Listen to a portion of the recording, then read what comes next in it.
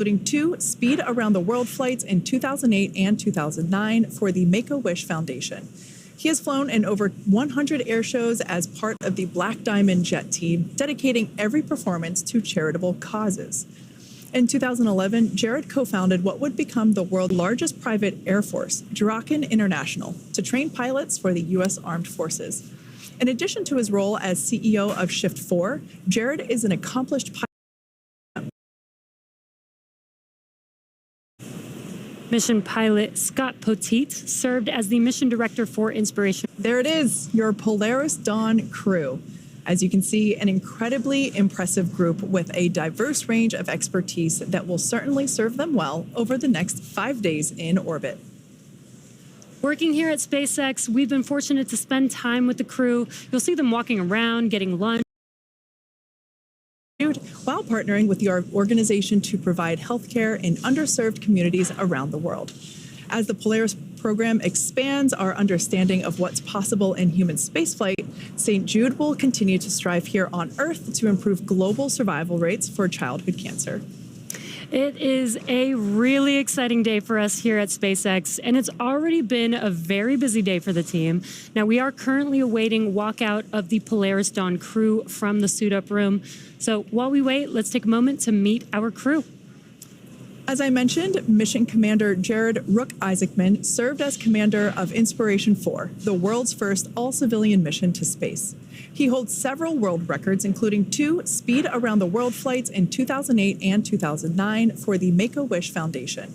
He has flown in over 100 air shows as part of the Black Diamond Jet team, dedicating every performance to charitable causes. In 2011, Jared co-founded what would become the world's largest private air force, Draken International, to train pilots for the U.S. Armed Forces. In addition to his role as CEO of Shift 4, Jared is an accomplished pilot. Mission pilot Scott Poteet served as the mission director for Inspiration. There it is, your Polaris Dawn crew. As you can see, an incredibly impressive group with a diverse range of expertise that will certainly serve them well over the next 5 days in orbit. Working here at SpaceX, we've been fortunate to spend time with the crew. You'll see them walking around, getting lunch,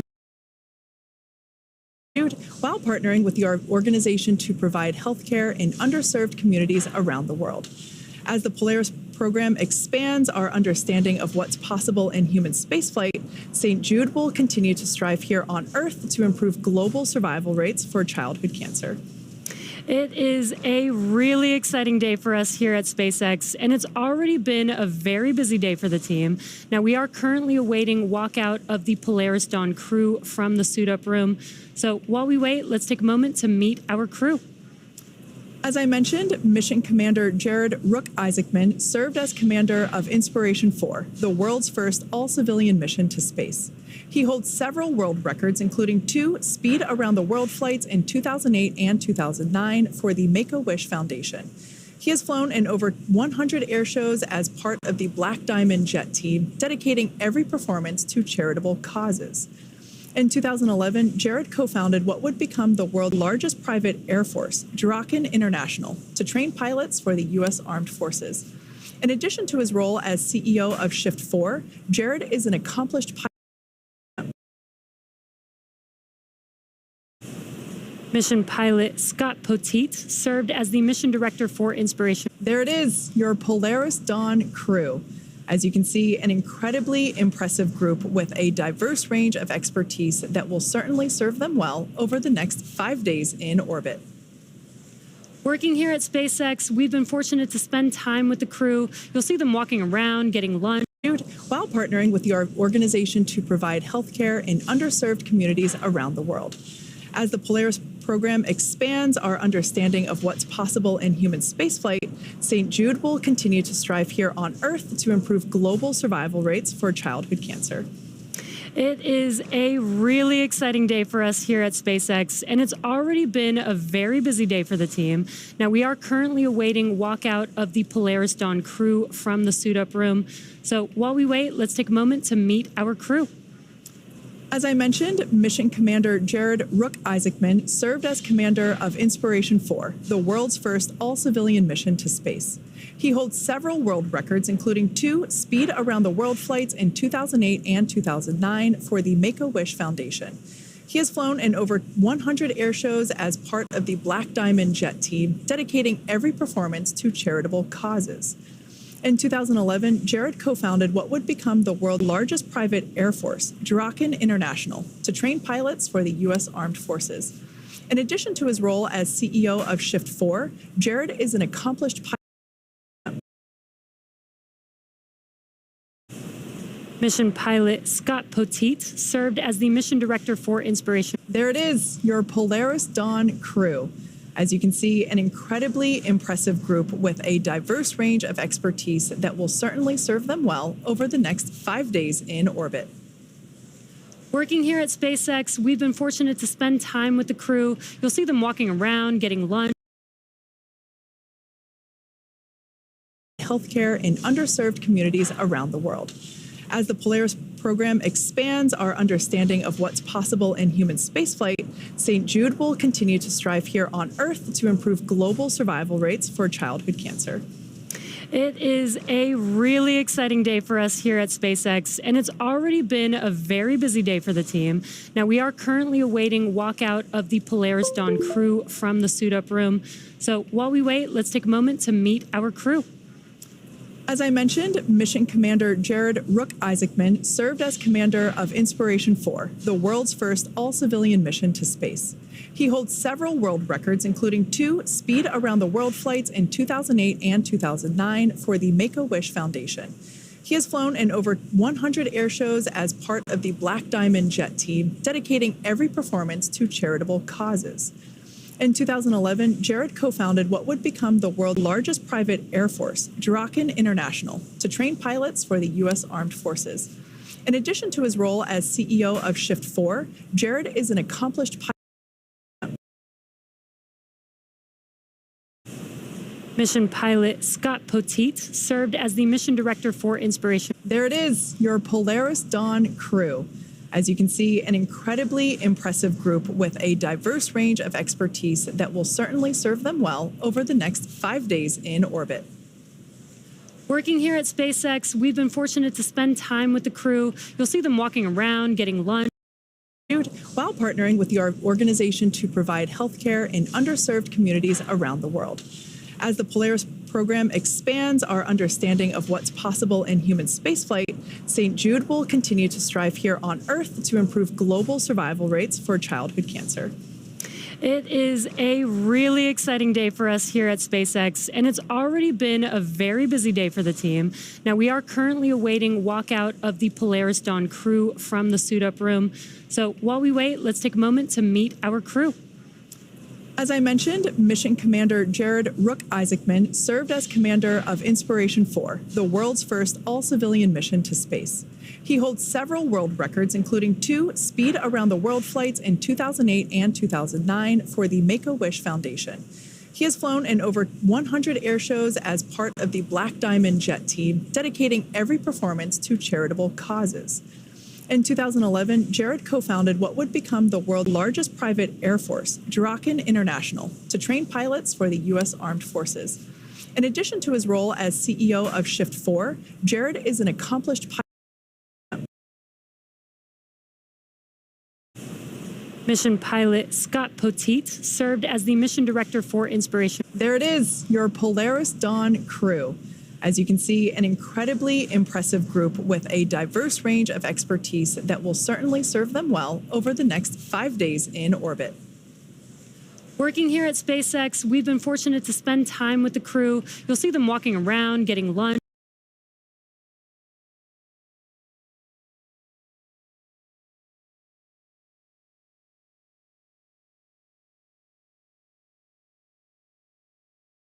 Jude will continue to strive here on Earth to improve global survival rates for childhood cancer.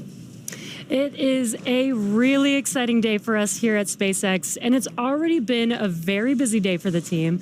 Now, we are currently awaiting walkout of the Polaris Dawn crew from the suit-up room. So while we wait, let's take a moment to meet our crew. As I mentioned, Mission Commander Jared Isaacman served as commander of Inspiration 4, the world's first all-civilian mission to space. He holds several world records, including 2 speed around the world flights in 2008 and 2009 for the Make-A-Wish Foundation. He has flown in over 100 air shows as part of the Black Diamond Jet team, dedicating every performance to charitable causes.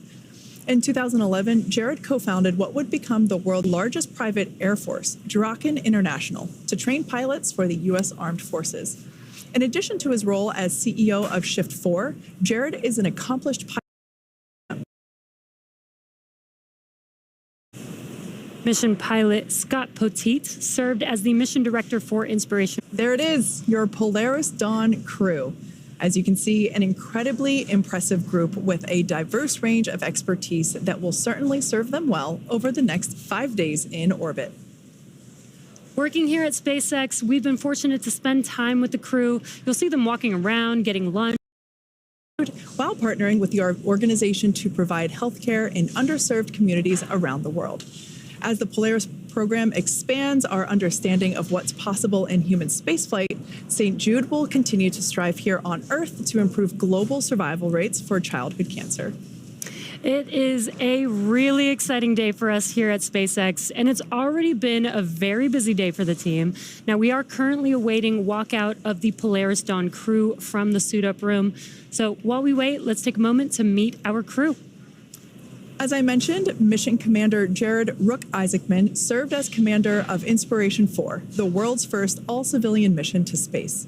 He holds several world records, including 2 speed around the world flights in 2008 and 2009 for the Make-A-Wish Foundation. He has flown in over 100 air shows as part of the Black Diamond Jet team, dedicating every performance to charitable causes. In 2011, Jared co-founded what would become the world's largest private air force, Draken International, to train pilots for the U.S. Armed Forces. In addition to his role as CEO of Shift 4, Jared is an accomplished pilot. Mission pilot Scott Poteet served as the mission director for Inspiration. There it is, your Polaris Dawn crew. As you can see, an incredibly impressive group with a diverse range of expertise that will certainly serve them well over the next 5 days in orbit. Working here at SpaceX, we've been fortunate to spend time with the crew. You'll see them walking around, getting lunch,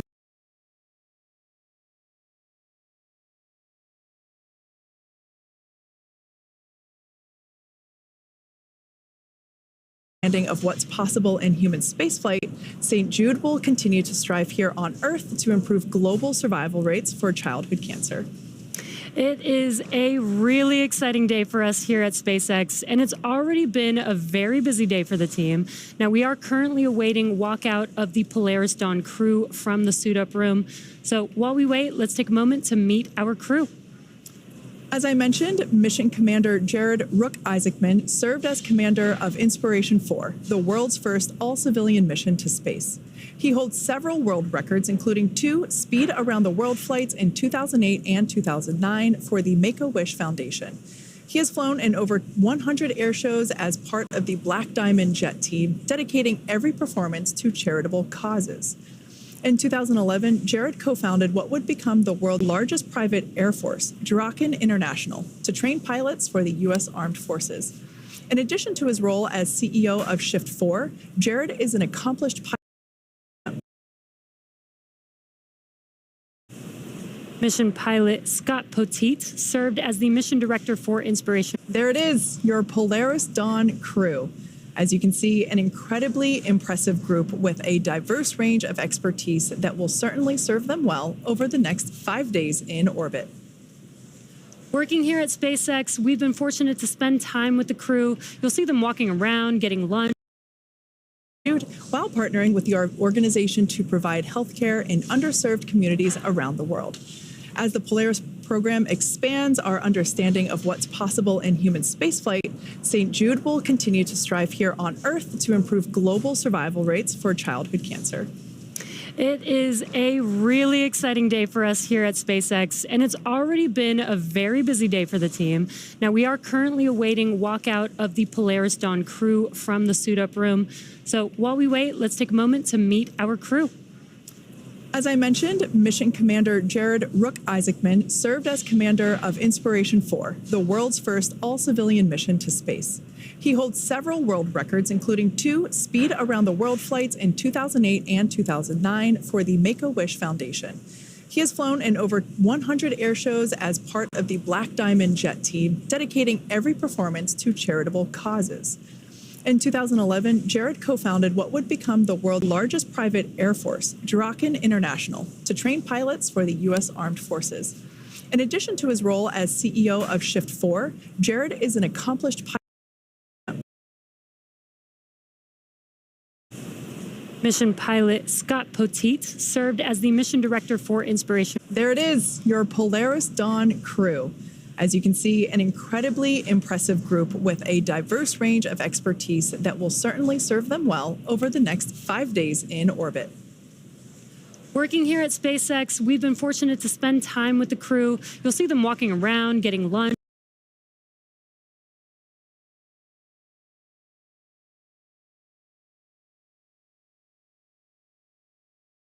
Of what's possible in human spaceflight, St. Jude will continue to strive here on Earth to improve global survival rates for childhood cancer.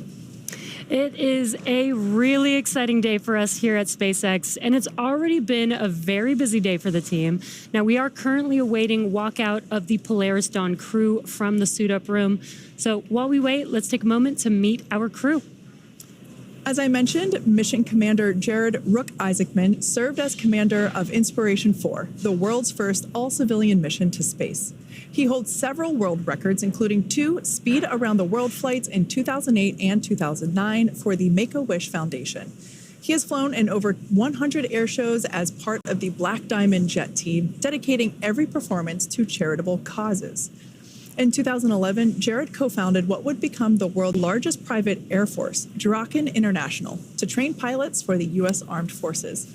In addition to his role as CEO of Shift, which provides the cool air in the transport vehicle, the next step will be for them to take a look at their rocket and spaceship, and then they will enter the elevators and take that up to the 255-foot level. After that, they'll take a flight of stairs up the remaining 10 feet to where the crew access arm is located. Right now you can see there's a team with them helping assist them with anything that the crew needs.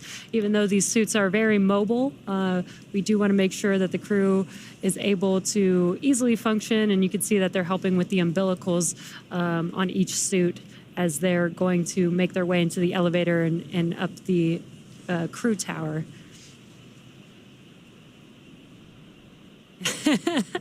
And some excited waves and smiles there. The crew is going to, they're walking over to be able to check out their vehicle, as Kate was saying. And a little bit of a lean back. There's a lean back, yeah. Not quite as much as the IVA suits, but it is a bit of a challenge where they are, because they're on the side of the vehicle with the strong back, and that'll recline a little bit. Crew have arrived at the pad. And the core keeping track for us on the countdown net, telling us as major events have happened. Again, we're still right on time. But yeah, when they lean back, kind of got an obstructed view of the Falcon 9 with the Dragon on top, because the strong back kind of is in the way. But that's just the price of coming up on the elevator side.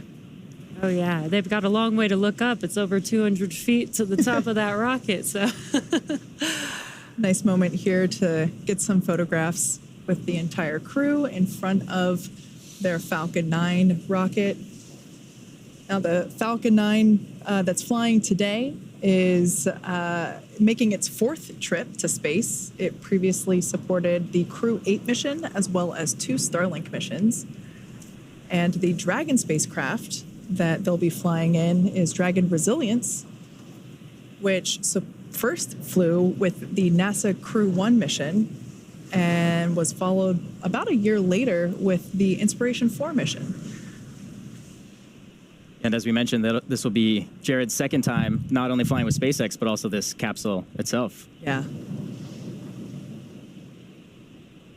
And we can see there that the first pair, I believe was Anna and Sarah, have entered the elevator. Right about now, they're hitting the button labeled space on that elevator panel. Once again, that goes up to the 255-foot level. Yeah, once they get to that 255-foot level, they will walk up some stairs, and that'll take them to a very traditional telephone. Well, they'll get to make a phone call to whomever they wish, and they'll be able to, And there they are. They've arrived at the 255-foot level. They've exited the elevator, and we'll see the stairs here momentarily. A lot of people coming out of that elevator. Yeah. And we can see these arrows on the ground marking the direction for emergency egress. So you will notice that they'll give a little wave there, some fist bumps. Like we've mentioned, that there's been a lot of training that goes into these missions, and so they have close relationships with the crew members. And speaking of crew members, like we've mentioned before, Jared Isaacman was the commander of the last mission to fly with this Dragon capsule, which was Inspiration 4. The Inspiration 4 crew walked the very same steps that you see the Polaris Dawn crew making now. And they also had an opportunity to make this phone call that we're going to see take place here. So we got a chance to talk with the Inspiration 4 crew. Here's who they decided to talk to for their last phone call before flying to space. When we got to the top of the launch tower, Jared and I came out of the elevator and went around and up the stairs and had a chance to make that final call with that really old push-button phone. And they still pay the phone bill, so it works. That's great. I chose not to call my wife because we had decided together that we had said our goodbyes after breakfast, and there was no need to kind of repeat that. So what am I going to do to make the most of this moment? Well, I decided to pay it back towards my friend Kyle, who gave me the seat to begin with. And I was so glad that he kept his phone on. So when I called his number and they dialed it for me, and I picked up the phone and said, "Hey, Kyle, how are you doing?" And he just started cracking up. He was really excited that I gave him a call and said, "What are you calling me for?" And so, well, I figured I'd give you a call before I get launched off this rock. And he really appreciated that moment. It's another way to include those people that support you along the way. So yeah, I called my friend Kyle, and I think it was the right choice. I hope he appreciated it. For me, that last phone call before leaving the Earth was something that I knew would be significant. And I'm in a situation where my parents have passed away. I'm divorced. I have no kids. And my first, idea was to talk to somebody who had influenced me, somebody that I looked up to. And so I asked to talk to Michelle Obama. And I was really fortunate that we had connections to be able to make that happen. But that phone call is a personal moment, so nobody else gets to share it. So instead of me having that phone call with Michelle Obama at that moment before leaving the Earth, where it would have been just between me and her, we moved it to the day before, so that my entire crew could have this experience of talking with her, which was the right decision. She was amazing. And then that left me with the opening of like, okay, well, who am I going to talk to? And I talked to my brother Langley, which was really great because I didn't know it at the time, but he has early onset dementia. And so this was very special to have that moment with him. Well, and all of my kids fell in love with Langley and started calling him Papa Langley, and spent a lot of time with him. He was absolutely fantastic with them. Yeah. Yeah. I chose to call my mom, my brother, and my sister-in-law. And my brother and sister-in-law are actually aerospace engineers. And so they had been such a big part of my journey because after a long day of training, I would be studying and I would call and say, like, what does this mean? And it also really bonded us even more. It was just been such a special journey, all of us together. And then getting to talk to them from the launch pad. I remember my mom just telling me that she was proud of me. And then I just remember hanging up because it's kind of in that moment you shift from the day of launch. There's just so many exciting moments where you're surrounded by people cheering you on. But then after you hang up and you turn towards the rocket, you're just very mission focused. Like, okay, we're doing this now. What a great way to summarize that. We're doing this now. And here they come down the crew access arm. This is basically their final approach to the Dragon spacecraft. This access arm will lead them into the White Room, which is an environmentally controlled room.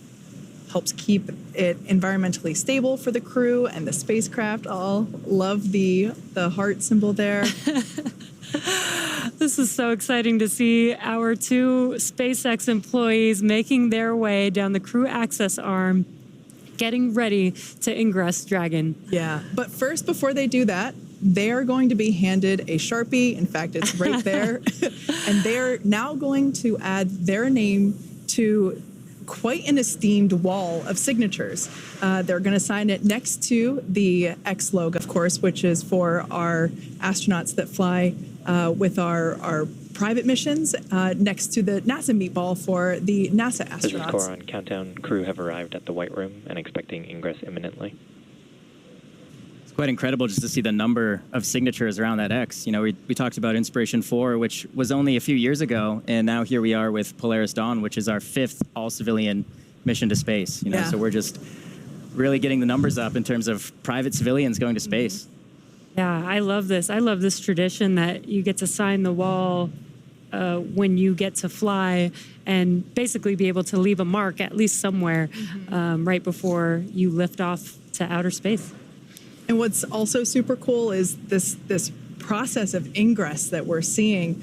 You'll notice crew members in the basically their black onesies, the ninja suits, and these are all part of the closeout crew. You can see a tablet there in action. They're following along with our electronic procedures, or EPROCs. And what I think is so cool about this mission in particular is that the two women that you see on your screen now are part of the larger space operations team that helped to develop these procedures that the closeout crew are using now. So I think that's such a very cool full circle moment. Also note in the White Room, you know, it's a FOD, foreign object debris. Make sure there's not anything that you're tracking in. You don't want to bring it into the capsule. And the tablets are an example of that. You know, when I came up in the business, everything in the clean room was still paper. And you'd watch somebody actually using a pencil and eraser and trying to erase something, and then all of the little rubber shavings are going down on the ground. You're going, oh, wait a minute, that kind of violates the concept of no FOD.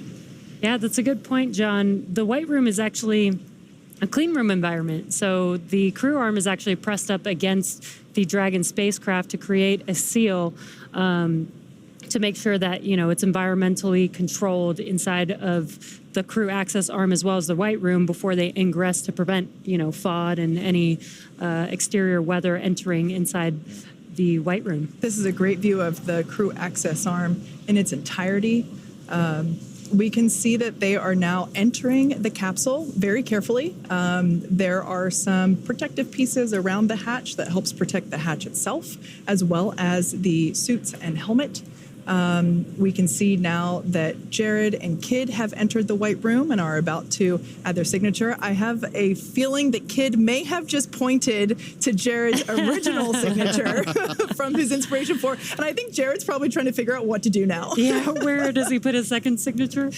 He's our second frequent flyer after MLA.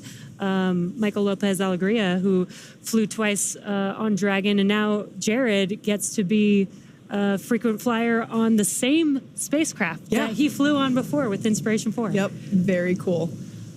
don't think we have an air miles program set up yet, but maybe one day we will. We gotta work on that, yeah. So inside the capsule, Sarah and Anna are getting situated in their seats. There is a closeout team member inside the capsule helping them get buckled in with their safety harness. Oh, actually, we can see there now our first live view inside Dragon Resilience. Sarah and Anna occupying the window seats, as it were, which is absolutely the seat I would also want if I were flying a Dragon. And More importantly, mission specialist seats go in because that'll still leave the center line open for when Jared and Kid go on in. So there is kind of an order to how you get into the Dragon spacecraft. Absolutely. And as we mentioned before, our procedures document all of this down to a T, even down to the fact that the pad preparation crew that arrives in advance of the astronauts, they actually have it in their procedures to make sure there is a Sharpie ready to go in the white room.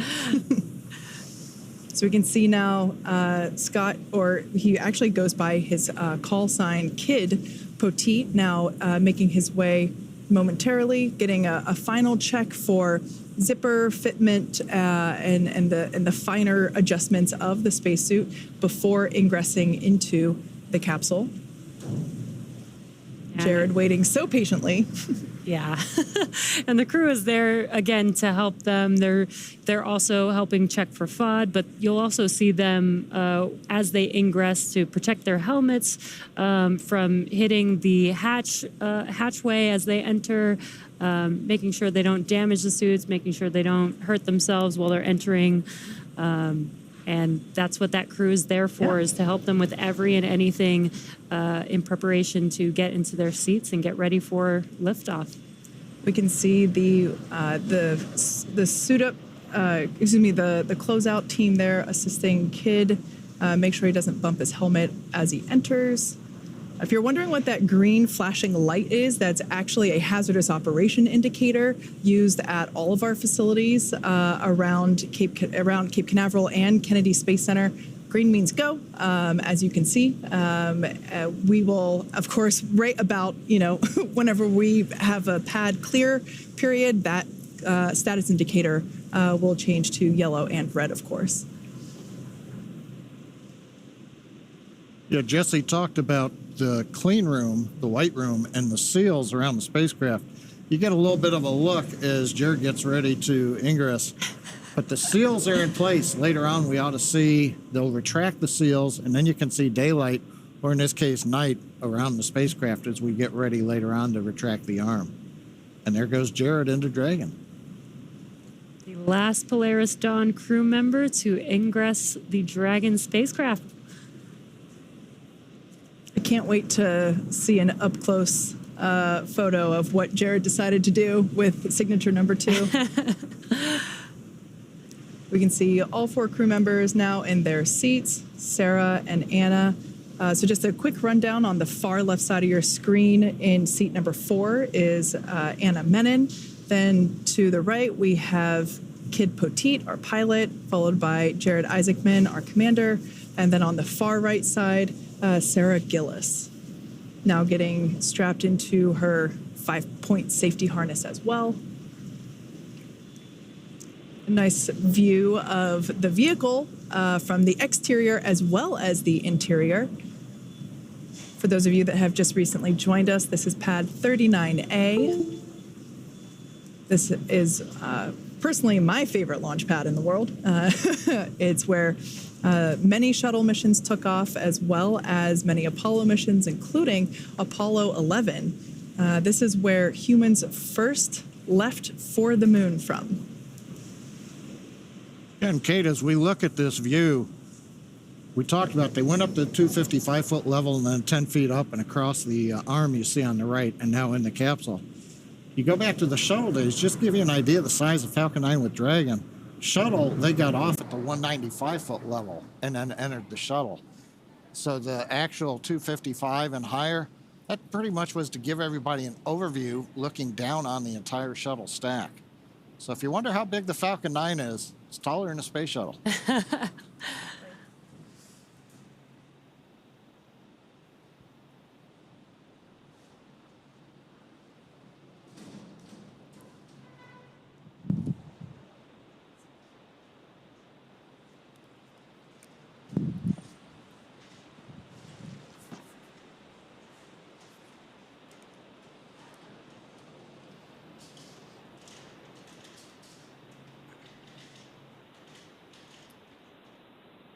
Now, while the crew gets situated in Dragon, let's just take a moment to get familiar with the spacecraft that they will call home for the next 5 days. Designed to be the safest spacecraft ever flown, the fully autonomous Dragon stands nearly 27 feet tall and 13 feet in diameter. Dragon is capable of carrying up to 7 passengers, but for today's mission, it's carrying the 4 members of the Polaris Dawn crew. The crew will spend the majority of their time in the pressurized section, which is the top portion of the spacecraft. This area allows for the transport of people and environmentally sensitive cargo. Dragon's trunk, which sits just below the pressurized section, not only carries unpressurized cargo, but also supports the spacecraft during ascent, and it remains attached to Dragon until shortly before re-entry into Earth's atmosphere. And as you can see there, half of the trunk on the left is covered in solar panels, and that provides power to Dragon during flight. The spacecraft is equipped with 16 Draco thrusters, which are used to orient the spacecraft during the mission. Each Draco thruster is capable of generating 90 pounds of force in the vacuum of space. These engines are as important to Dragon as the Merlin engines are to Falcon 9. In addition to the 16 Draco thrusters, there are 8 Super Dracos that power spacecraft's launch escape system. In the unlikely event of an emergency, the Super Draco engines can power Dragon half a mile from the launch vehicle in less than 8 seconds. And just like Falcon 9 first stage, Dragon is also reusable. In fact, Polaris Dawn crew is flying today in the same spacecraft that supported NASA's Crew 1 mission and Inspiration 4. There are a few changes that we've made to Dragon for this mission. In order to accommodate a spacewalk, this is the first Dragon to be outfitted with a Skywalker in place of the cupola observation dome. The Skywalker is a structure that is mounted to the top of Dragon, as you see there on your screen, and the astronauts will use this to assist in exiting and re-entering the spacecraft during their spacewalk. This Dragon is also carrying Starlink, making this the first mission to attempt to use the Starlink network in orbit. Inside of Dragon is a router connected to a user terminal in Dragon's trunk. This terminal will be linked to a new device known as the plug-and-placer, which will enable the spacecraft to communicate with Starlink satellites that will be in orbit below Dragon. We're excited to see all of this in action, but Dragon has to get there first. So let's take a look at the rocket that will be taking our crew to space. Dragon will be delivered to orbit today by SpaceX's Falcon 9, the first orbital-class rocket capable of reflight. Reusability allows us to refly the most expensive parts of the rocket, and that drives down the cost of spaceflight. To date, Falcon 9 has performed 369 orbital launches, 326 landings, and 300 reflights. Standing about 65.5 meters, or about 215 feet tall, Falcon 9 is a 2-stage rocket that provides 1.7 million pounds of thrust on its first stage, thanks to its 9 Merlin M1D engines. Today's mission will be the 4th launch and landing for this booster. It previously supported NASA's Crew 8 mission to the International Space Station in March earlier this year. It's also supported two SpaceX Starlink missions. After stage separation, when the first stage has done the bulk of its job for the day, it will initiate 2 burns as it makes its way back down towards Earth. First burn is the entry burn to help slow Falcon 9 down as it prepares to re-enter Earth's atmosphere. And finally, on the first stage, we have the landing burn, which will further decelerate the rocket just enough to perform a precision landing on our drone ship. Just read the instructions. And that drone ship is currently stationed in the Atlantic Ocean.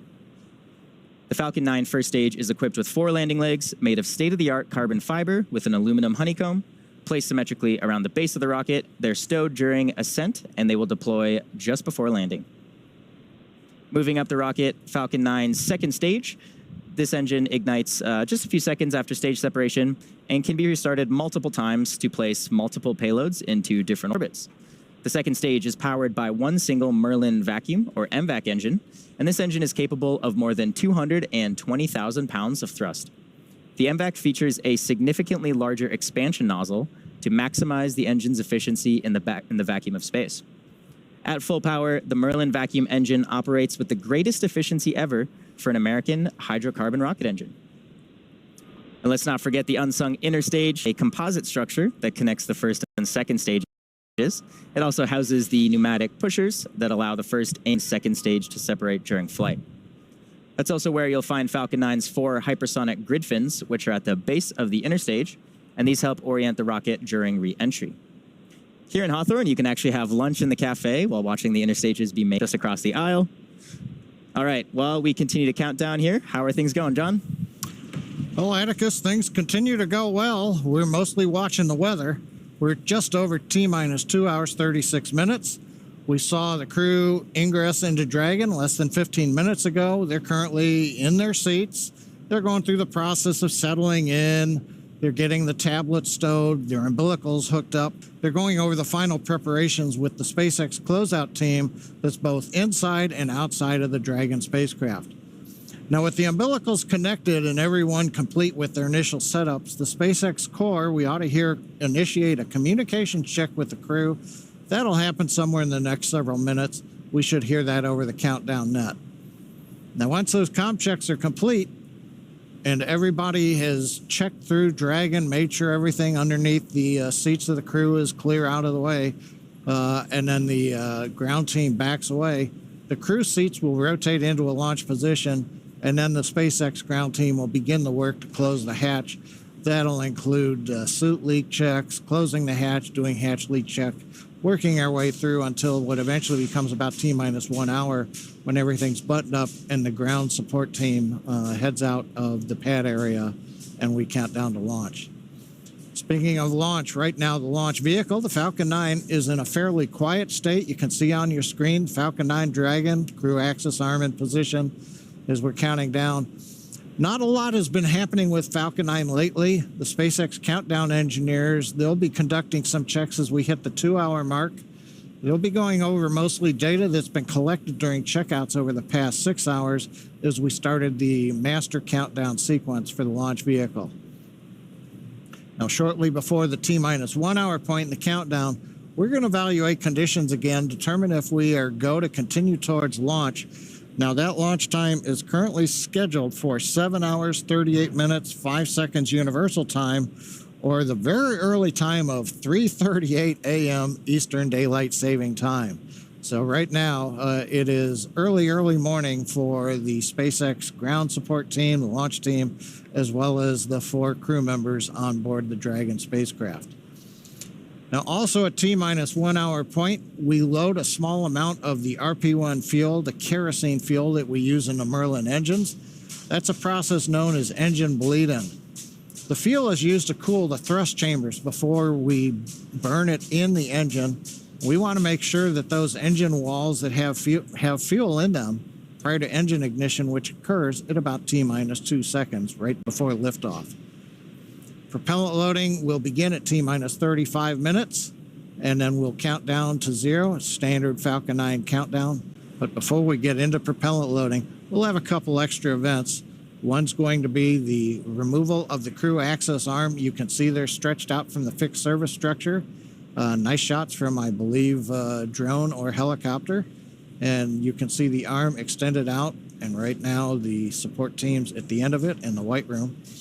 We'll retract the arm. As soon as the arm's out of the way, it takes a couple of minutes, then the crew will arm the launch escape system on board the Dragon spacecraft. That enables the Super Draco thrusters, should we need them, both during the last half hour of the countdown. Dragon SpaceX for umbilical comm checks. Go, SpaceX. Dragon, looking for a comm check from Commander, Pilot, MS-1, and MS-2. Copy that, SpaceX. Commander, comm check.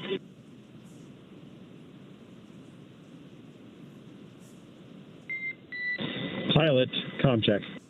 MS-1, comm check. MS-2, comm check.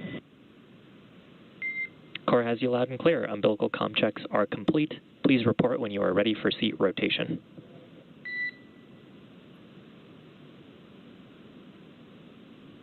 SpaceX Dragon, we're ready for seat rotation. SpaceX copies. I will report when we are initiating.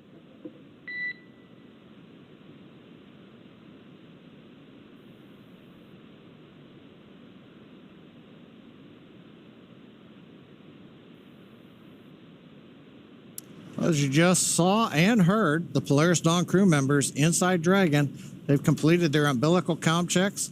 There you see a view looking through the hatch into Dragon. You can see some of the crew inside their white suits, and then the black-garbed SpaceX ground support team getting out of the way right now as we get ready for seat rotations.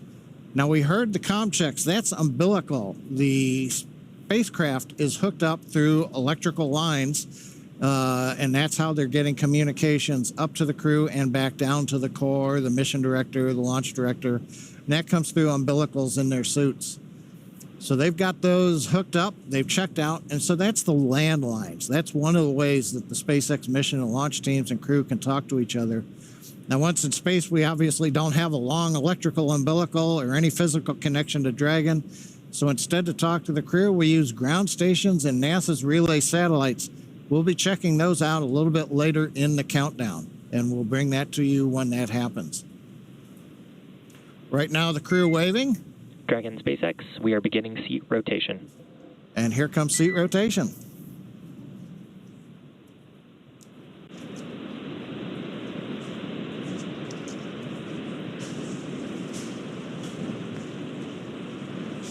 So the ground team out of the way, you can see the seats rotating into the launch position. This allows them to take the roughly 3.5 to 4 G's acceleration lying back.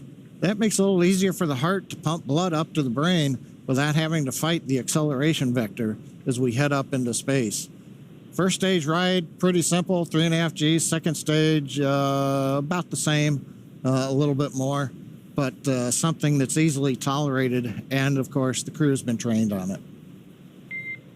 Dragon, seats are in the launch position. There you go. SpaceX, we show the same. Their seats have been rotated upright, and they are rotated from the upright position. They're now in that reclined launch position. That'll also let them more easily see the displays, which are right in front of them, be able to access the displays panels, and of course, as we just talked about, tolerate the acceleration as we head to orbit. Now they're about to begin. Next up is initiating suit leak checks. Make sure the spacesuits are in proper working conditions before liftoff. We want to do that. Then we get into side hatch closure. We've got to make sure the seats are good first, because once we do the hatch closure, then we do a leak check of the entire spacecraft through that hatch. With that successful, as I mentioned, we've got some simple launch escape system checks, mostly just cycling through some conditions. The closeout team will then depart from the pad between T-minus 1.5 hours and 1 hour. And as I mentioned before, once we get through that launch propellant load and go for launch pull, we will then retract the crew arm. We'll tell the crew to close and lock their visors. They'll arm the launch escape system, and then we'll move into propellant load at T-minus 35 minutes. The good news right now, T-minus 2 hours, 28 minutes, 35 seconds counting. The view there on the screen from the helicopter showing Falcon 9 and Dragon with the access arm in position. All systems continue to be go. The only thing we're looking at right now is weather. As we get farther into the count, that'll give us a little bit better idea. Currently, the ground winds are looking good. Upper altitude winds are looking good. The big thing we're looking at is just whether or Dragon, not... you are go for 4.100 Section 2 suit leak check preparation. Copy that, SpaceX. Tapping into Section 2, 4.100. We're getting really good comms talking to the crew. It's nice to hear, the crew and the ground talking up to them. But as I mentioned, things are going good right now. Weather's the one thing we're looking at. We get a little farther in the count, we'll see whether or not we have thick clouds, whether or not we have an issue with rain showers. Keep fingers crossed. Around the world is ready to support the flight, but we've just got to get the weather. And like I always say, we all like to talk about the weather. We can't do a thing about it. Yeah, you bring up a good point, John, and that has been such a tricky element of this mission so far is the weather. And it's not just the weather at Florida that we're looking at, it's also weather for where Dragon will splash down in 5 days' time. We have to be sure that we can bring Polaris Dawn back safely within the weather bounds. And so this time of year is a little challenging in that part of the world, and we're really hoping that we can stick it out in terms of the... SpaceX Dragon, Terra complete. We're ready for leak checks. All right, sounds like we're going to be stepping into the suit leak checks here momentarily. Copy. You are go for Section 3 suit leak check. Copy that, SpaceX. Go for Section 3. So these leak checks, you can see that the crew have brought their visors down into the closed position. At this point in time, we're going to inflate the suits to a certain pressure, hold at that pressure for a couple of minutes, and measure the amount of decay or pressure loss over that period of time. Based on our simulations and our rehearsals, the folks on console know the acceptable amount of pressure for these suits. So they're going to basically take this reading and make sure that everything looks good for all 4 crew members. If we see some sort of pressure decay, it might mean that the helmet isn't fully closed or the zippers are not fully zipped shut. So we do this leak check before closing the hatch, just in case if one of those things occur. And you can see that the suits are starting to inflate.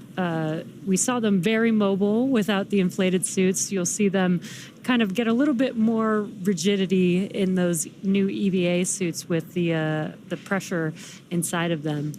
But still looks like they can move their arms and hands pretty easily so far. Yeah. So we can see the closeout crew standing by as we execute this suit leak check. Like I mentioned, if the suit leak check doesn't check out for one of the crew members, then one of the closeout team members will go in to assist, make sure that there's no FOD in the visor closure, or make sure all the zippers are in the right place. Kate, it also looks like you see a bright light on the left-hand side of the screen. In anticipation of a successful leak check, I think they're starting to do the close-up inspections of the seal around the hatch. In the past, that sometimes you get even something as small as a human hair trapped in there, and you can detect that. So they're starting to get a quick look just to make sure that the cleaning steps where they may want to pay special attention. Yeah, that's a great point. The hatch that they are now inspecting is the side hatch. This hatch is only going to be used right now and when the crew returns in about 5 days. The hatch that will be utilized for the spacewalk or the extravehicular activity will be the forward hatch, which is the circular hatch located at the top of Dragon. That is the same hatch that is used in order to dock with the International Space Station. So we're very excited for that spacewalk. It's the first time that any commercial entity has done one, and we're really excited to open that hatch. And Dragon, we see 4 healthy suits.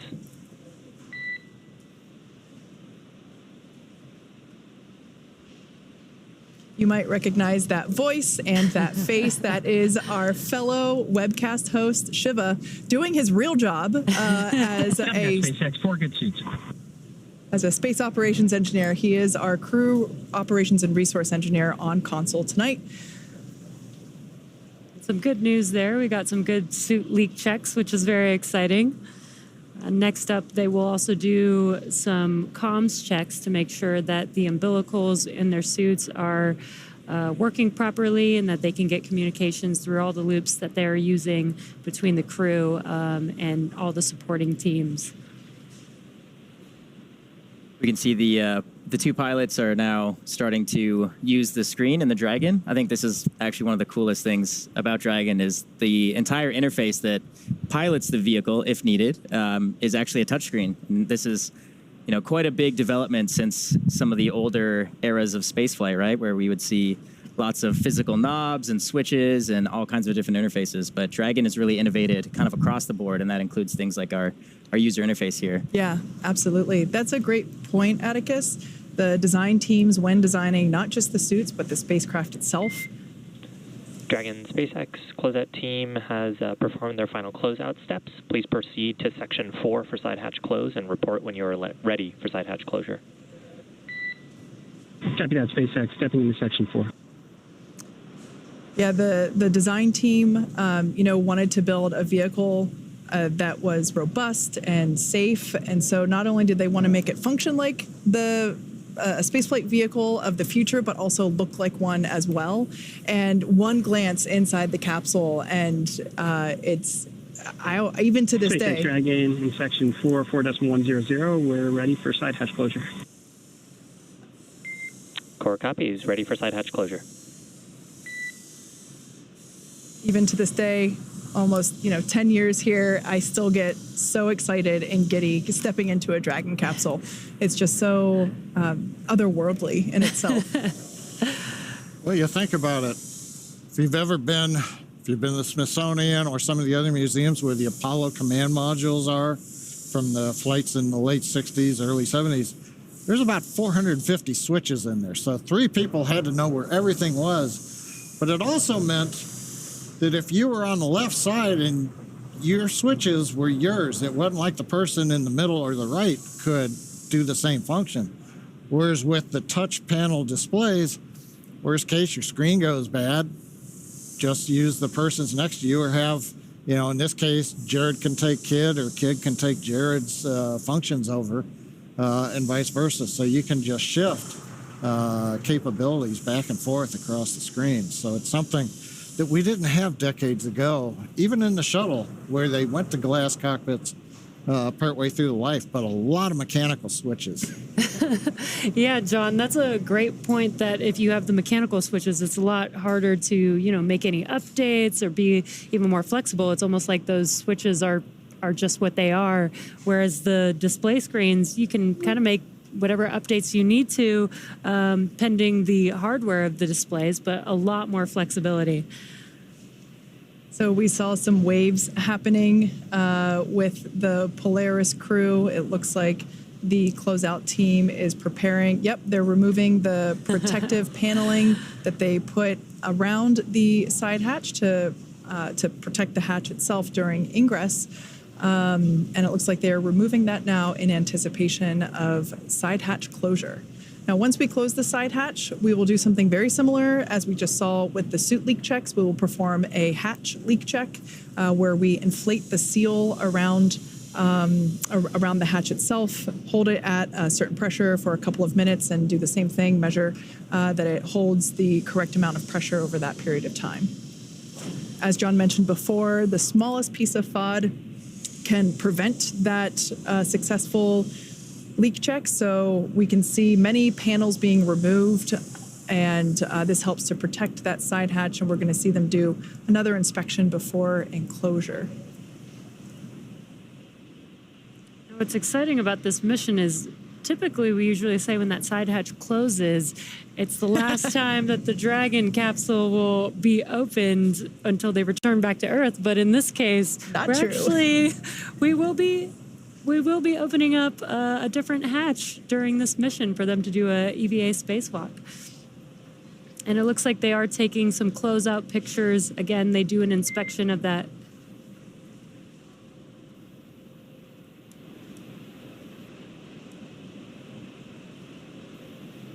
Dragon SpaceX, comm check over to Idris. Dragon has you loud and clear on Tetris.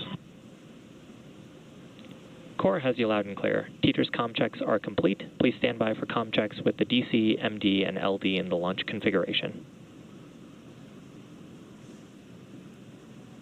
Dragon DC on countdown 1, comm check. Dragon has you loud and clear. DC, how many? DC loud and clear. Stand by for comm checks with MD. Dragon MD on countdown 1, comm check. Dragon has you loud and clear. MD, how many? MD loud and clear. Stand by for comm check over Dragon to ground. Dragon MD on Dragon to ground, comm check. Dragon has you loud and clear. MD, how many? MD loud and clear. Stand by for comm checks with LD.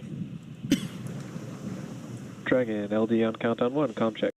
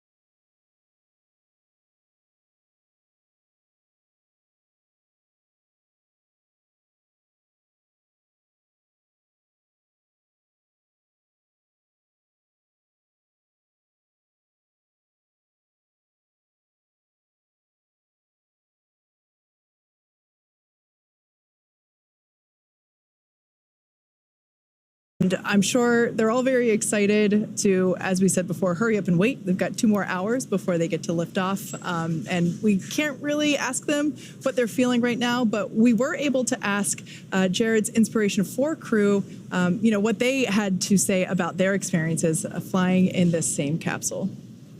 I remember when they closed the hatch because the engineer, Maddie, she's actually now one of my best friends, but one of the last things she said was, "Bye, have fun in space."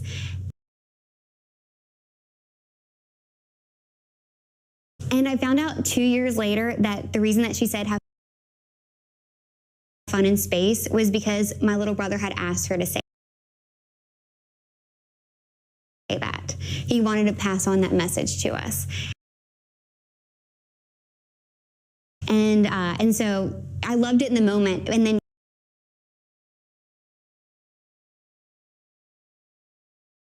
years later when I found out, I was just so excited.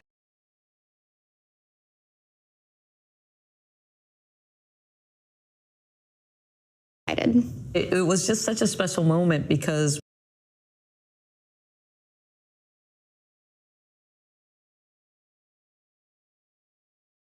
we'd worked so hard, and we really took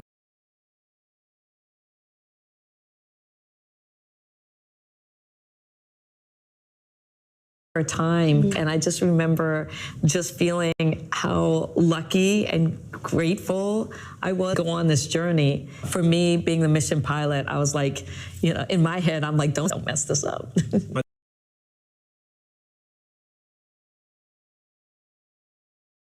Orbital crew that's going to be breaking down new barriers to let more people go to space. And so that sense of awe and responsibility kind of swept over me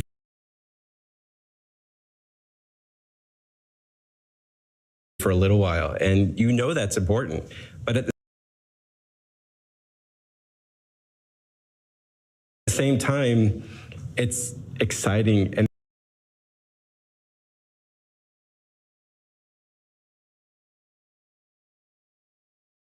it's fun. We've trained so long and so hard with some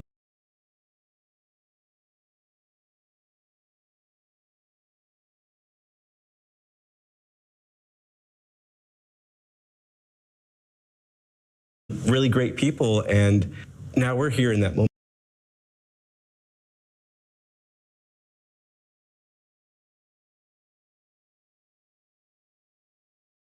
Ready to go.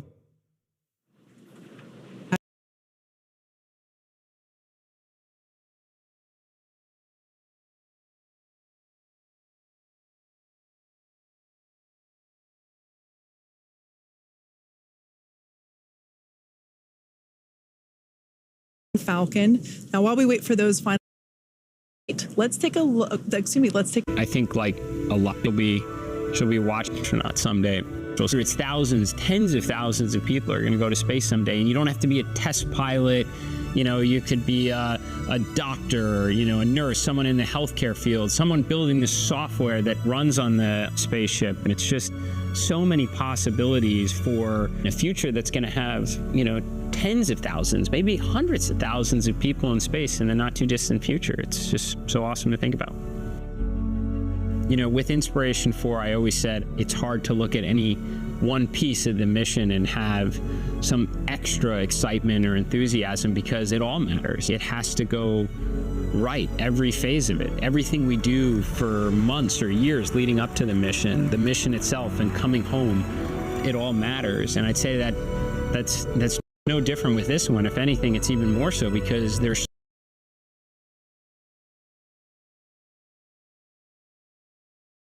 so much we're trying to accomplish, but I'm very eager and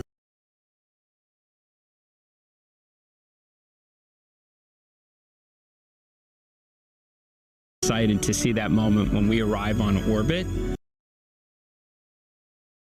and and kind of the reaction on the face of my other crewmates who will be going to space for the first time. It's like a really special moment where a lot of emotion comes together when you've arrived on orbit. And they've worked really hard and very deserving for this opportunity, and I'm eager to see it, you know, kind of. Next up is mission pilot Scott Kidd Poteet, who previously served as mission director for the Inspiration 4 mission.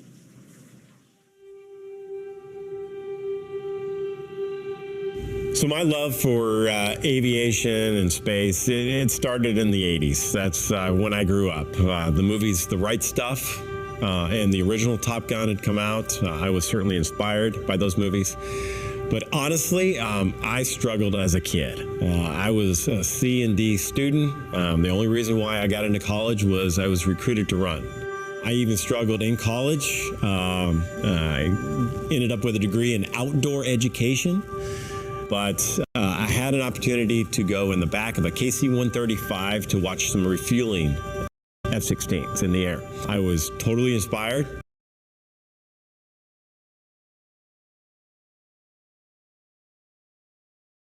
Puked the entire time, but I wanted to be a fighter pilot.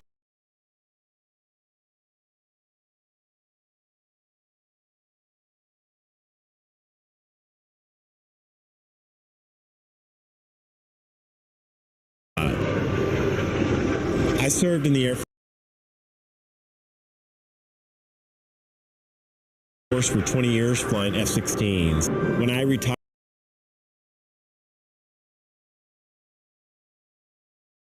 in 2016, I thought that was the end.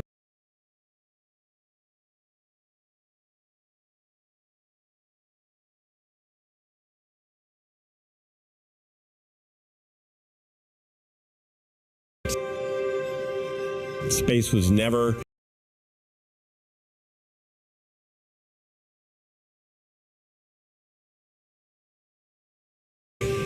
something that I thought I could achieve. But those with advanced degrees, compartmentalizing moments, I think about what it's going to be like.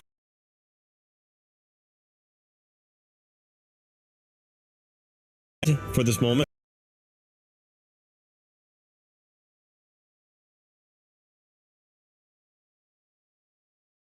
1,500 miles an hour in a very short few minutes.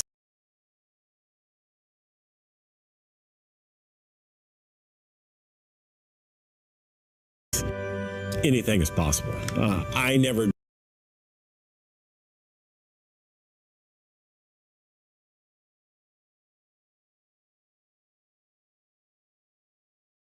dreamed I'd be in the seat. There are plenty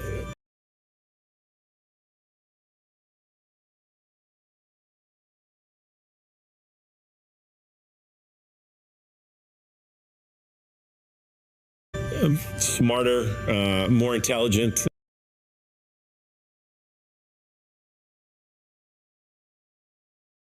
individuals that should be in the seat.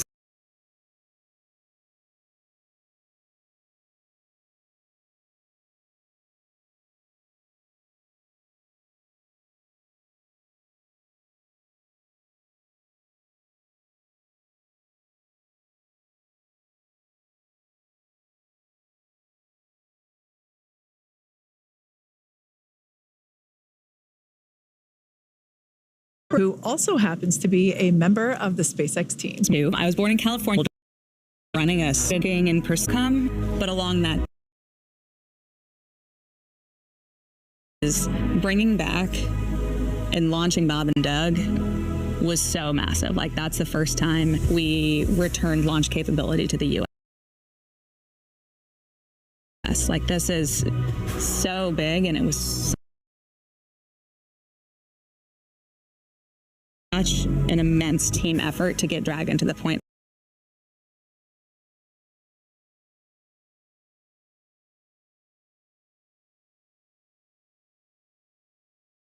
of flight for the first time. And then for me personally,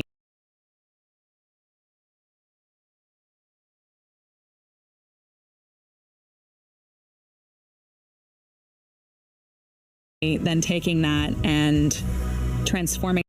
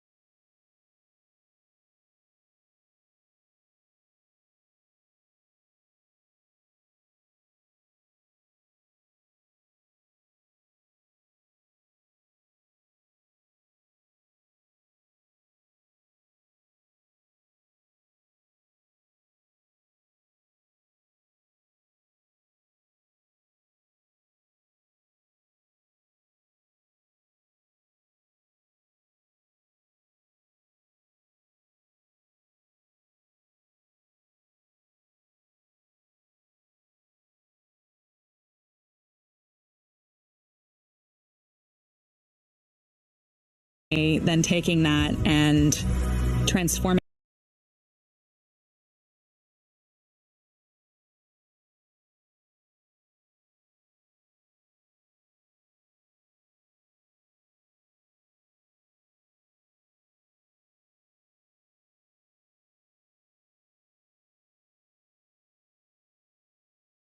then taking that and transforming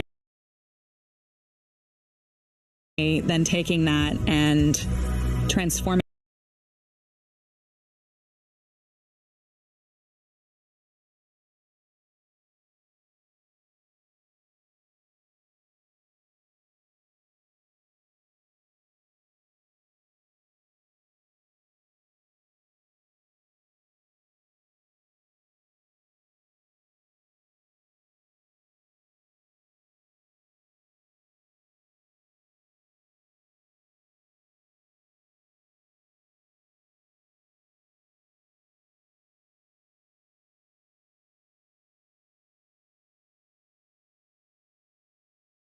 then taking that and transforming then taking that and transforming then taking that and transforming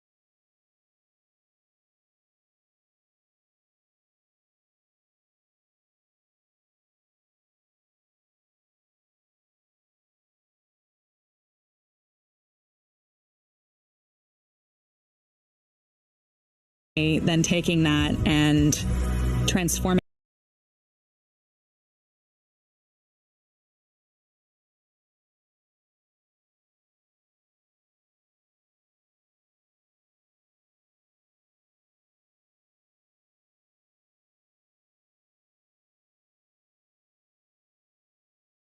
then taking that and transforming then taking that and transforming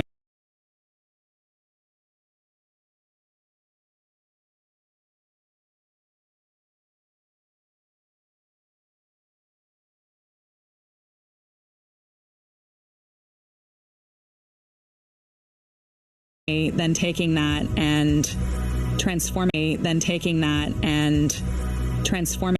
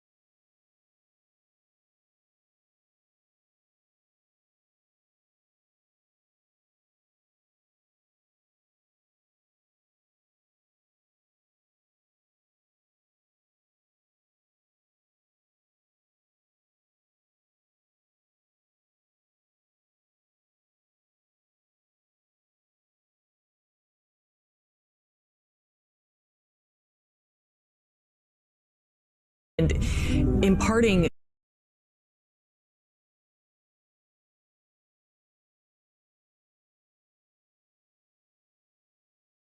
forces on your body that are similar. And we've had like lows It's just been a great 2 years of growth. Some of the best times of my life. We are fortunate today to be joined by former NASA astronaut Mike Hopkins, who has participated in 5 spacewalks and spent a total of 333 days in space. Mike also served as commander for Crew 1, which was SpaceX's first post-certification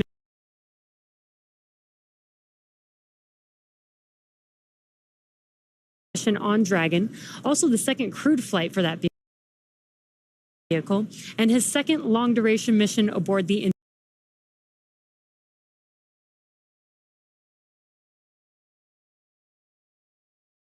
videos brings back a lot of great memories from our time. And it was also, you know, Sarah and you were already a seasoned NASA.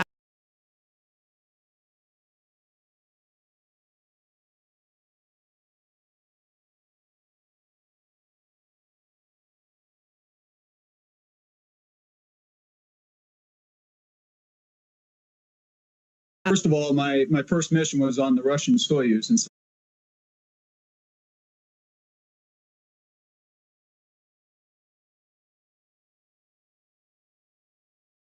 all of the training was actually in Russia, 50 plus years. And so the training program for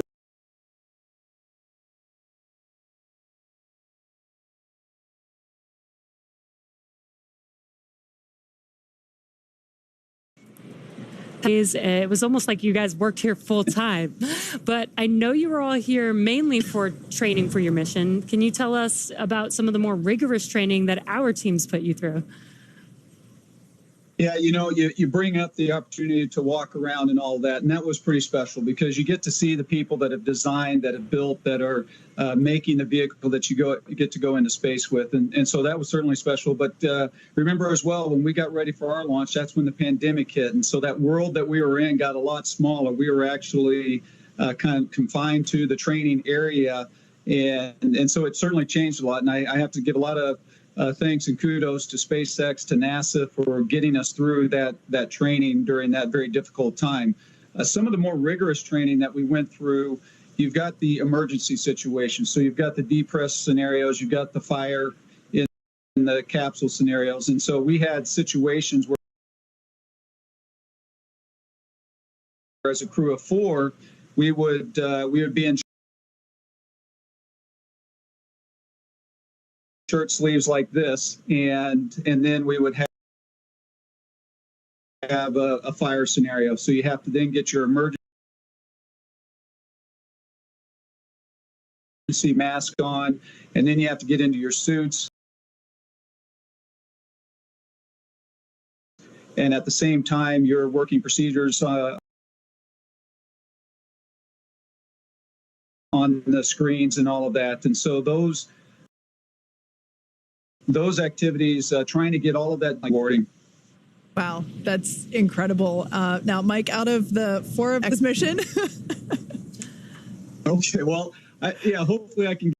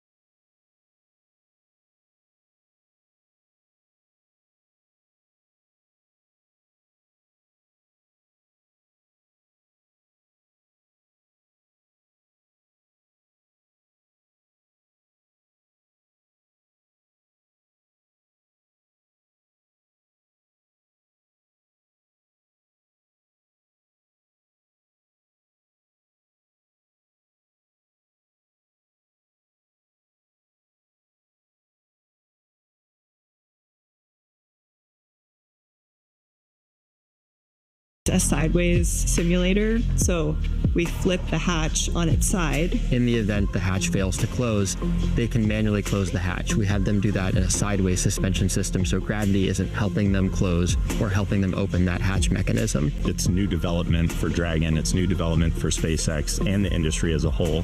So this is a great example of where Polaris Dawn is forcing the team to innovate in a way that adds safety and reliability to every Dragon mission going forward. That's this huge challenge for us to go solve, but that's also an opportunity for us to solve the problems that we have to go figure out anyway for our larger goals, like putting people on Mars. The Polaris Dawn objectives are the first step towards that ultimate flight with humans inside of Starship, which is right on the SpaceX development path that we have towards getting to the moon and Mars. It's just so cool to see how the EVA is coming together with the EVA suits. Now, as we mentioned earlier, Mike participated in 5 EVAs during his career with NASA. Now, we know you had to go through a lot of training and preparation, but what was your first EVA like? Yeah, it was not planned. It was one of those scenarios where we had a part on the outside of station had failed, and it turns out this was in December of 2013. So it was right before Christmas on the 21st when we went out the door for the first time to repair this pump module. And there is nothing quite like it when you look out that hatch for the first time at the Earth, 250 miles.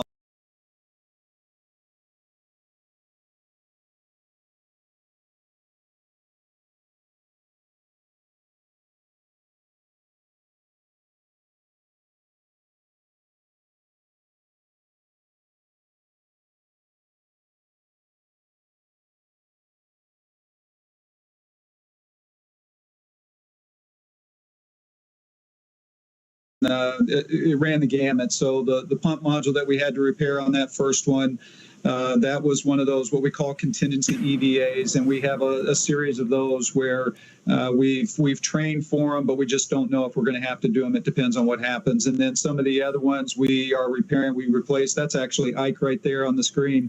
That's one of I guess that was probably my fourth spacewalk right there. But anyway, there we're actually adding a new antenna to the outside of the space station. And so we really ran the gamut, prepping for adding new things, doing repairs, and then also just doing some normal maintenance outside. So what we're hearing is that in a lot of ways, you had to be a jack of all trades out there, an astronaut, a mechanic, a scientist, handyman, all wrapped into one. Is that a good way to describe it? Yeah, sure. A jack of all trades with a heck of a view. Yeah, that must be pretty incredible, Mike. But changing gears a bit here, the Polaris Dawn crew will attempt to fly higher than any Dragon mission to date. At 1,400 kilometers, this would be the highest altitude orbit for a crewed spacecraft, breaking the record set by Gemini 11 and a half a century ago. Now, looking down on Earth from above, from any altitude, is a sight that few have experienced, and there's even a term for the effect that it can have on someone. The author, Frank White, first coined the term in his book called The Overview Effect, Space Exploration and Human Evolution. Mike, can you talk about your experience when you first saw Earth from space? Of course, I was in the Soyuz, as we were talking about earlier, and every astronaut, when they first get into space, the experience, the feeling is a little bit different. And so when I first got into space, I had that feeling like I was falling. And so I have to admit that when I looked out the window for the first time and looked down at the Earth, there was a lot going on that I didn't quite have that same feeling of the overview effect. It was kind of pinch yourself. I can't believe I'm here. But then it was kind of like, what's going on with my body and trying to figure all of that out. But fortunately, I had some time to be up in space to experience that. And you know, a lot of times the overview effect, people think of it in terms of it gives you answers. You see how we're all connected on Earth, and that is certainly true. But it also, for me, left me with a lot of questions. When you look down at the Earth and you realize there's so many places around this Earth that you don't know about, you don't understand the people, the culture, the language, and so sometimes it gives you questions as much as it gives you answers. Yeah, Mike, that must be a feeling, you know, the feeling of falling for your first EVA, but you've done 5 EVAs. So did that feeling ever change? Did you feel more comfortable, or did it ever get routine, after the 4th or 5th time? Well, yeah, I would never say that it got routine, but you certainly get more comfortable with it. It's always, you still always have those emotions, that intensity. I will tell you that on my last spacewalk, as I was getting ready to come back into the airlock, I just grabbed onto the rail that's around the airlock there, and I just kind of tried to take it all in, and knowing that this was probably the last time that I was going to go outside in space. And so it is certainly a special moment. And as you do it more often, I think it gives you an opportunity to kind of absorb more each time. What incredible views. Now, after you returned to Earth, after that first time in space, what kind of impact did that experience have on you when you ultimately came back to land? Yeah, when you get back to Earth, you certainly miss being in space. You miss that experience. You miss the floating. But I would tell you that there's one of the things that it did for me of coming back to Earth was it made me appreciate all of the little things. For example, the first weekend I was back, I was standing outside my backyard and it was raining, and I was just experiencing the rain, because when you're up in space, there's no weather. It never rains. There's no wind. There's no snow. It's just always the same. And so all of those little things, when you don't have them, that makes up what life is like down here on Earth, it makes you appreciate it that much more. Wow, Mike, thank you for sharing that very intimate experience that you had when you came back to Earth. It has been such an honor to have you with us today, but we will see you back here again for our live EVA coverage in just a few days. Yeah, I'm looking forward to it. Thank you for letting me be a part of this, and go Polaris Dawn. Awesome, Mike. See you in just a couple of days. Now, for those of us who have not experienced the overview effect firsthand, here's a little more on the phenomenon itself. The overview effect is that sensation or that feeling that you get when you see our whole world from the perspective of being outside of it. It ranges the whole spectrum from like how delicate the Earth may appear because, it's only this thin blue line that separates this habitable atmosphere of our home planet to, the vacuum of space. It's hard to comprehend what the impact is going to be when I first see Earth from space. It just reminds us of how fragile our planet is. One of my roles on this crew is to shoot as much footage as we possibly can so we can bring it back and share it with the world.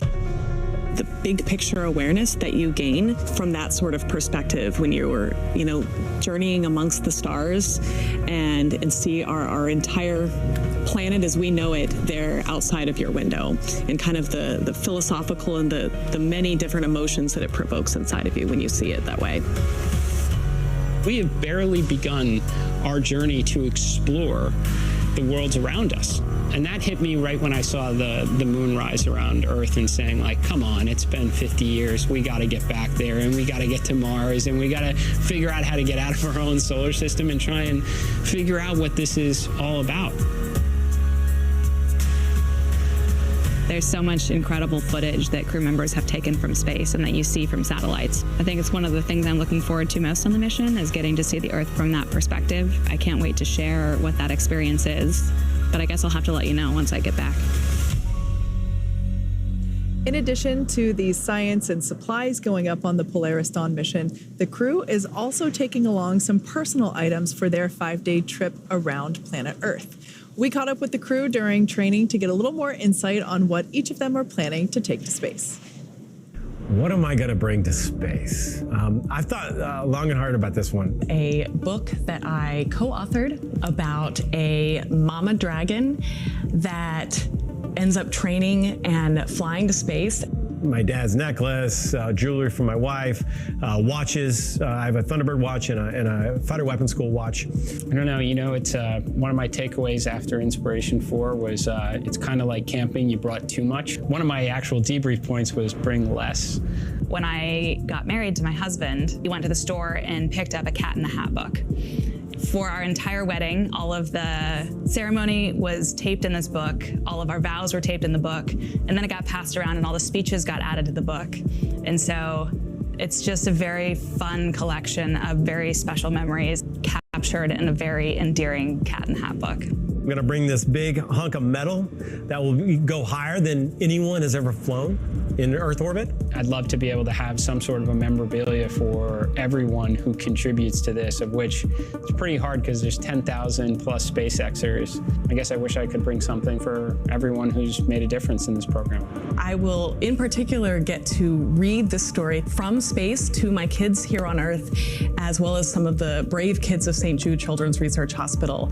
And I think that connection moment while I'm up there floating in space is something I'm just really excited to have the opportunity to have. And we actually have something super cool here with us, a copy of Kisses from Space, just like the one that the Polaris Dawn crew will have flying with them. Anna actually penned this book as a love letter to her kids. And you can actually get one for yourself from major publishers, as well as from penguinrandomhouse.com. The proceeds from this book will benefit St. Jude Children's Research Hospital. And it's just a gorgeous illustration and just such a lovely story. Yeah, my niece is literally going to love this book. I can't wait to get a copy and read it to her. Yeah, I hope Anna is willing to sign copies of it, because I'm sure she's going to get flooded with requests when she comes back down to Earth. Yeah, definitely. That will be so awesome. Yeah. So with that, let's get a status update from John Innsbrucker, who's been listening in on the countdown. Well, the clock is just inside T-minus 1 hour and 16 minutes, and we're continuing to count down to the first launch opportunity. Now, the Polaris Dawn crew, they're sealed in the Dragon spacecraft. We've done the comp checks, suit leak checks. They were successful. The side hatch is closed. It passed its leak check. And at T-minus 90 minutes, the ground support team has left the pad. So it's just the 4 crew members on top of Falcon 9 inside of 39A. Now, currently, the launch teams are not working any significant issues on Falcon or Dragon. The biggest thing we're watching right now is the weather. We're expecting another update in about 15 minutes. As mentioned earlier, we are red for cumulus clouds. The good news is the boundary layer is dissipating, and we are fingers crossed that the weather will stay more than 10 nautical miles away and give us a chance to launch right on time. Other weather, everything else is looking good. The ground winds are good. The upper altitude winds, we're releasing balloons that go up to 90,000 feet. That gives us structural information, wind speed, wind shear information, nothing unusual that we're seeing there. So pretty much just fingers crossed, the weather officer will give us good news coming up at about the T-minus 1 hour evaluation point. So with that, Kate, we're just crossing our fingers for the weather. Thanks so much, John. Love to hear the good news about the progress, and we will keep our fingers crossed about the weather conditions. Now, Polaris Dawn is the first of 3 planned missions in the Polaris program that will conduct extensive research, scientific research, to expand our knowledge of humans adapting, living, and working in space. Much of this research is also intended to improve life here on Earth. And like all science and research, it begins with collecting tons of data, and that process started well before today. Let's take a look. We are in the Houston SpaceX office today. We are here for our what we call L-30 or launch minus 30 days data collection for all of the research that we're doing on our mission. We have about 40 experiments, and a number of those require data collection pretty close to launch date. And so we are doing all of that data collection today, as well as doing some refresher training just to make sure we're really sharp on all of our procedures when we go to flight. There's a lot of steps for each one of these science experiments. they're beneficial for not only improving and enhancing healthcare here on Earth, but it helps us continue this progression with space exploration. What Kid and Anna are doing with the endoscope up through the nose and looking down at the vocal cords, I mean, that is not something easy to perform, in a hospital environment, let alone in space. They certainly stand to learn a lot from it.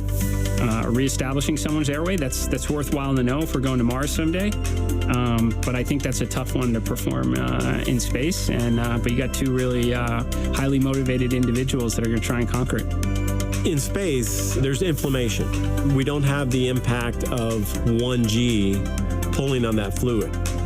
So we need to better understand what that inflammation looks like. And once we have a better understanding, we can develop the procedures and the equipment necessary to handle any type of triage situation. When we stepped into this virtual reality scenario, I think Kid and I liked it a lot because they're flying a spacecraft on Mars to kind of gather like hand-eye coordination, motor skills, some cognitive abilities now, and then they're going to compare it to post-flight as opposed to whether or not we can successfully land on Mars. One of the unique things of our missions, they're 3 to 5 days length. You maybe can't study the super long duration things, but what you can study is what happens immediately when you get up there and how soon these things start to take place. So this big problem in the astronaut community is called SANS, and it's where the astronaut's eyesight and ocular health start to degrade over time. So they will be wearing a contact that actually makes them look like a cyborg. It has little coils that can measure the intraocular pressure, and then we can start testing countermeasures that might actually be able to prevent some of those negative effects. We are doing an experiment called GDS disorientation, and this experiment, we wear a set of electrodes that sends electricity essentially through our brain between our inner ears and stimulates a disorientation and an imbalance to train astronauts' adaptation to different G environments and hope to quicken that readaptation. One of the things that we're doing with ultrasound is we are going to be collecting imagery of our veins and identifying whether there's actually bubbles forming when we are changing cabin pressure. It's very possible that nitrogen will bubble out into our blood. If we see bubbles, it will be completely normal and okay if we do see bubbles, but we are hoping to capture that on ultrasound. In order for us to become multiplanetary, we've got to overcome some of these challenges associated with space exploration on longer duration missions. What we gather on orbit in a zero-G environment, in a vacuum, will help us continue this cause in further in space exploration.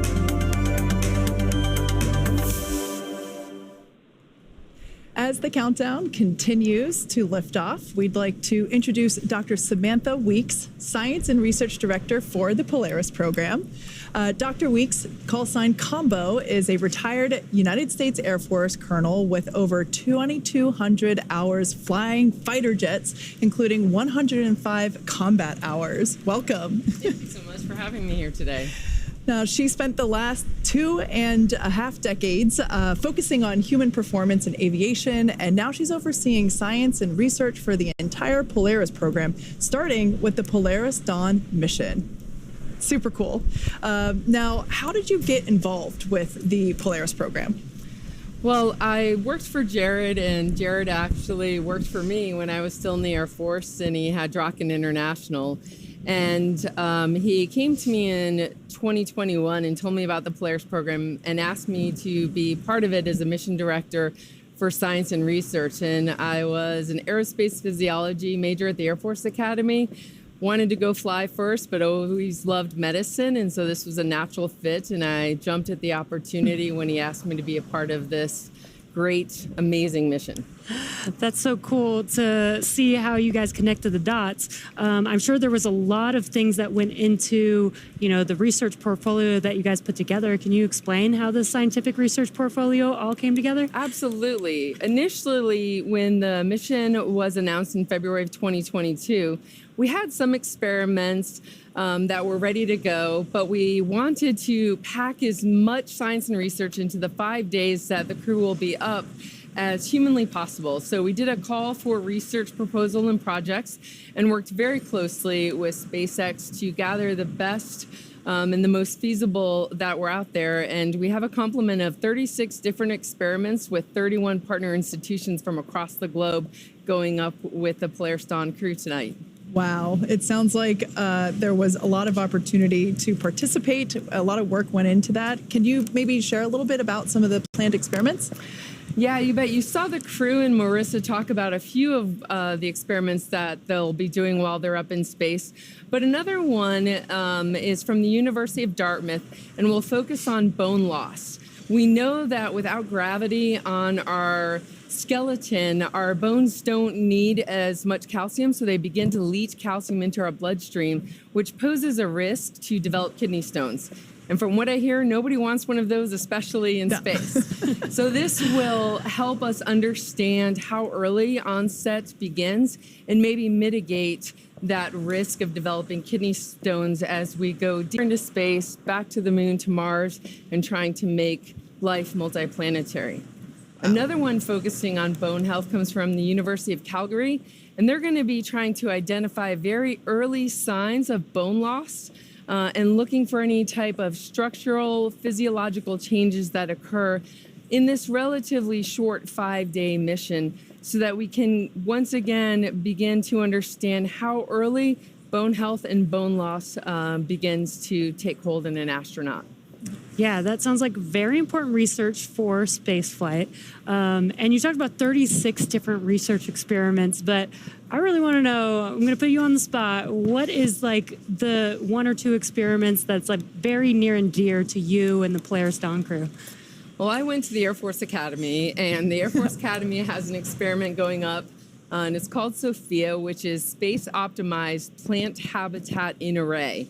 And it focuses on the growth response of plant physiology in microgravity, as well as in different orbital environments and exposure to different and varying magnetic fields. And that will help us understand potentially root growth and crop production in space. And it's kind of funny because I hated botany at the Air Force Academy, but that's what's going on. Irony. Absolutely. Well, thank you so much for joining us. It's been an honor to have you part of our broadcast, and we look forward to seeing all of these research opportunities come together throughout the mission. Thanks for having me here tonight. Thank you. To date, Dragon has carried more than 1,000 research experiments to and from low Earth orbit and the International Space Station since 2012. Whether it's returning time-sensitive experiments from the International Space Station or bringing back science performed inside the Dragon spacecraft while in orbit, Dragon safely returns at home. While docked with the International Space Station, Dragon can also act as a lab, providing extra room for astronauts to perform their work. And when the space station is fully booked, Dragon also serves as an extra bedroom when needed. Actually, NASA astronaut Michael Hopkins, who joined us earlier, slept inside of Dragon during his entire 6-month stay aboard the station. Dragon can also serve as a lab while orbiting Earth, as I mentioned. In fact, the Inspiration 4 mission in 2021, during that mission, the crew conducted research while traveling weightless at over 17,000 miles per hour. You can see a photo of the crew there on your screen while they were on orbit. And what you see there is also what the Polaris Dawn crew will be doing over the next 5 days in their mission. Dragon's cargo capacity can be allocated for both crew essentials as well as scientific equipment dedicated to microgravity research and experiments. Yes, in fact, SpaceX is currently accepting proposals for research studies and experiments to fly on Dragon. This could be research to understand mental and physical impacts Dragon, while on SpaceX, orbit. We will be cycling the orbit tank isolation valves to equalize low flow pressure.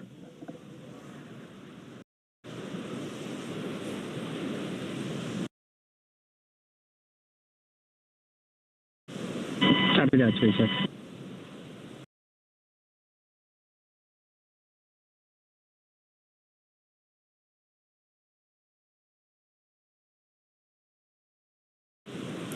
Just heard some comms from the core to the crew, letting them know that they will be cycling some air to equalize inside of the cabin. So this could be research to understand mental and physical impacts while on orbit, exploring how to improve training, physical fitness, and mental well-being, or advancing medical care with the exploration of just-in-time training and tools. Now, the selected research study groups will have access to SpaceX's crewed Dragon missions, opening up opportunities for researchers that research program, visit spacex.com/human spaceflight/research. Now, as we mentioned at the start of the show, there are a number of firsts. Will be the first to attempt to use the Starlink network in orbit. Dragon is carrying what we are calling a Starlink plug-and placer. Inside Dragon is a router connected to a user terminal in Dragon's trunk. This terminal will be linked to the new plug-and placer device that is mounted on board. All of this will be responsible for establishing and maintaining a laser communications link with Starlink satellites, which will be in orbit about 200 kilometers below Dragon. Using this hardware, Dragon will attempt to talk to Starlink the same way Starlink satellites talk between themselves, with lasers. No one has ever flown a laser communication system on a human-rated spacecraft before, so there is a lot to be learned here. If this works, Plug and Placer could provide the first high-speed internet experience for people traveling in space. This technology will also help here on Earth by facilitating healthcare access and connectivity to underserved communities around the world. The Polaris program is donating Starlink to St. Jude Global partners in 5 countries. Strong, reliable internet will help support the St. Jude Global mission by providing partners greater access to online medical conferencing, case and imaging sharing, and diagnostic assistance. Hospitals and foundations that are part of the pilot program will be able to provide better care to patients thanks to high-speed, low-latency broadband internet. The first countries selected to receive Starlink include the Philippines, Brazil, Chile, Peru, and Mozambique. The Polaris team is also donating Starlink to 100 schools in Chile and Brazil, striving to increase internet connectivity, which can improve education and telemedicine efforts for communities in need. The Polaris Dawn crew had a chance to hear from students in Chile after Starlink was installed.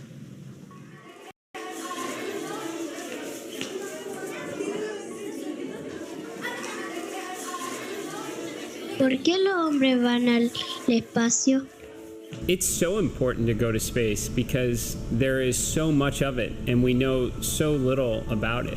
How many of you would like to be an astronaut someday? There we go. How many of you want to go with us on our mission? They all want to go. Starlink is also enabling the rapid development of SpaceX's Starship vehicle, which just completed its 4th flight test in June. Starlink on Starship once again enabled real-time telemetry and live high-definition video throughout every phase of entry, with external cameras providing views all the way to the flight's conclusion. Down at Starbase, Texas, we're continuing to build, test, and fly the world's most powerful launch vehicle ever developed. SpaceX's ultimate goal is to make life multiplanetary, and Starship is the vehicle that will get us there. Starship is a fully reusable transportation system designed to carry a massive amount of cargo and large numbers of people to Earth orbit, the Moon, Mars, and beyond. Starship will be capable of carrying up to 200 metric tons to orbit and up to 100 passengers. Now, we're still in the testing phase, but major milestones like flying at a high cadence, full system reuse, and on-orbit refilling are key priorities. We're also building a second Starbase launch tower to further increase Starship's flight opportunities. This will also allow for continuous upgrades to the towers while continuing to launch. Also in testing, our engineers are proving out all systems necessary to make a trip to the Moon possible, such as propulsion, life support, and even the elevator that will take the crew and cargo from the Starship hatch opening down to the lunar surface. In partnership with NASA, Starship will put the first Artemis astronauts on the Moon. SpaceX for a weather update. Go, SpaceX. Dragon, we are tracking some rain near the pad and still monitoring the cumulus cloud condition from earlier. We're going to be taking the weather decision down to T-minus 50 minutes, and in the meantime, evaluating system readiness for LES arm. With that, we're going to have you start section 5 of 4.100 and report when you are go for launch. All right, copy that, SpaceX. For weather, you're tracking rain, and you're going to take this down to a T-minus 50-minute mark while you evaluate for LES arming. We are go to step into section 5 for LES arming preparation. That's a good read back, Dragon. All right, so quick update there for our Polaris crew, just continuing to monitor the weather, as we've been saying all evening. Unfortunately, just one of those things that we can't control. Now, thinking back to the crew that will be involved with the HLS program, the Starship vehicle will perform one uncrewed demonstration flight before that Artemis 3 mission, which will be the first human surface expedition of the moon since 1972. With the ability to deliver cargo and people to the lunar surface, we'll be ready to help humanity build a sustainable presence on the moon and learn how to live off-world before the next step to Mars. SpaceX Dragon in section 5. Crews go for launch. Copy. Crew is ready for launch. Thanks. And great news there. Crew just confirming that they are go for launch while we monitor weather for T0 tonight. When the time comes for humans to explore the moon and beyond, they'll have to take everything with them for a surface mission. Building bases or even cities will require huge amounts of cargo and eventually crew, and that's where Starship comes in. This year is shaping up to be a busy one for Starship. As we mentioned, we recently completed the flight test 4 for Starship. That was on June 6th from Starbase, as you can see there on your screen. Super Heavy booster lifting off successfully there and completed a full duration ascent burn. Starship executed another successful hot stage separation, powering down all but 3 of Super Heavy's Raptor engines and successfully igniting the 6-second stage Raptor engines before separating the vehicles. Following separation, the Super Heavy booster successfully completed its flip maneuver and boost back burn to send it towards the splashdown zone. The booster's flight ended with a landing burn, so exciting, and soft splashdown in the Gulf of Mexico 7 minutes and 24 seconds into the flight. The landing was caught by both the onboard camera, as you can see there, as well as one of SpaceX's marine buoys. Meanwhile, Starship's 6-second stage Raptor engine successfully powered the vehicle to space and placed it on the planned trajectory for coast. Starship made a control entry, successfully making it through the phases of peak heating and maximum aerodynamic pressure, demonstrating the ability to control the vehicle using its flaps while descending through the atmosphere at hypersonic speeds. Speaking of the flaps, those incredible flaps, Starship provided live video of those flaps during that re-entry phase via SpaceX's Starlink satellites. And it provided, as you saw, the most spectacular views as we all cheered on the little flap that could as it clung on for dear, dear life. Now, those Starlink-enabled views really just keep on giving. Flight 4 ended with the Starship igniting its 3 center Raptor engines and executing the first flip maneuver and landing burn since our high-altitude test campaign, followed by a soft splashdown of the ship in the Indian Ocean about an hour and 6 minutes after launch. Now, the 4th flight of Starship made major strides to bring us closer to a rapidly reusable future. Its accomplishments will provide data to drive improvements as we continue to rapidly develop Starship into a fully reusable transportation system. Now, coming up on Flight 5, which is the next flight, we're getting ready to attempt the first ever tower catch of a booster, which you can see that tower there on your screen. Returning the booster after a launch is a core capability to Starship becoming rapidly and reliably reusable. Yeah, that's going to be pretty exciting. And as of August 21st, both towers were fully stacked, which is pretty exciting to see. So stay tuned for exciting updates as we get closer to this next launch. And as always, excitement is guaranteed. Now, for those that recently joined us, as you can see on the clock, we're about T-minus 53 and a half minutes away from liftoff. We did hear from the crew operations and resource engineer that we are awaiting a final weather update at T-minus 50. That's 50 minutes, so in just 3 minutes from now. Weather has been a watch item all evening, in fact, for like the last 2 weeks.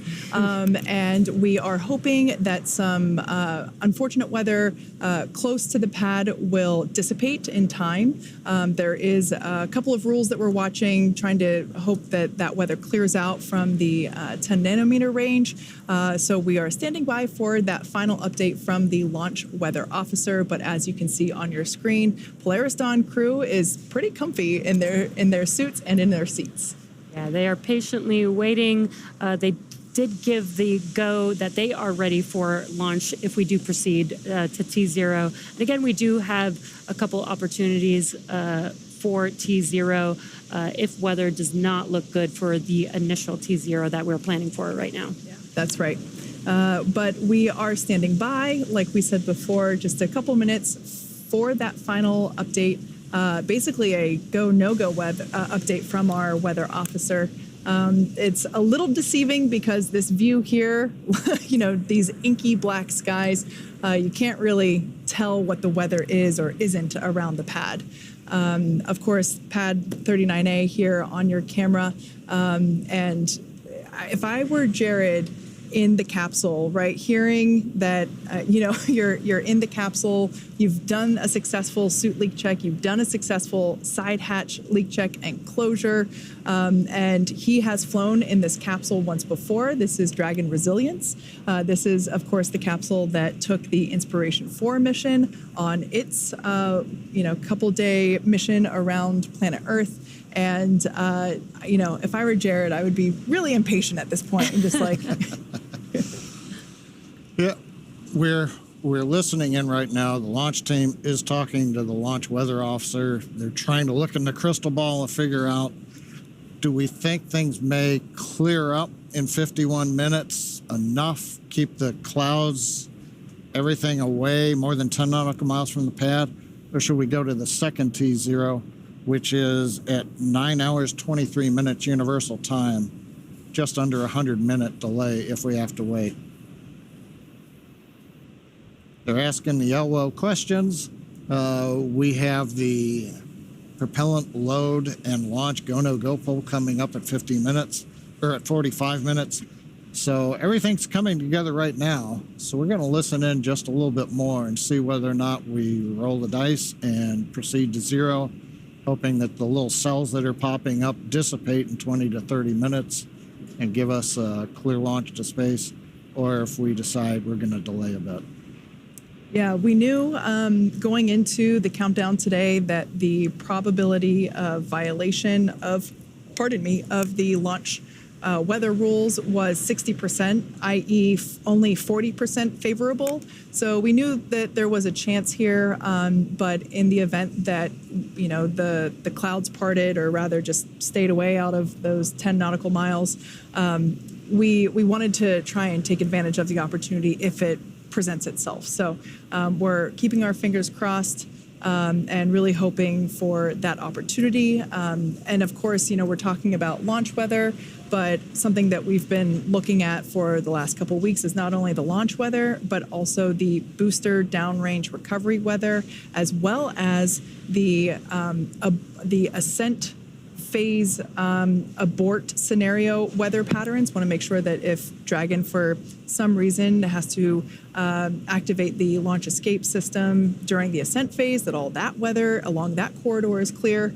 and the weather 5 days from now to make sure that there is a viable path for safe crew return when their mission is done. So It's a lot going on. Yeah, there's a lot to look out for. And again, we are trying to make this call prior to propellant loading starting on the vehicles. That will be important for us to be able to hold if we decide to go to the additional T0 opportunities that we have. We'd like to make that call before we start loading propellant.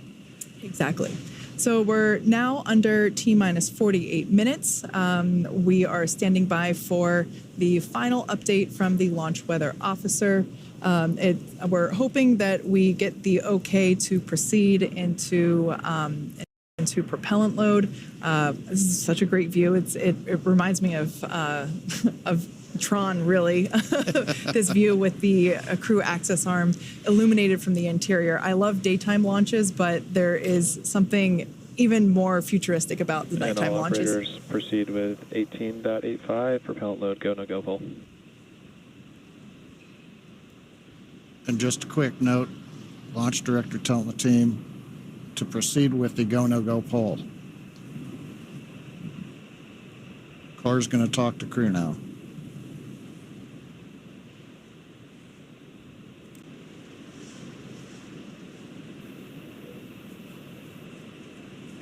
Dragon SpaceX for weather update. Go SpaceX. Dragon, we're still watching weather. It seems that the T01 opportunity is going to have the best chance of getting us to a launch today. So we're going to be pressing into the propellant load. Go, no go, pull.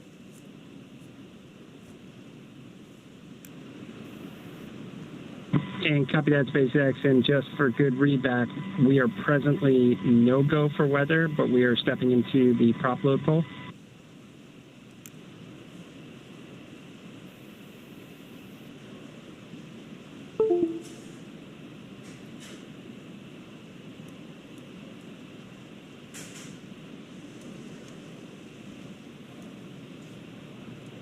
And stand by, Dragon. We're just confirming.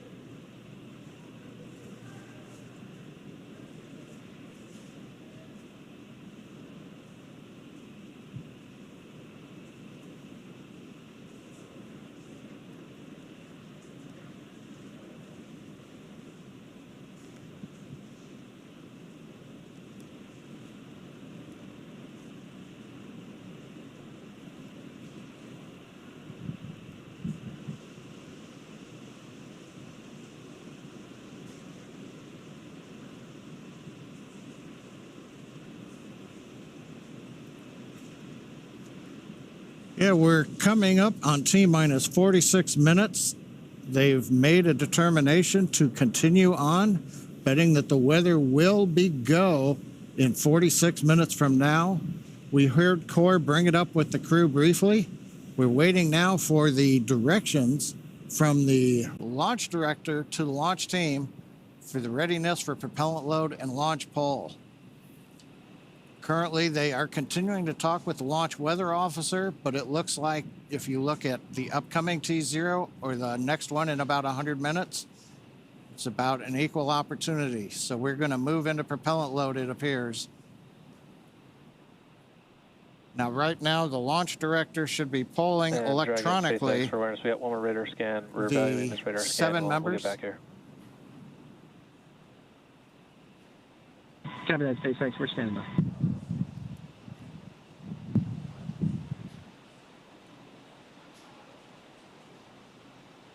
Yeah, there's some discussion on the weather net about a cell to the northwest and whether or not it's exceeding constraints.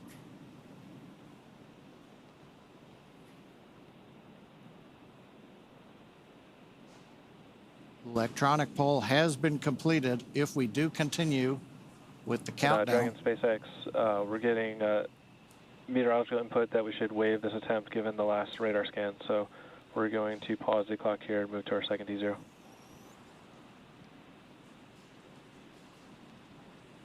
Copy that, SpaceX, and we are standing by for the second T0.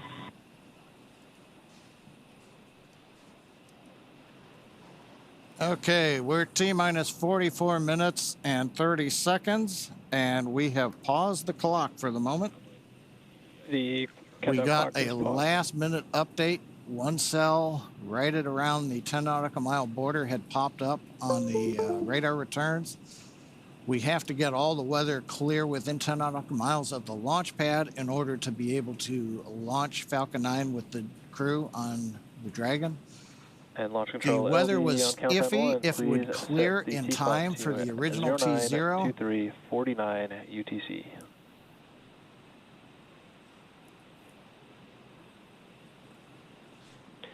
And LD, that's 09:23:49 UTC. That is correct. Launch director confirming the planned new T0, 09:23:49, I believe, universal time.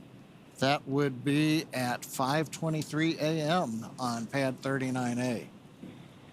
And the clock is counting to 09:23:49 UTC. As you can see on the webcast screen now. Dragon SpaceX launch T time has been moved to 09:23:49 Zulu. Stand by for seat rotation, after which you will remain in the capsule with the side hatch closed. Please confirm when you are ready for seat rotation.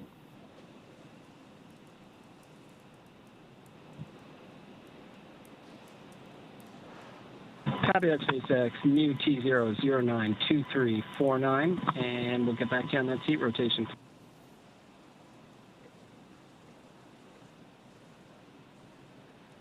We just heard the core. SpaceX Dragon, we're ready for seat rotation. SpaceX copies. We will report when initiating.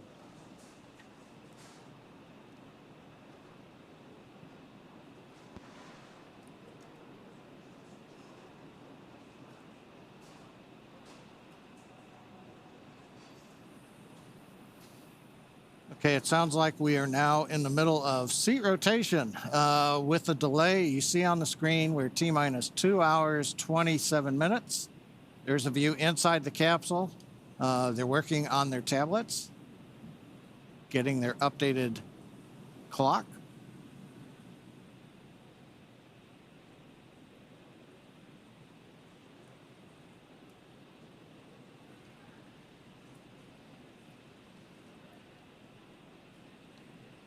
Okay. Updating for those who are watching right now. We got down Dragon, to SpaceX just is initiating seat rotation. a lot going on here. Seat rotation being initiated. We ought to see that on our screen coming up. And seat movement begins. That'll make it a little easier on the crew as we wait for the launch window opportunity number 2 to arrive. They'll be back into a more regular seated posture, and then we'll get back through seat rotation a little bit later on. But right now, inside 2.5 hours now to the planned T0. As we mentioned, as we started the webcast, we had 3 opportunities. We've Dragon had to wait. seats are in the upright position. Copy that, SpaceX. We show the same. We had to wave off the first opportunity just as we got inside T-minus 45 minutes. The weather forecast was iffy at best, and we have elected to go for the second of the 3 T0 opportunities. Next launch opportunity at 9:23:49 Universal Time. We'll have a third opportunity if need be at 11 hours 50 minutes Universal Time. We don't know what the weather forecast is. It's fairly dynamic as a tropical boundary layer has come ashore in Florida.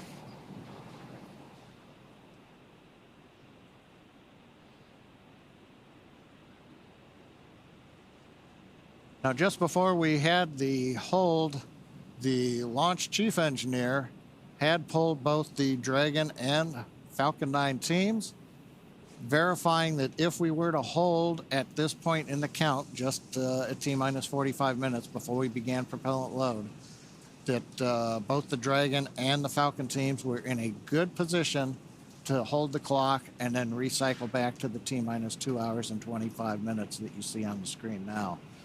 So we had not taken any irreversible steps. In fact, as you just saw, the crew rotation back to a vertical position, give them a little more comfort.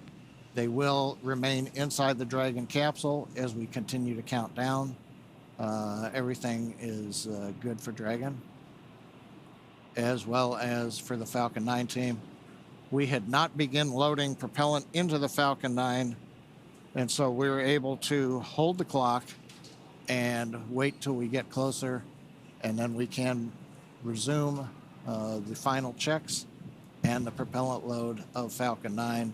Hopefully, fingers crossed, for a launch coming up in 2 hours and 24 minutes. And of course, we'll be continuing to watch the weather throughout the early morning in Florida. As I mentioned just a moment ago, it is dynamic conditions.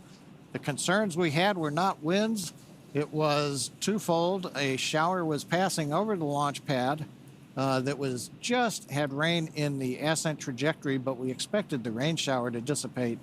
The bigger problem is there are frontal boundaries north and south of the launch site, and we were then seeing cells popping up, and that made us a little concerned that they may still be around at T0, and we would then have had to scrub for the day. So the good news is we are still counting down for launch. We're going to wait 2 hours and change and see how things go.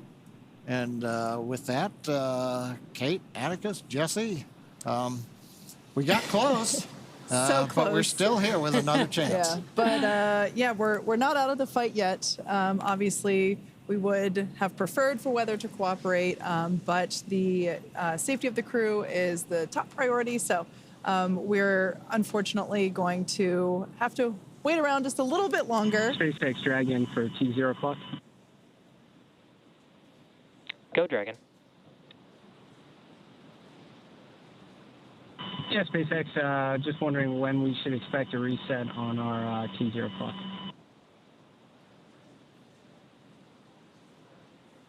That's in work, Dragon. I'll let you know when we have that updated. Yeah, Core just working through some housekeeping And cut that, SpaceX. with the Dragon displays. Yeah, so we're obviously sad we don't get to go to space in 50 minutes like we were hoping, but I'm sure there's nobody more disappointed than the crew on board. But let's take this opportunity to learn a bit more about them. The Polaris Dawn mission has many first-time objectives, so the Polaris program, of course, chose a crew of experts who know each other well and have a foundation of trust that they can build upon as they undertake the challenges of this mission. So we've seen him before on Inspiration 4, Mission Commander Jared Isaacman. As I mentioned, he was the commander of Inspiration 4, the world's first all-civilian mission to space. Jared holds several world records, including 2 speed-around-the-world flights in 2008 and 2009 for the Make-A-Wish Foundation.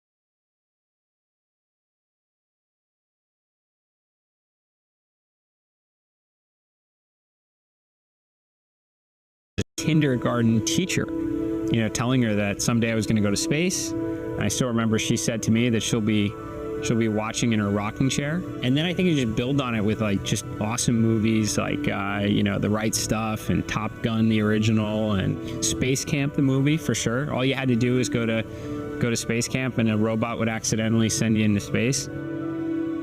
If you are thinking about or dreaming about being an astronaut someday, it is totally possible. You do not have to be one of the lucky few struck by lightning.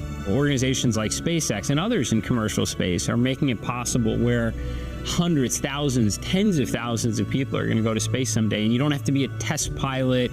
You know, you could be a doctor, you know, a nurse, someone in the healthcare field, someone building the software that runs on the spaceship. And it's just so many possibilities for a future that's going to have, you know, tens of thousands, maybe hundreds of thousands of people in space in the not too distant future. It's just so awesome to think about.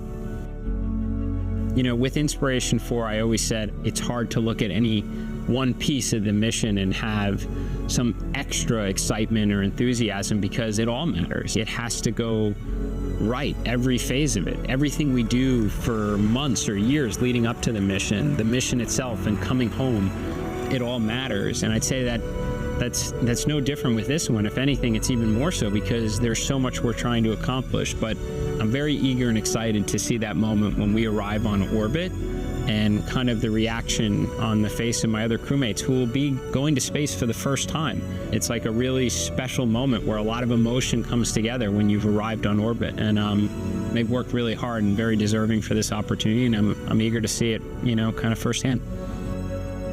My name is Jared Isaacman, and I'm the commander of Polaris Dawn.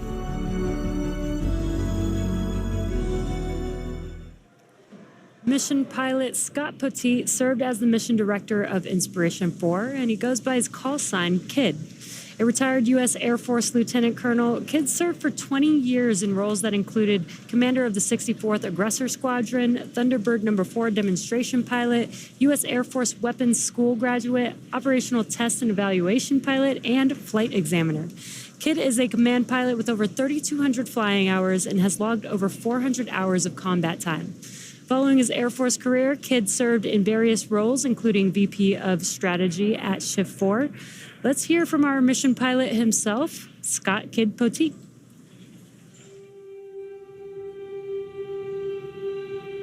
So my love for aviation and space, it started in the 80s. That's when I grew up. The movies The Right Stuff and the original Top Gun had come out. I was certainly inspired by those movies. But honestly, I struggled as a kid. I was a C and D student. The only reason why I got into college was I was recruited to run. I even struggled in college. I ended up with a degree in outdoor education. But I had an opportunity to go in the back of a KC-135 to watch some refueling F-16s in the air. I was totally inspired, puked the entire time, but I wanted to be a fighter pilot. I served in the Air Force for 20 years flying F-16s. When I retired in 2016, I thought that was the end. Space was never something that I thought I could achieve. Based on my academic background, you know, traditionally in the 80s with the shuttle program, it was astrophysicists, engineers, test pilots, those with advanced degrees. There are moments where you were like, oh my gosh, this is real, this is happening. And it brings me back to my Air Force and fighter pilot experience in combat. Compartmentalizing what's going on, being very acute to every little detail.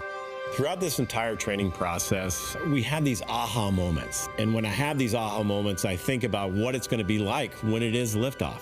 And I think I will be in that very intense moment of being aware of all the details around me, all the senses, watching all the parameters of the rocket, staying very focused on the mission.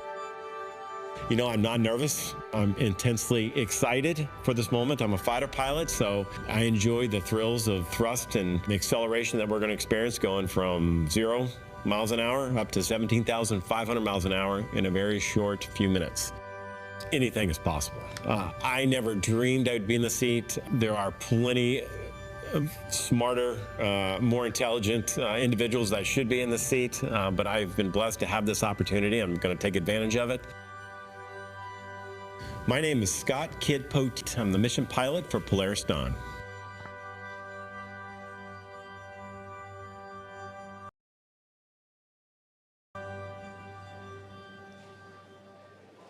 Mission Specialist Sarah Cooper Gillis is a lead space operations engineer at SpaceX, responsible for overseeing the company's astronaut training program. She helped prepare NASA astronauts for the Demo 2 and Crew 1 missions, and most recently directly trained the Inspiration 4 astronauts. Sarah is an experienced mission control operator who has supported real-time operations for Dragon's cargo resupply missions to and from the International Space Station as a navigation officer and as a crew communicator for Dragon's human spaceflight missions. In 2015, while studying at the University of Colorado Boulder, Sarah started an internship at SpaceX and then moved into the astronaut training program full-time after graduation. Here's a bit more about Sarah. So I cannot technically claim that I am a Boulder, Colorado native as much as I would love to. I was born in California, but I moved to Boulder when I was about 2 or 3 months old. And that's where I went to college as well. I went to the University of Colorado at Boulder and then eventually started as an intern at SpaceX. I would say I didn't always dream of going to space. I think my interest really changed in high school, and I thought human spaceflight was fascinating. I think I heard of the concept of this future job of running a space hotel, and I was like, wow, that's wild and cool. If that could be the future, that's something that I would like to think about. So I just started looking and pursuing human spaceflight topics and doing things that really interested me, because I didn't think going to space was necessarily a possible outcome. But along that journey, you know, got to help with some really cool things, and that obviously led to going to space today. One of the professional accomplishments that I'm most proud of is bringing back and launching Bob and Doug was so massive. Like, that's the first time we returned launch capability to the US. Like, this is so big, and it was such an immense team effort to get Dragon to the point of flight for the first time. And then for me personally, then taking that and transforming that and growing our training program to support the first all-civilian crew with Inspiration 4. Those 2 missions certainly stand out for me.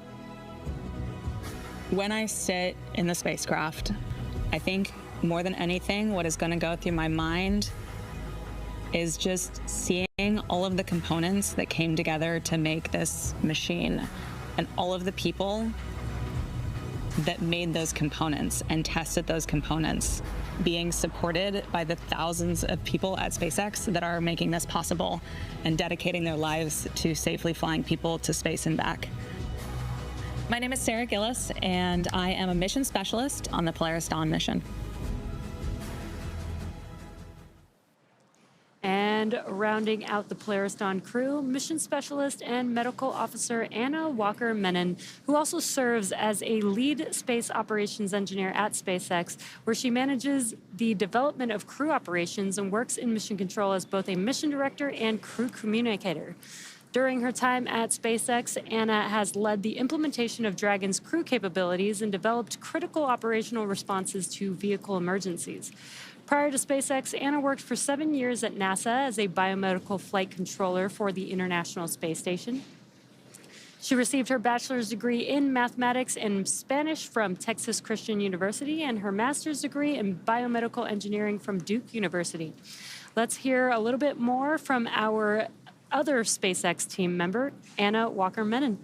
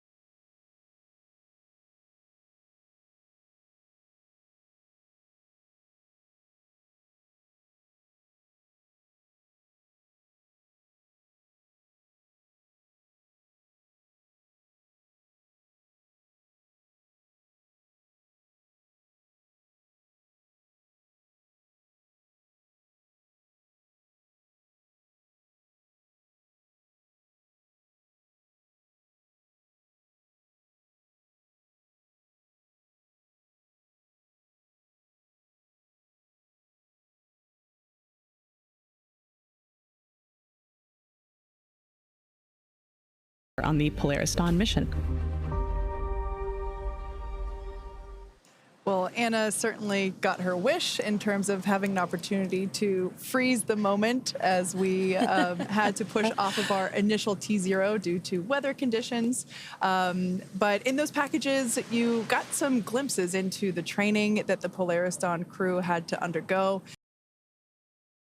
through the same SpaceX training as our NASA astronauts, but they also had to train to perform an EVA, or an extravehicular activity, or spacewalk.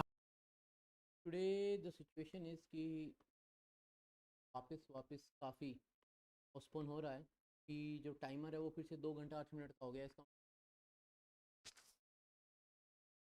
Recorded video please confirm, ये recorded video नहीं है दोस्तों, actually वो फिर से वापस इसको rerun कर रहे हैं। 1 बजे का लॉन्च होना था, लेकिन वेदर कंडीशंस के चलते जो लॉन्च है तो फिर से 2 घंटा आगे खिसका दिया गया है, यानी अभी से 2 घंटा 8 मिनट बाद तो वो होगा 2:54 पे। तो 2:54 PM will be the time जब probably we will be seeing the launch of Polaris Dawn. तब तक ये वापस इसको चलाते रहेंगे, जो ये चल रहा है स्ट्रीम इसका, दिल कीप री रनिंग इट, ये ऐसे ही चलता रहेगा। तो अभी काफ़ी लंबा टाइम बचा हुआ है। तो यहाँ पे इंट्रोडक्शन चल रहा है, बता रहे हैं देखो पोलैरिस डॉन जो मिशन है ये काफ़ी इंटरेस्टिंग सा एक मिशन है और काफ़ी चैलेंजिंग मिशन है। इंटरेस्टिंग और चैलेंजिंग इसलिए है क्योंकि look at the space suit, ये जो स्पेस सूट है ये नया बनाया हुआ स्पेस सूट है। जो IV एक होता है इंट्रा व्हीकुलर एक्टिविटी, जब आप अंदर घूमना चाहो, एक होता है एक्स्ट्रा व्हीकुलर एक्टिविटी जब आप व्हीकल के बाहर जाते हैं, EVA कहते हैं जिसको। तो जब हम EVA सूट्स देखते हैं नासा के तो वो काफ़ी हैवी काफ़ी हेफ्टी होते हैं, बट देन स्पेसएक्स ने सोचा यार इतने भारी भरकम सूट्स जो इतने कॉम्प्लिकेटेड से हैं, लेकिन अगर हम ह्यूमैनिटी को मार्स पे लेके जाना चाहते हैं तो we need lot of them, we need millions of them. भाई देर सवेर तो ऐसा होगा ना कि it will become a normal routine. जैसे भी अगर अपन देखें तो when aeroplanes came into the picture, तो जब हवाई जहाज़ आए थे तो सबको लगता था कि यार ये तो बहुत महंगे होते हैं, तो सब थोड़ी इसमें उड़ सकते हैं, but right now it is very affordable. और कितने ही एरोप्लेन हर दिन इधर के उधर पूरी दुनिया जहान में घूमते रहते हैं। Same is the case with mobile phones, जब आए थे तो बड़े महंगे थे, उनके जो पर मिनट चार्जेस थे वो बड़े महंगे थे, बट देन टेक्नोलॉजी अफोर्डेबल होती चली जाती है। सिमिलरली जब हम बात करते हैं स्पेस ट्रैवल की, तो स्पेस ट्रैवल भी दोस्तों ऐसा होने वाला है कि it is going to become very very affordable. और जब अफोर्डेबल होगा तो खूब सारे लोग ट्रैवल करेंगे। अभी तो करोड़ों रुपए लगते हैं, but then there will be a time जब टेक्नोलॉजी एकदम मैच्योर हो चुकी होगी and then it won't be that much expensive. और जब बात करी जाती है खूब सारे लोगों को ट्रैवल करवाने की, देन सब कुछ तो ठीक है, बट सेफ्टी मेजर्स तो ध्यान रखने पड़ते हैं ना। जिस तरीके से if you are riding a 2 wheeler तो आप हेलमेट पहनेंगे ही पहनेंगे, अगर आप 4 व्हीलर में जा रहे हैं तो आप सीट बेल्ट लगाएंगे ही लगाएंगे। सिमिलरली जब आप स्पेस में जाएंगे तो आप स्पेस सूट तो पहनेंगे। तो स्पेसएक्स ने क्या किया है ना, अपना जो स्पेस सूट का डिज़ाइन है उसको काफ़ी मॉड्यूलर, काफ़ी सिंप्लीफाई कर दिया है। मॉड्यूलर और सिंप्लीफाई करने से फ़ायदा ये है कि इसका मास प्रोडक्शन हो सकता है, ये लार्ज क्वांटिटी में बनाना आसान है।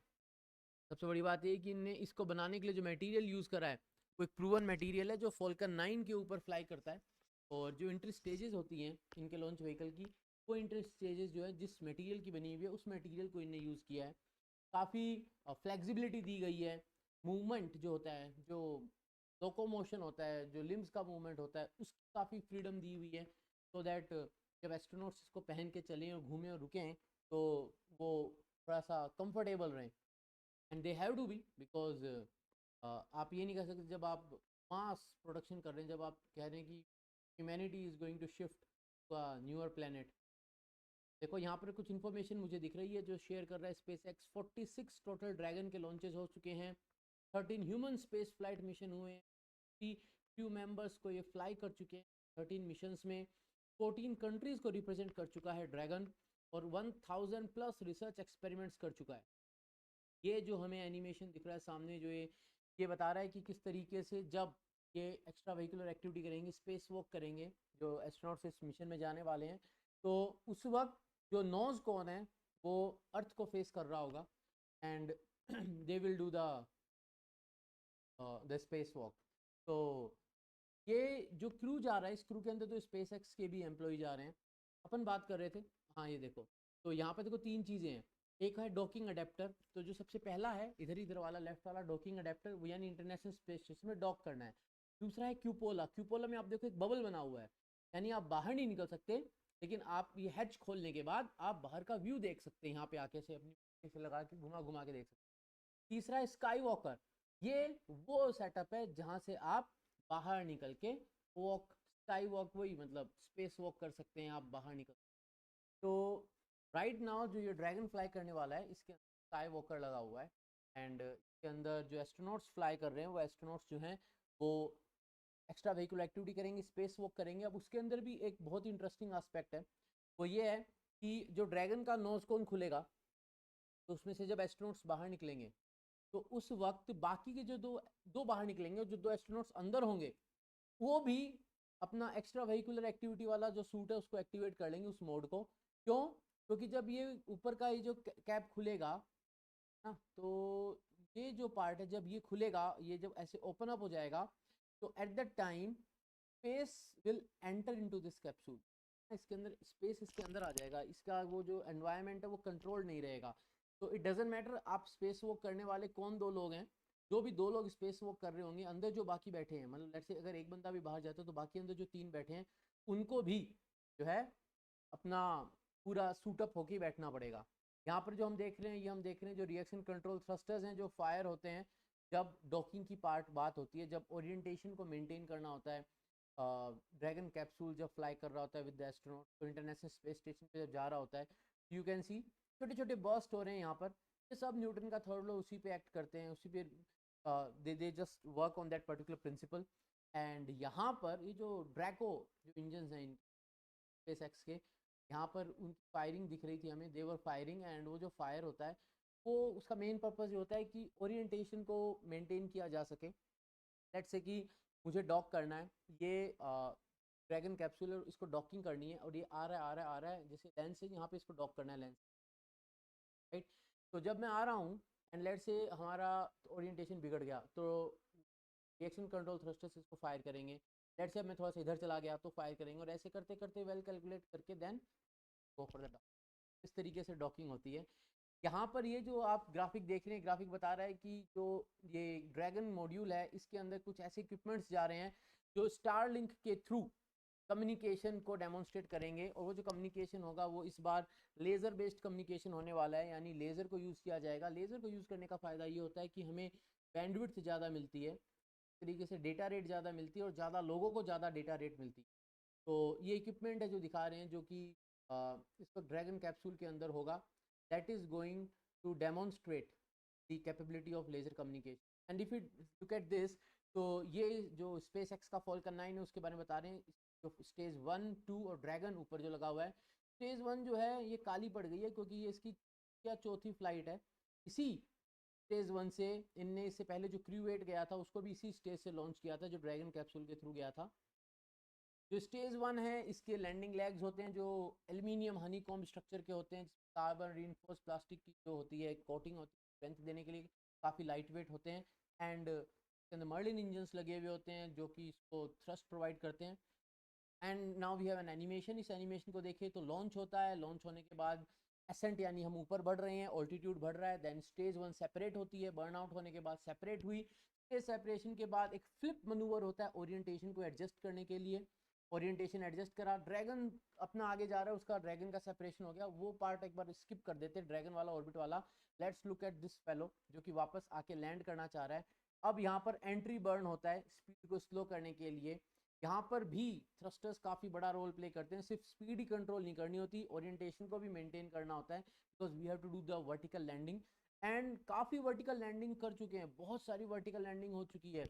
आई थिंक 80% या 90% के आसपास जो लॉन्चेस होते हैं उनकी वर्टिकल लैंडिंग इनकी हो चुकी है। यानी अगर इनने नंबर भी इनने बताया था 350 से ज़्यादा इनके लॉन्चेस हो चुके हैं, और वो जो लॉन्चेस हुए हैं उसमें से काफ़ी जो है 300 प्लस से ज़्यादा इनकी वर्टिकल लैंडिंग हो चुकी है, right. Then we have a second stage. Second stage में भी मर्लिन इंजन ही है, लेकिन मर्लिन वैक्यूम इंजन होता है। यहाँ पे देखो एनिमेशन जो ओवरले कर रखा है वो हमें दिख रहा है। तो जो एनिमेशन हमें दिख रहा है, let's look at this animation. ये जो एनिमेशन वॉइस हाई करें, इज इट नाउ फाइन? अब आवाज आ रही है? Am I audible now?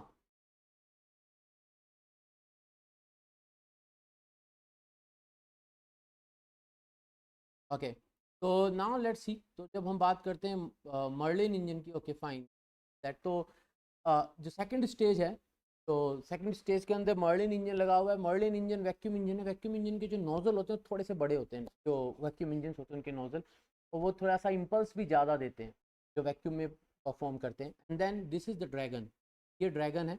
और ये जो ड्रैगन है, इसमें ये जो पार्ट है, इस पार्ट के अंदर क्रू होता है, यहाँ से जो ये कनेक्ट है दोस्तों, ऐसा कैसा कुछ ही गगनयान के लिए भी होने वाला है। तो सिमिलरली थिंग्स विल देखो गगनयान। ओके, ये राइट नाउ सिचुएशन, बारिश हो रही है शायद।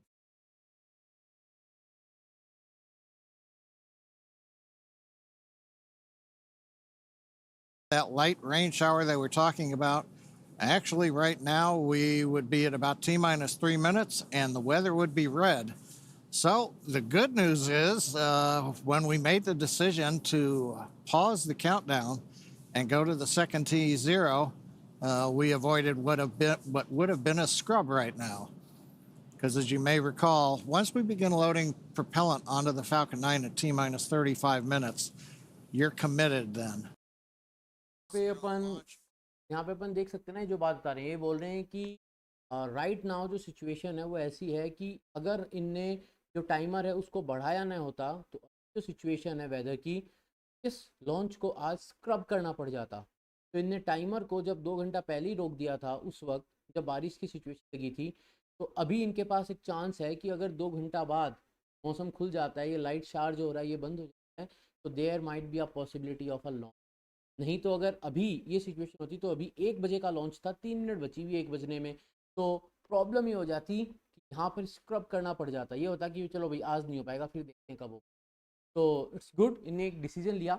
ये दोस्तों सारी जो चीज़ें हैं ना, जबकि लॉन्च का सीक्वेंस क्या होता है, उसका काउंटडाउन क्या होता है, कल ही मैंने इसका एक लेक्चर वीडियो रिकॉर्ड किया है। We are running courses, Nimbus Education की ऐप पे कुछ कोर्सेज रन हो रहे हैं, कुछ कोर्स रॉकेट टेक्नोलॉजी का भी है, जहाँ पर कल का ही जो लेक्चर मेरा हुआ है, उस लेक्चर में मैंने यही सारी बातें करी हैं कि जब लॉन्च पैड पे आके लॉन्च व्हीकल एक पेलोड के साथ खड़ा हो जाता है, तो उसका जो काउंटडाउन है उसके अंदर क्या क्या हो रहा होता है। तो जो काउंटडाउन की अपन बात करें, तो काउंटडाउन जैसे अपोलो मिशन की बात करें या आर्टेमिस की बात करें, जो बड़े मिशन थे जो इंसान को चांद पर लेके गए थे, अभी तक स्पेसएक्स चांद पर नहीं लेके गया ना इंसान को, वो तो अभी नासा ही कर चुका है। तो जब चांद पे लेके गए थे इंसानों को अपोलो मिशन के टाइम पे, तो उनके जो काउंटडाउन होते थे, काउंटडाउन का मतलब ये होता था कि वंस लॉन्च पैड पे एस्ट्रोनॉट्स वो सब पहुंच चुके हैं, लॉन्च व्हीकल तैयार है, और जो पेलोड है, जो स्पेसक्राफ्ट है वो भी तैयार है, अपोलो का जो क्रू मॉड्यूल है वो भी लग चुका है, सब कुछ तैयार है, देन तकरीबन ऐसे 40 या 44 घंटा पहले काउंटडाउन चालू हो जाता है। इसका मतलब क्लोज मॉनिटरिंग चालू हो जाती है पूरे प्रोसेसेस की, कि फ्यूल भरना है, प्रोपेलेंट भरना है, भरना, सारे जो सेंसर्स हैं, सब सिस्टम्स, उनका कंटिन्यूस चेक चलता रहता है, वेदर पे कंटिन्यूस मॉनिटरिंग चलती रहती है। और आजकल तो एस्ट्रॉइड वगैरह का भी चलता रहता है। जैसे कल परसों की बात है, एक छोटा सा एस्ट्रॉइड आया था और उसका 1 दिन पहले पता चला था। तो ऐसा नहीं है, स्पेस वेदर का काफ़ी ध्यान रखा जाता है। कि कैन रिकॉल, तो चंद्रयान 3 के लॉन्च के टाइम पे भी थोड़ा सा लॉन्च जो आगे पीछे हुआ था, उसका कारण यही था कि लॉन्च को थोड़ा सा आगे पीछे किया गया था for a very short duration, कुछ मिनट्स के हिसाब से, जिससे कि कुछ एक एस्ट्रॉइड पास होने वाले थे तो वो निकल जाएं। तो ये सारी चीज़ें ध्यान रखी जाती है दोस्तों, ध्यान रखी जाती है। क्यों? क्योंकि ये जो मिशंस होते हैं इसके अंदर यू कांट टेक रिस्क, क्योंकि इंसान बैठे हैं इसके अंदर। जब रिस्क की बात होती है तो आप इसको ऐसे भी समझ सकते हैं कि मान लीजिए ये लॉन्च कर देते हैं, उसके बाद कोई एस्ट्रॉइड आ रहा है, तो पैनिक की सिचुएशन होगी अलग। दूसरा, बचेंगे कैसे आप उससे? आप उससे बचने के लिए देखो, एक हाइपोथेटिकल सिनेरियो लेते हैं, तो लॉन्च हो गया and then they realize, oh man, तो there is a asteroid coming our way. Okay, एकदम बगल से नहीं निकल रहा, भिड़ नहीं रहा, लेकिन थोड़ा बगल से निकल रहा है, बट देन ग्रेविटी जो है उसकी अनसर्टेनिटीज कुछ भी कर सकती है, तो क्या करें? तो उस वक्त पैनिक होगा। बट देन आप मनूवरिंग करेंगे, मनूवरिंग मतलब आप चाहेंगे कि थोड़ा सा हम अपने रास्ते को, हमारा जो ट्रेजेक्टरी उसको थोड़ा सा एडजस्ट कर लें, ट्रेजेक्टरी एडजस्ट क्यों करना चाहेंगे? ट्रेजेक्टरी एडजस्ट करेंगे जिससे आप एस्ट्रॉइड से बच सकें जो आ रहा है, उससे बचने के लिए आप फ्यूल बर्न करेंगे। फ्यूल एक फिजिकल चीज़ होती है। अपार्ट फ्रॉम दैट वो जो सिचुएशन हो, अगर कुछ भी अनोमली हो जाती है तो पूरा का पूरा जो मिशन है वो डेंजर में आ जाता है। तो ये बहुत छोटी छोटी पिक्यूलैरिटीज़ होती हैं, इनका ध्यान रखा जाता है। जैसे भी आंधी आ रही है, बारिश हो रही है, तेज हवा चल रही है, इसका भी ध्यान रखा जाता है। बिकॉज इस लॉन्च व्हीकल को लिफ्ट ऑफ के बाद अर्थ के एटमॉस्फेयर को तो हराना ही है ना, उससे तो इसकी फाइट होनी है और उस फाइट में इसको जीतना है। तो अभी तो सिर्फ एक ग्रेविटी है जिसको हराना है। अगर बाकी सब परफेक्ट है, बहुत तेज़ आंधियाँ नहीं चल रही हैं, मौसम बहुत अच्छा है, तो एक ही चीज़ को हमको हराना है, वो है ग्रेविटी। तो हमने उसके लिए डिज़ाइन कर रखा और हमने तो कितने ही मल्टीपल लॉन्चेस करे हुए हैं। बट अगर ग्रेविटी के बाद में हमारे पास स्पेस वेदर तो छोड़ो, नॉर्मल जो अर्थ का वेदर है उसमें कोई डिस्टर्बेंस है जैसे अभी आ रहा है, तो अगर हम उसको नज़रअंदाज कर देते हैं तो अब हमारे दो शत्रु सामने हैं। They are two enemies right in front of us, two adversaries in front of us जो इस मिशन को रोकना चाहेंगे। एक ऑब्वियसली ग्रेविटी जो सदा चाहेगा कि इतना भारी भरकम रॉकेट वापस नीचे आ जाए और मैं जीत जाऊं। दूसरा वेदर होगा जो चाहेगा कि ट्रेजेक्टरी बिगड़ जाए क्योंकि तेज हवाएं चल रही हैं। तो ये it's like just applying some forces and the equation of vectors. सारा एक इधर से धक्का लग रहा है, आप ऊपर जाना चाहते हो लेकिन वो करते नहीं अपन क्वेश्चन सोल्व, वो रिवर बोट प्रॉब्लम, नदी बह रही है और आप बोट लेके जा रहे हो। तो ये सारी चीज़ें यहाँ पे भी काम करती है। तो उन सब चीज़ों को ध्यान में रखते हुए डिसीजन लिया जाता है कि क्या हम गुड टू गो हैं लॉन्च के लिए या नहीं। तो अभी ये डिसाइड किया गया कि नहीं यार, भी गुड टू गो नहीं है, थोड़ा रुक जाना। Then they have taken a call. ये देखो एस्ट्रोनॉट्स सर, तो प्रोबेबली ये लाइव स्ट्रीम देख रहे होंगे कि आप तक खुद की देखे कैसा लग रहा है।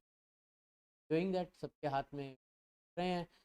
मूवी भी देख सकते हैं, जैसे इनकी ट्रेनिंग के टाइम पे इनको जब एयर प्रेशर का जो ट्रेनिंग होता है, जब एयर प्रेशर को कम ज़्यादा करा जाता है, तो विजुअल्स रिलीज़ करे थे जहाँ पर इनने उस पूरी ट्रेनिंग के टाइम पे एलियन कोई चाहिए शायद नहीं वो मूवी देखी थी।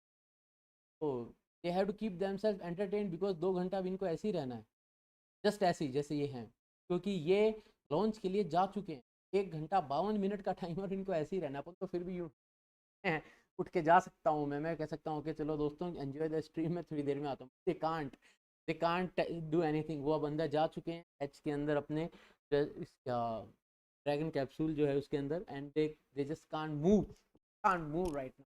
तो ऐसे ही रहना पड़ता, right? Okay fine. So will wait and अभी 1 घंटा 51 मिनट है, तो I will be back in some time and then again we'll share some information. That time you enjoy this. Ideally we get inside 45 minutes so we can retract the arm. So nobody's going back out to the pad right now. All the vehicles are cleared off. So we're going to just continue to give you status updates as we go along. But Kate, yeah, hopefully the second T0 is the winner. The first one turns out the weather is red right now, and we wouldn't have been able to go. Yep. Well, you know what? It's been a good rehearsal so far. And realistically speaking, while the Polaris Dawn crew, I'm sure, would be delighted to be closer to... Wait, how long have we been holding now? Would they be in space now? I'm not sure. My brain is a little mushy at this point. But the point is that they would still be in the Dragon capsule right now, regardless, in their seats, most likely. So they're not really doing anything significantly different physically anyway. Now, we did, as you heard John say, we did rotate the seats a bit so that they could kind of like stretch out a little bit more to be a little bit more comfortable. So yeah, I'm guessing there's probably some like charades happening or other games involving like hand signs and yeah, so whatever they can do while still strapped into their seats. Exactly. Right? Yep. Yeah, oh look, there they are. There you can see them on their tablets. All 4 of them on their tablets. I wonder if we've equipped those tablets with any games. I hope so. I mean, they'd have a lot more mobility in these EVA suits to be able to play some more games in these suits versus the IVA suits. So. Yeah, that is definitely true. Gorgeous shot there of 39A. Like we mentioned before, we are in a not quite a holding pattern because we're still progressing with the launch countdown, but we did have to reset the T0 clock due to weather, and we are fingers crossed that our second targeted T0 time will be more fruitful than the first one. Yeah, we are patiently waiting. It is T-minus 1 hour and 49 minutes until our new T0. But yeah, the crew is patiently waiting, relaxing inside of Dragon. And so now during the EVA for the Polaris Dawn crew, they will be wearing our newly designed EVA spacesuits, which we see them wearing in the Dragon capsule. And there you could see the suit on your screen. Building a base on the moon and a city on Mars will require thousands of suits. So the development of this suit and the EVA that's going to be performed on this mission are important steps to a scalable design for spacesuits on future long-duration missions. So let's take a look at the making of the suits our crew will be wearing during the first ever commercial spacewalk. An EVA suit is an extravehicular activity suit, which is a spacesuit that can go outside of the spacecraft to do a spacewalk. We started with the IVA suit that we have, the intravehicular activity suit, as a kind of starting point and looked at it and said, what would we have to change about this to be able to support a spacewalk? So the first is mobility. The crew will have to do a lot of moving around inside of Dragon to get outside and do the spacewalk. We had to add in new joints and new features in the suit to allow them enhanced mobility while the suit's pressurized. When a crew member is pressurized in the suit, the soft portions of the suit become rigid. They need actual flexure and rotational joints to allow them to move around. It's kind of like a suit of armor made of fabric. We innovated in flexure joints to allow easy bending at the elbows and the knees, as well as a collapsible rotator joint that exists on the shoulder, which allows the suit to remain nearly fully soft, but when pressurized is a rotational bearing. The difference between the IVA and the EVA suit is that on the IVA suit, the zipper system location is in the inseam. But since we needed to have lots of mobility on our EVA suit, that was not the preferred choice. By moving the zipper system from the inseam to the waist, we mitigated risk of the stress of the zipper. And another big element was also the thermal side of things. The crew is obviously exposed to a much more extreme thermal environment during the EVA. So we want to make sure that the inside of the suit is comfortable for them and that as they interface with parts of the vehicle, that is safe for them to touch as well. The EVA suit is built and designed here at SpaceX in Hawthorne, California. We wanted to have something that's easy manufactured that we can handle here in-house. So we developed this new material, so it's fabric-based. We actually added a new layer to the suit, which we refer to as the Faraday layer. And this is a conductive cage around the suit that shields the suit from external electric fields. The helmet on the EVA suit looks very similar to the IVA suit, but it is really an all-new design of that helmet. It's much more robust from a thermal structural perspective since it will be taking more extreme temperatures. We are really excited to introduce this new single-pane visor helmet to the world of spacesuits. The EVA suit visor is made of polycarbonate and is coated with copper and ITO, or indium tinoxide. These two coatings together reflect the sun away from the crew, as well as reflecting infrared heat back to the crew when they are facing deep space. Our suit has a HUD, or heads-up display, which is a small display screen in the helmet, which is transparent, which allows the crew to see through the display to have unfettered access during their EVA, but it also provides critical telemetry to the crew, so pressure, temperature, relative humidity. We're trying to improve the technology and streamline it in one way, and at the same time, we're also trying to get it more and more manufacturable with each generation. The ultimate goal is that you can put on a spacesuit and go out and get work done anywhere in the solar system and not feel like you're wearing anything more than you normally wear every day.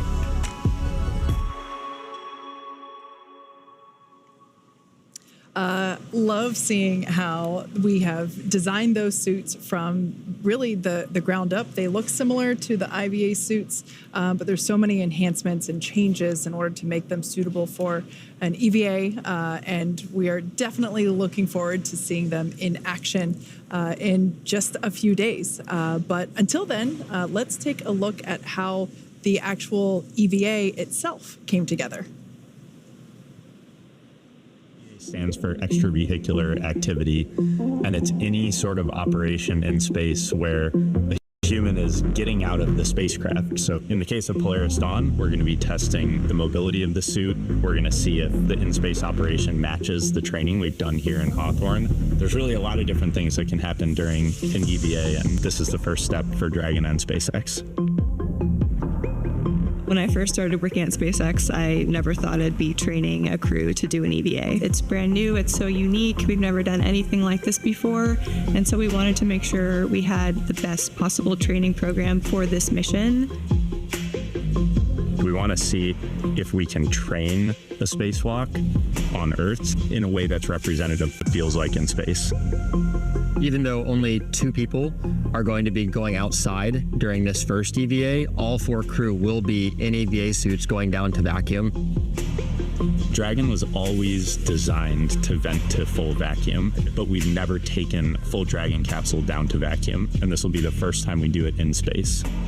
We actually put crew into a chamber at Johnson Space Center in Houston and had them live the exact profile that they will experience, and making sure that no one actually experienced decompression sickness. We have a couple new training assets for Polaris Dawn to train the EVA specifically. The suspension system that we have is situated on top of the platform of our capsule simulator. The lines drop through the hatch. They attach to a single crew member inside the capsule. We can lift them up and get them situated so that they can egress the capsule and perform their tasks at Skywalker, the mobility aid. The Skywalker, what's amazing to me is a lot of people are going to think it's a metallic structure just bolted to the top of Dragon, but a lot of development effort, testing went into the Skywalker. So we actually used similar technology as we have in the Super Draco chambers to apply a thermal barrier coating to the outside of the Skywalker. That is going to be a really, really amazing mobility aid on the front end of Dragon. We also developed a sideways simulator, so we flip the hatch on its side. In the event the hatch fails to close, they can manually close the hatch. We have them do that in a sideways suspension system, so gravity isn't helping them close or helping them open that hatch mechanism. It's new development for Dragon, it's new development for SpaceX and the industry as a whole. So this is a great example of where Polaris Dawn is forcing the team to innovate in a way that adds safety and reliability to every Dragon mission going forward. That's this huge challenge for us to go solve, but that's also an opportunity for us to solve the problems that we have to go figure out anyway for our larger goals, like putting people on Mars. The Polaris Dawn objectives are the first step towards that ultimate flight with humans inside of Starship, which is right along the SpaceX development path that we have towards getting to the Moon and Mars.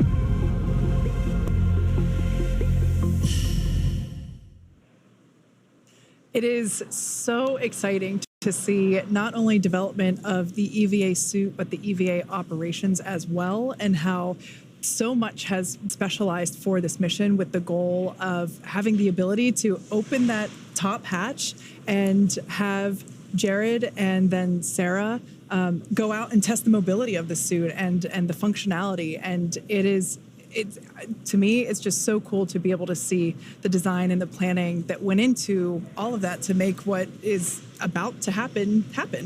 Yeah, what I think is super cool is that historically, they've done training, and the crew has done, scuba diving, but typically training has been done in a swimming pool in their suits, right? But as we just saw, the training team got very creative and found different ways to not have to submerge, each crew member and their suits into water and have to deal with that, but like be able to do this simulation training in a different way that made it a lot easier to maybe repeat the training and, keep the suits clean and be able to manage that, which I think is so cool.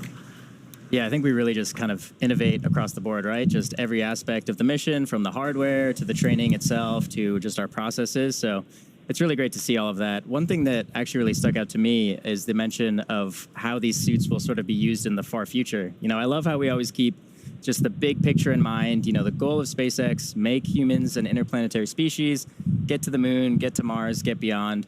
And so we really incorporate that into all of these sort of stepping stone missions, right? Like, we're pushing the boundaries, we're doing this first EVA, we're developing these suits, but, you know, maybe in a few years, who knows, we're going to be having thousands of people in these suits doing work all over the place on the moon, on Mars. You know, it's just so inspiring and incredible to sort of be a part of that story and get to hear about some of that from the crew. Yeah, and these suits, they look cool, but they're super functional. And thinking about what the future suits, the functionality that those suits will carry is like, I think that's a good point of just like the far future. What will that look like is very, very cool.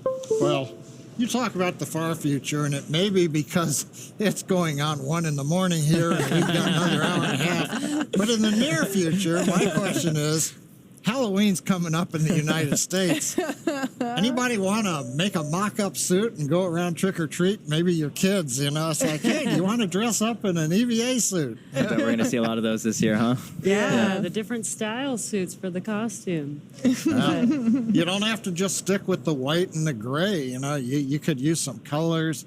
You know, a little bit like on Apollo lunar suits, where they would use different colored stripes to distinguish the commander, because in the photos, you're always going, who are we looking at? Oh, that's so-and-so and that's so-and-so. Yeah. I love that you guys were mentioning, you know, the future and how we're trying to work towards that now. And they mentioned when they were making the spacesuit that they're thinking about the manufacturing.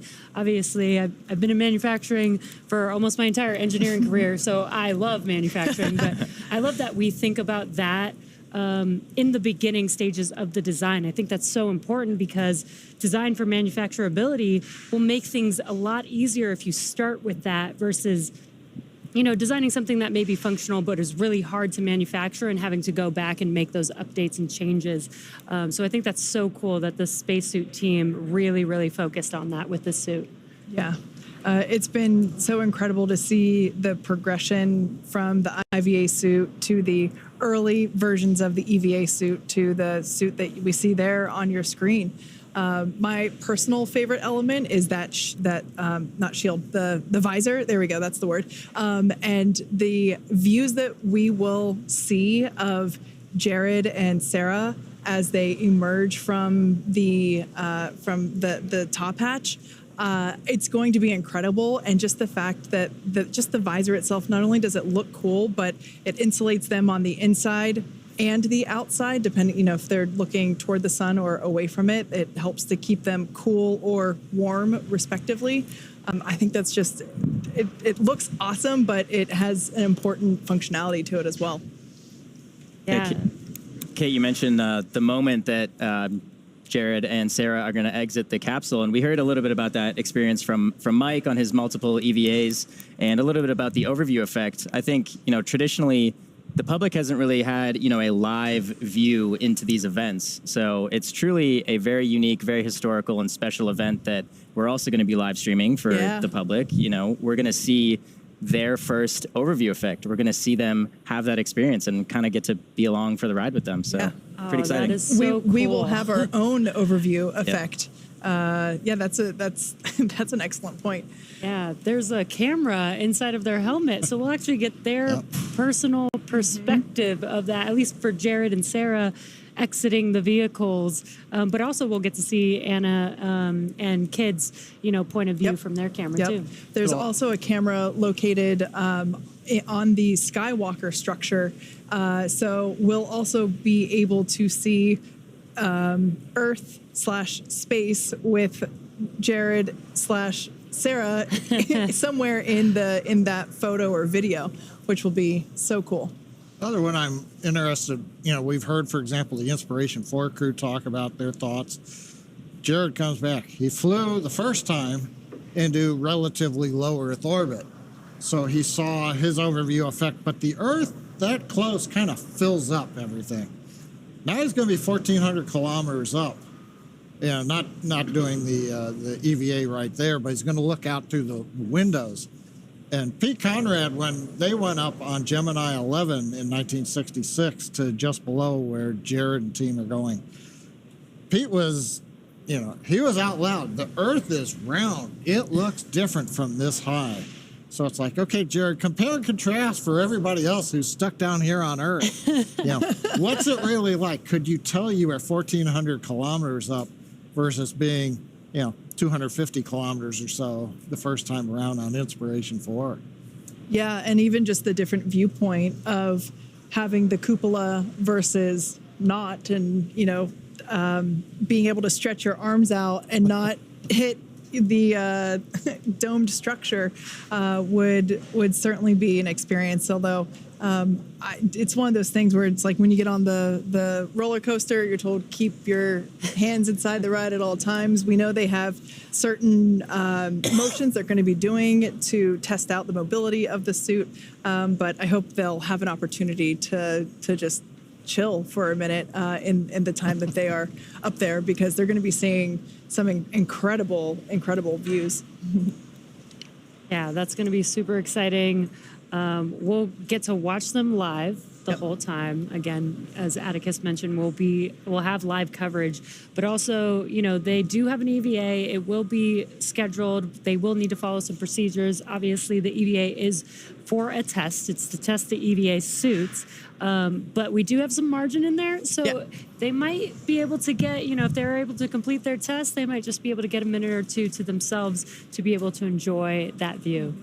Now, we are excited to watch that with them live whenever the EVA is actually happening. But for those of us who haven't experienced the overview effect personally, firsthand with our own eyes, here's a little bit more info on that phenomenon.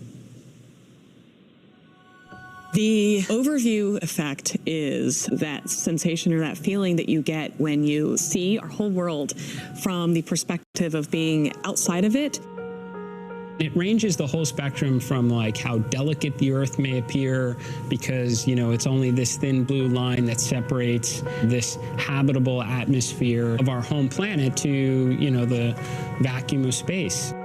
It's hard to comprehend what the impact is going to be when I first see Earth from space. It just reminds us of how fragile our planet is. One of my roles on this crew is to shoot as much footage as we possibly can so we can bring it back and share it with the world.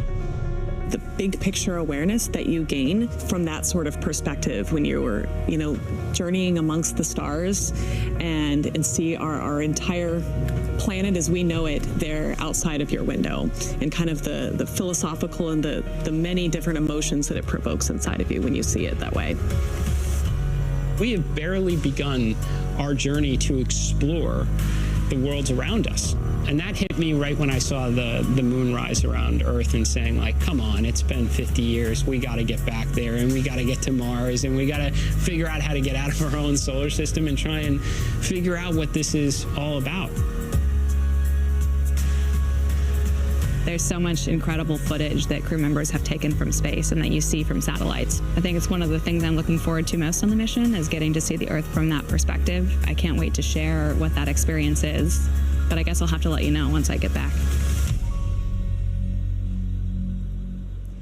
As you might imagine, the Polaris Dawn crew has spent a lot of time together through all of the training and preparation for this mission, and naturally that fostered some great camaraderie.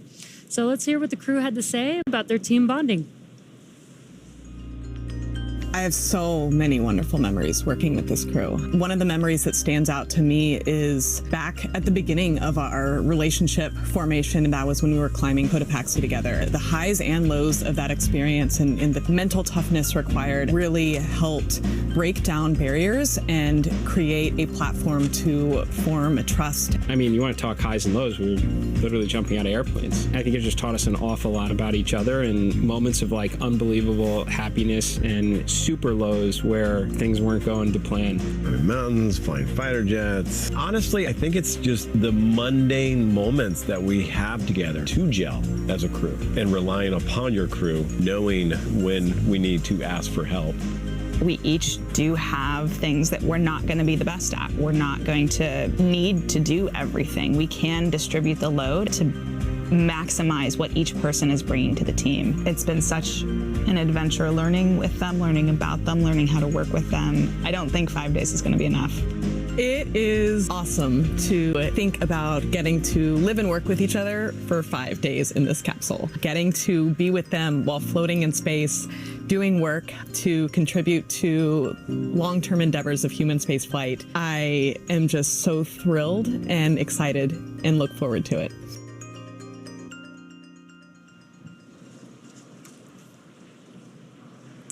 Now, there are science and supplies going up on the Polaris Dawn mission, but also the crew is taking along some personal items for their 5-day trip around the planet.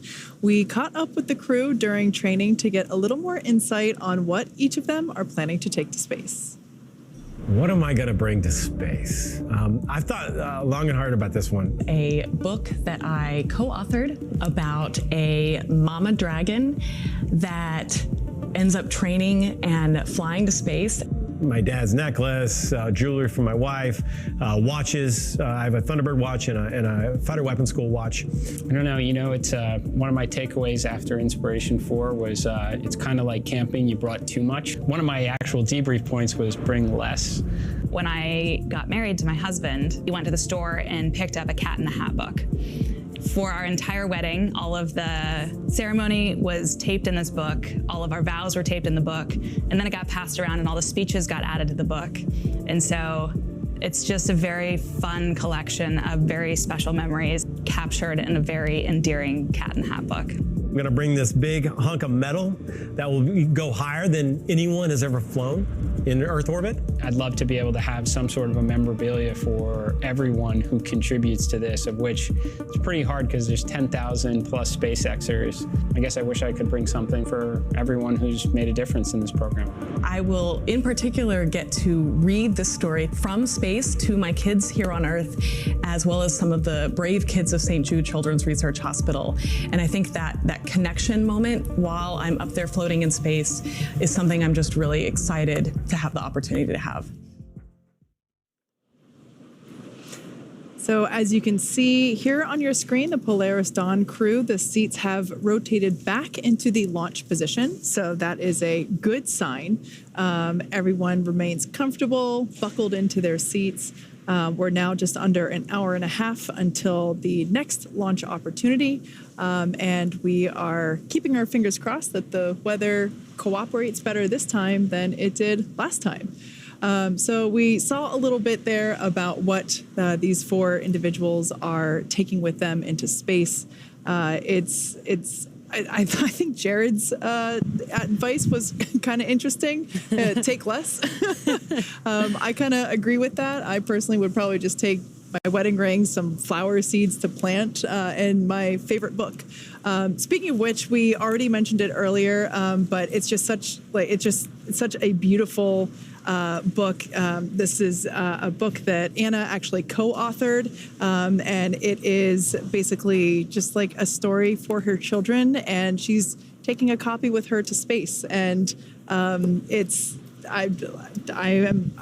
going to order one for myself and very kindly ask her to sign it when she gets back. Yeah, that's pretty cool that Anna gets to bring something that she wrote and created onto the vehicle with her. But Atticus, what would you take? I don't know, maybe just some popcorn, some candy, some soft drinks, some snacks. Yeah, some snacks. It's a long trip potentially. So. Would you save any for you to eat when you came back to Earth? Or oh, that's a good idea. Yeah. Maybe share with my friends some space candy. There you go. Some gifts. What about you? Oh, I would definitely have to bring a basketball. Of course. Basketball has made me who I am today, but what I really want to do is bring Space Jam to real life. That's my plan. Amazing. Yeah, John, Your basketball will be your zero-G indicator. That is genius, John. Or a Nerf ball. Yeah, a Nerf basketball. There we go. Not for a mission with an EVA operation, though. Oh, yeah. John, what would you take? I'll be more of a sentimentalist. When I was in the Air Force, working Titan launch vehicles, not the ICBMs, but the above-ground launch vehicles, the Air Force only had one way to distinguish, and that was to give you a rocket badge that you would pin on to your uniform shirt. And so it said, yes, you're working launch vehicles. Well, I've had that since 1980 when I started working launch vehicles, and it's actually been to space and back on a Falcon 9 first stage. So I would take that well-worn and well-traveled badge, and I'd take it with me again, and away it would go. Yep. And then come back down. So it'd have 2 flights on it. Yeah. And it would be a rocket badge. It'd be pretty cool. I also thought of another one that you could do, your binder. The infamous webcast binder, just like I always have my my notebook. I think those would be 2 staples if we were to go. Yep. My brains. Who knows, maybe we'll do a webcast from space one day, right? We'll have some of our own employees up there, maybe broadcast live. You never know, right? That could be cool. Anna and Sarah are making the way for us to go up there. So that could be a thing. Yeah. We heard earlier that kid puked the whole time during his training. That would be me, 100%. I can barely ride in the back of an Uber. Oh, man. Yeah, it's a little bit more spicy than an Uber on the way up to space. It's okay. I will hold down the fort here while you guys go. It's only 4 Gs. Only 4 Gs. Yeah. Anyway, we are continuing to count down to the next launch opportunity for the Polaris Dawn crew. For those of you that have just recently joined us, all 4 of our crew members are inside that Dragon capsule there on your screen. They are the only ones left at the launch pad. The closeout crew have departed the pad, and we unfortunately had to reset the countdown clock just past, I think it was like T minus 48 minutes. So unfortunately, there was a last-minute radar scan that showed basically non-conforming weather requirements, and so we had to stand down and basically reset for our next opportunity, which is coming up in just 1 hour and 22 minutes.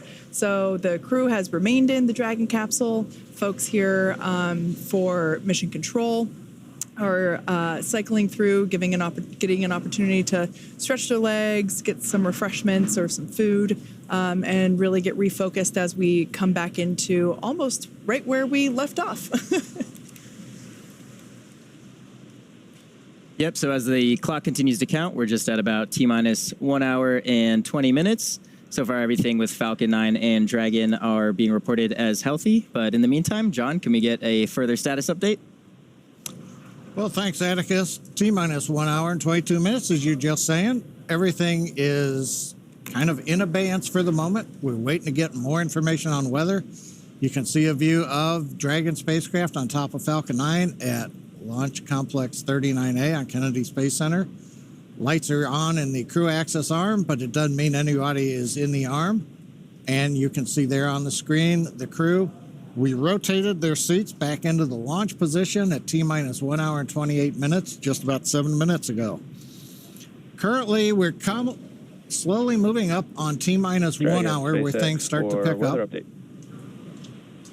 And here comes the weather update. Go, LB. All weather rules just cleared about 30 seconds ago, so we have a green range for weather rules, and we'll have our SpaceX meteorologist fill you in for the next T0. That's great to hear, and stay by. And Dragon SpaceX Weather Officer here. We did violate a number of launch rules for that cumulus that popped up at that initial T0, so made a good call there from the whole team, SLD 45 and all. And we are tracking a much better POV for this next T0. The elbow is tracking a 35% chance of violation, and if everything holds as it currently looks for another 20-30 minutes, we should be able to step that POV down. But overall, looking good for this next launch attempt. And copy that, Weather Officer. That's really great to know. 35% presently for POV and should be stepping down in the next 20 minutes or so. Good to hear.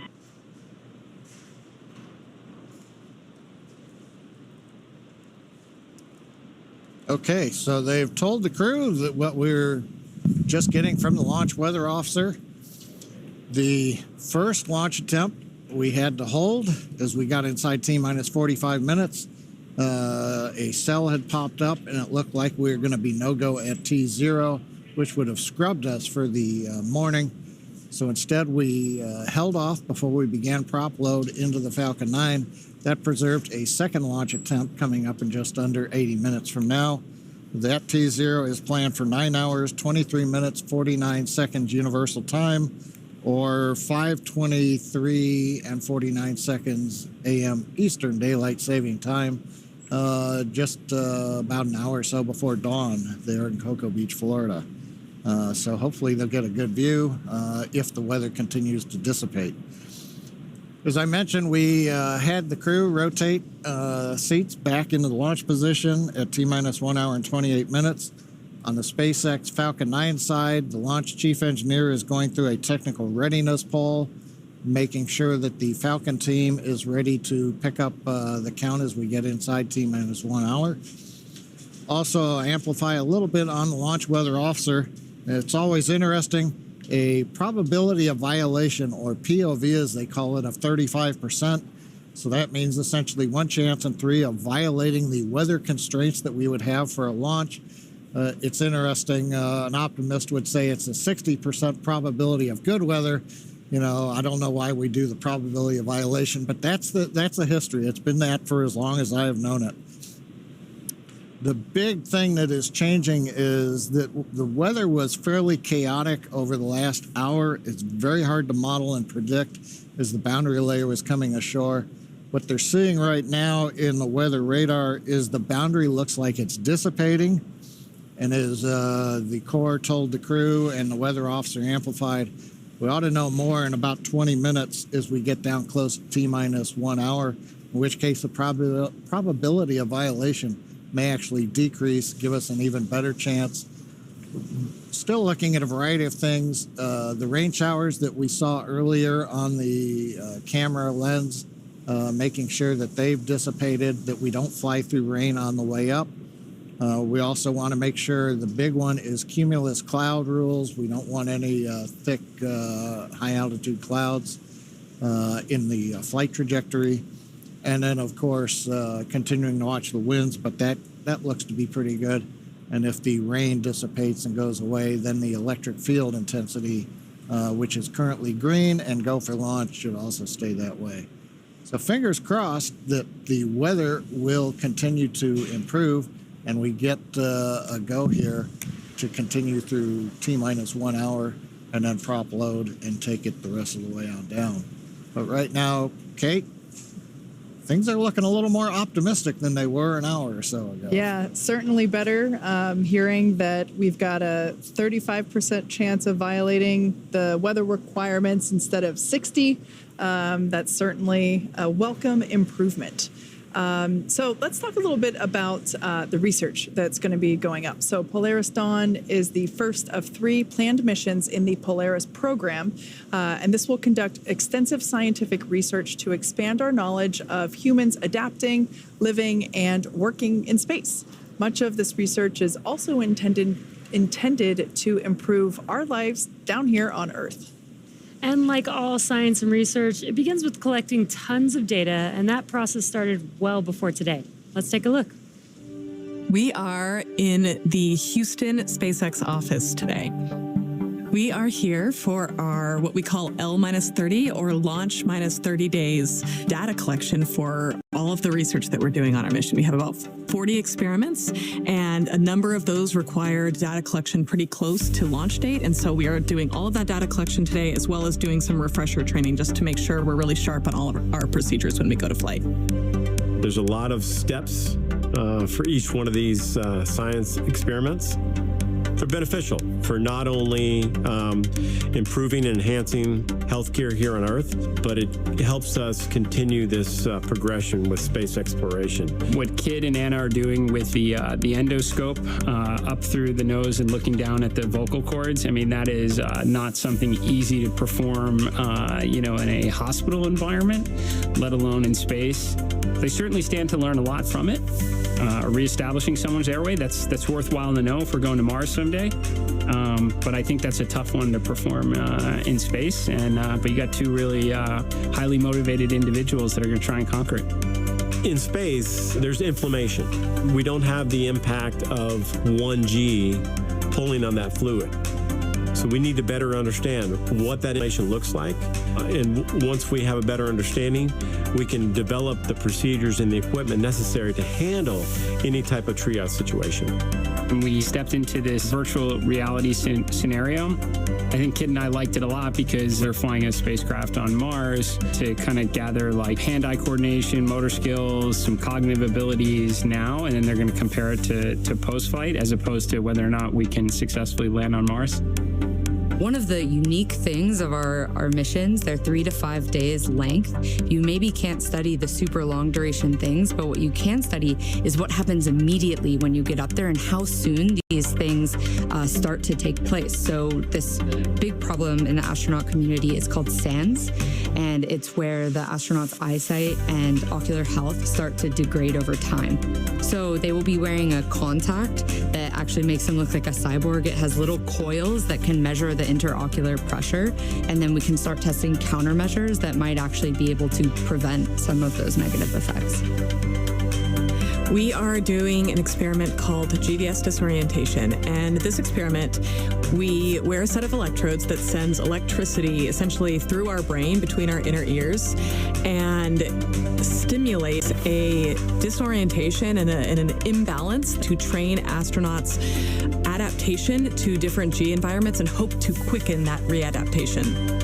One of the things that we're doing with ultrasound is we are going to be collecting imagery of our veins and identifying whether there's actually bubbles forming when we are changing cabin pressure. It's very possible that nitrogen will bubble out into our blood. If we see bubbles, it will be completely normal and okay if we do see bubbles, but we are hoping to capture that on ultrasound. In order for us to become multiplanetary, we've got to overcome some of these challenges associated with space exploration on longer duration missions. What we gather on orbit in a zero-G environment, in a vacuum, will help us continue this cause in furthering space exploration.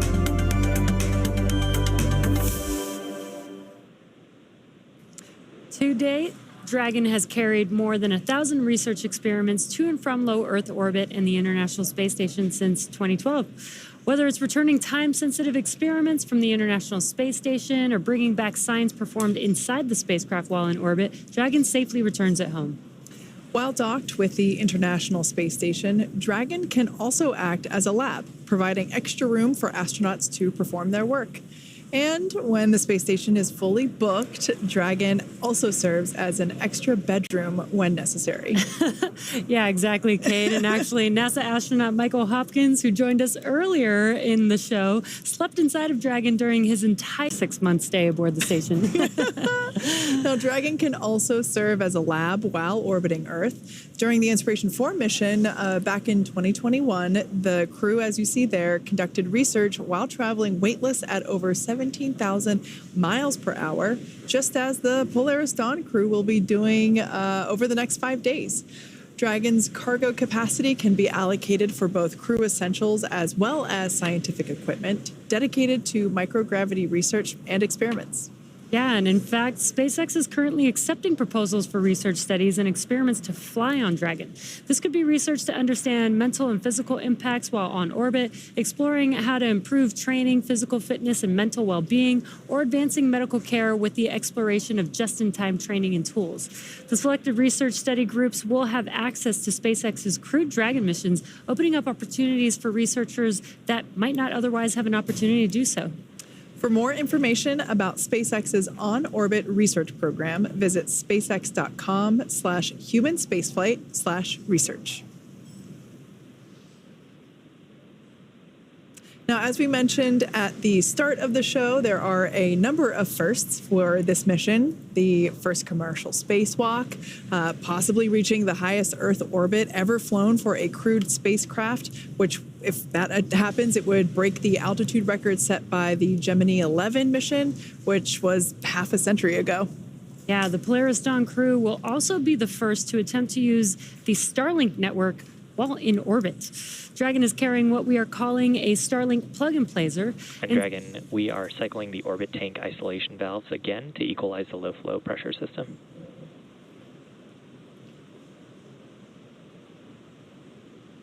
Copy that, SpaceX. We're following. And just a quick update from the core to the crew.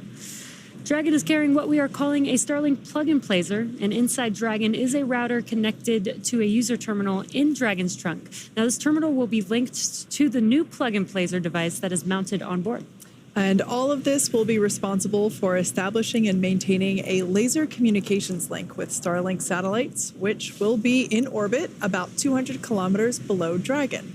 Using this hardware, Dragon will attempt to talk to Starlink the same way Starlink satellites talk between themselves with lasers. No one has ever flown a laser communication system on a human-rated spacecraft before, so there's a lot to be learned. If this works, the plug-and-placer could provide the first high-speed internet experience for people traveling in space. Yeah, this technology will also help here on Earth by facilitating healthcare access and connectivity to underserved communities around the world. The Polaris program is donating Starlink to St. Jude global partners in 5 countries. Strong, reliable internet will help support the St. Jude global mission by providing partners greater access to online medical conferencing, case and imaging sharing, and diagnostic assistance. Hospitals and foundations that are part of the pilot program will be able to provide better care to patients thanks to high-speed, low-latency broadband internet. The first countries selected to receive Starlink include the Philippines, Brazil, Chile, Peru, and Mozambique. The Polaris team is also donating Starlink to 100 schools in Chile and Brazil, striving to increase internet connectivity, which can improve education and telemedicine efforts for communities in need. The Polaris Dawn crew actually had a chance to hear from the students in Chile after Starlink was installed.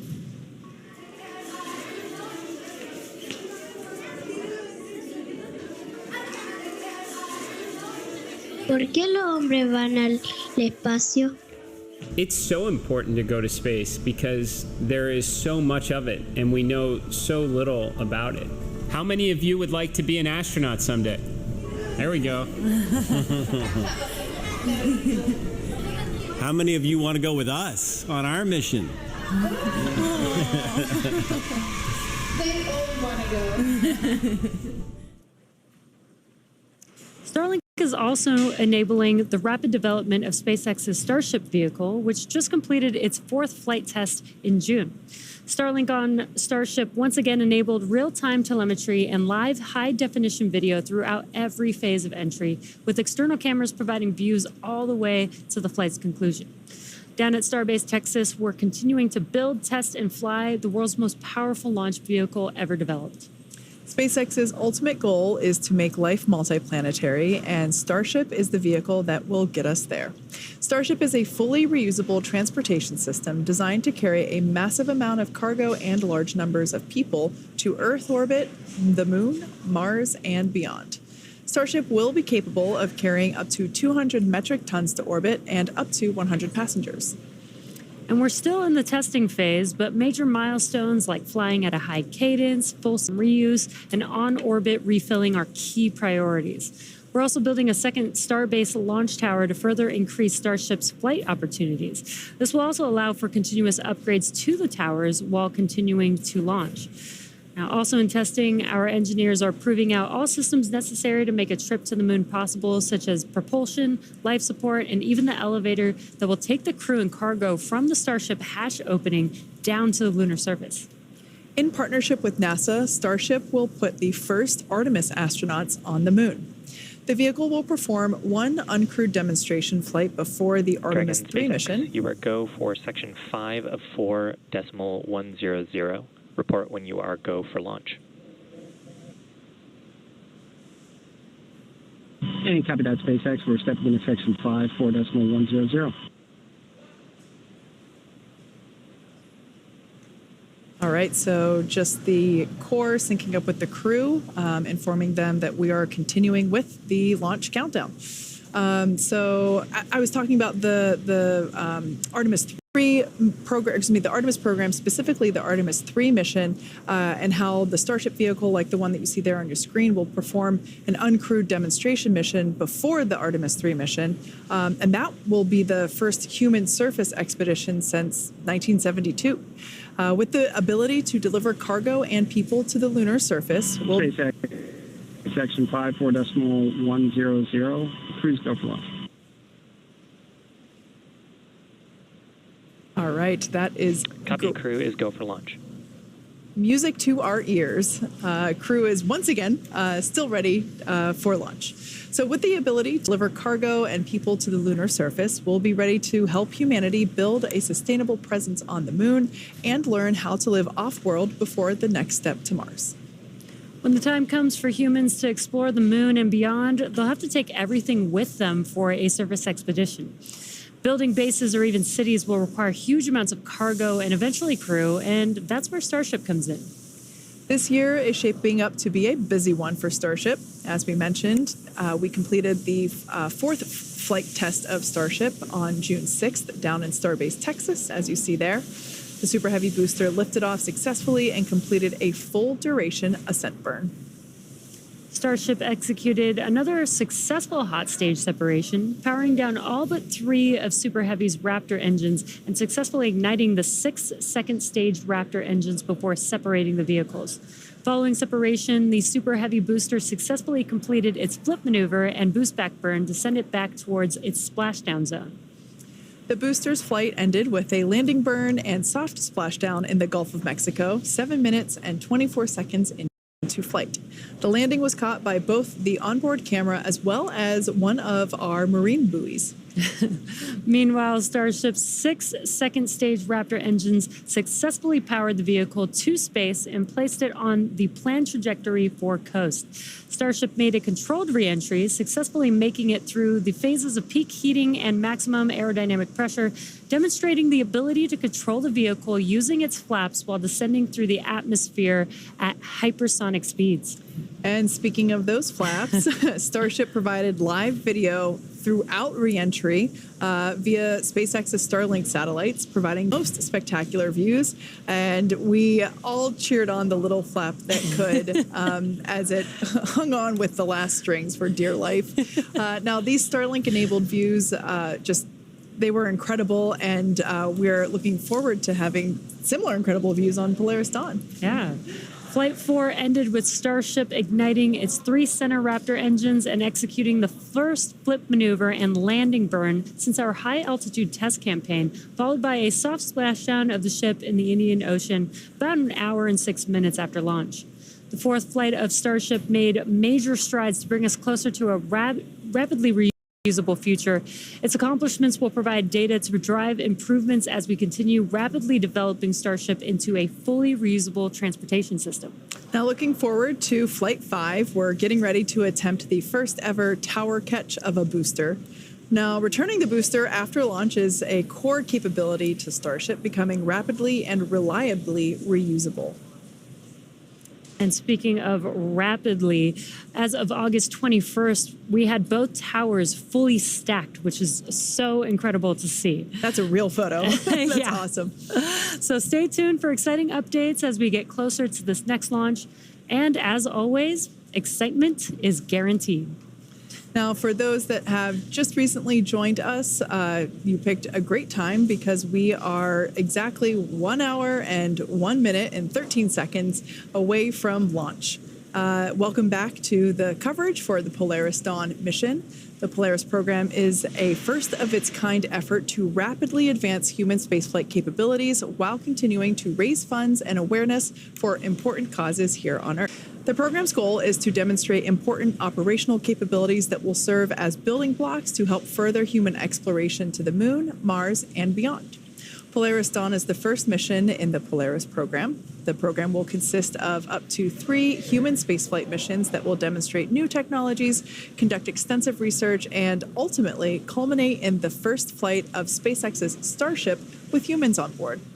The Polaris Dawn crew will be performing some incredible firsts in space, including the first ever commercial spacewalk. And this mission will fly higher than any Dragon mission to date, attempting to reach the highest Earth orbit ever flown for a crewed spacecraft, breaking the record set by Gemini 11.5 a century ago.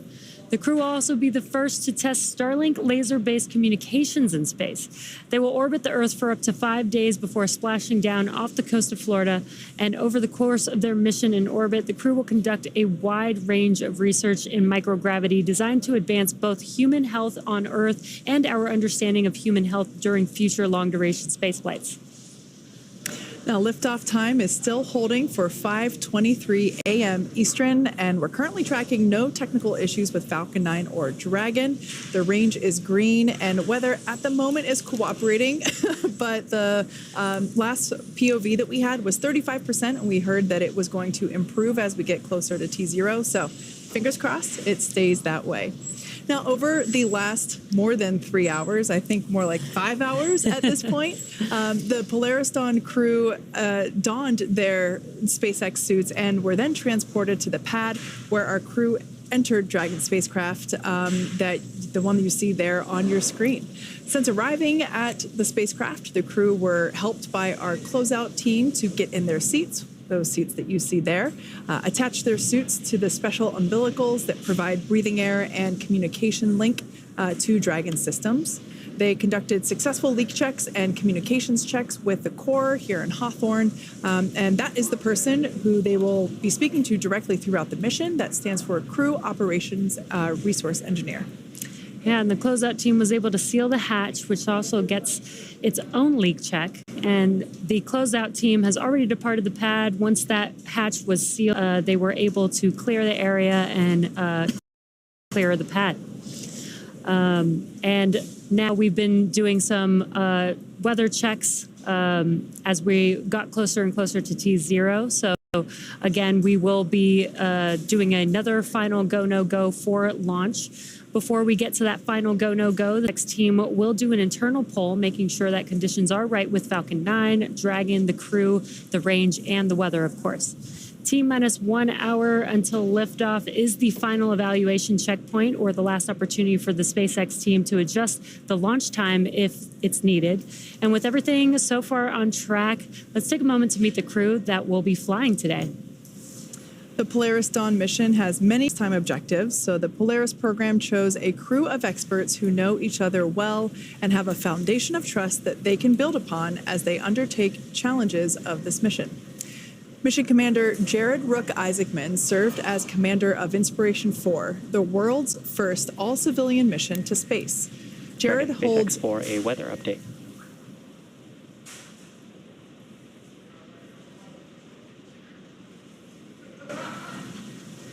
Go, SpaceX. Dragon, we are currently go for launch. Updated probability of violation is 20%. So with that, we are going to be pressing towards T02. We'll keep you updated if any other weather comes through. Hey, copy that, SpaceX.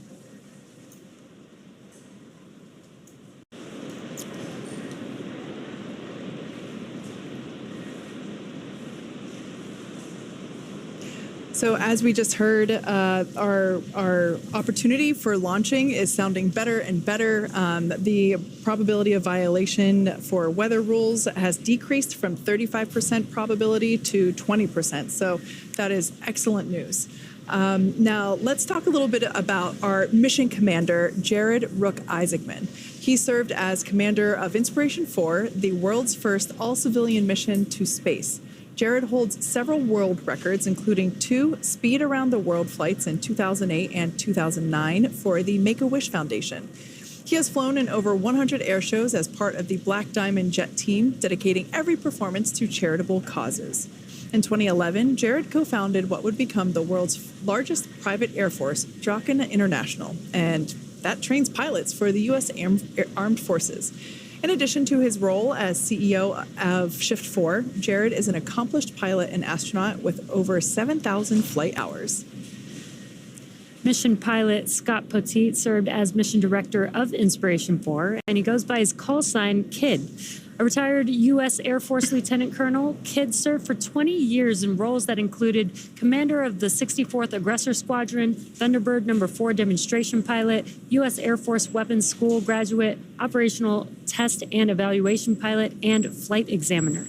Kid is a command pilot with over 3,200 flying hours and has logged over 400 hours of combat time. Following his Air Force career, Kid served in various roles, including VP of Strategy at Shift 4. Mission Specialist Sarah Cooper Gillis is a lead space operations engineer at SpaceX, responsible for overseeing the company's astronaut training program. She helped prepare NASA astronauts for the Demo 2 and Crew 1 missions, and most recently directly trained the Inspiration 4 astronauts. Sarah is an experienced mission control operator who has supported real-time ops for Dragon's cargo resupply missions to and from the International Space Station as a navigation officer and as a crew communicator for Dragon's human spaceflight missions. In 2015, while studying at the University of Colorado Boulder, Sarah started an internship at SpaceX before moving into the astronaut training program full-time. And to cap off the Polaris Dawn crew, mission specialist and medical officer Anna Walker-Menon, who also serves as a lead space operations engineer at SpaceX, where she manages the development of the crew operations and works in mission control as both a mission director and crew communicator. During her time at SpaceX, Anna has led the implementation of Dragon's crew capabilities and developed critical operational responses to vehicle emergencies. Prior to SpaceX, Anna worked for 7 years at NASA as a biomedical flight controller for the International Space Station. She received her bachelor's degree in mathematics and Spanish from the Texas Christian University and her master's degree in biomedical engineering from Duke University. And that is our Polaris Dawn crew and the first SpaceX employees to fly on a SpaceX mission. Anna and Sarah also supported Inspiration 4 and actually served as trainers for the crew of that mission. So I can only imagine how incredible and the feelings that they have and how wild it is to experience a launch from the other side of the mission. Now, as the Polaris Dawn crew prepared for this mission, they had a pretty cool opportunity to sit down with a legend of spaceflight, Apollo astronaut Charlie Duke, one of only 4 surviving moonwalkers from the Apollo program. He flew on the Apollo 16 mission to the lunar surface in 1972, and more than 50 years later, he had some great advice for our crew in advance of the first ever commercial spacewalk. Commit, and we have a liftoff. The swing arm is moving back. I can see all the way to the ground, just like on the LTV. Piece of cake.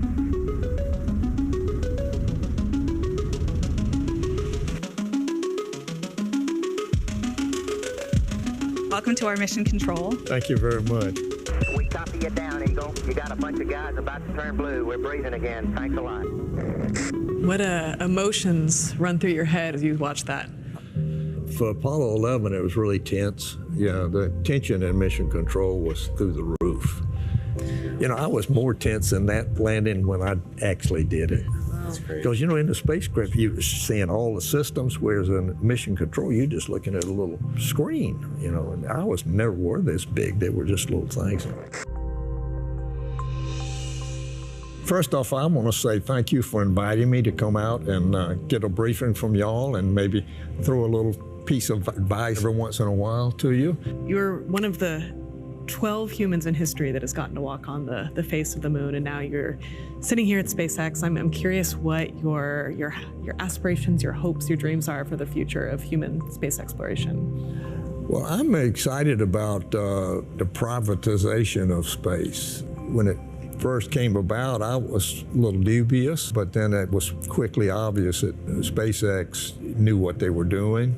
And I've been a big supporter of what SpaceX is doing in space and manned and unmanned launches. I'm impressed with this facility, and first time I've been here. Well, sir, it is a real honor. It is a real honor to have you here and have this conversation. Polaris Dawn, sir, is the first of up to 3 missions that are contemplated. So we're going to vent down the vehicle and conduct a spacewalk.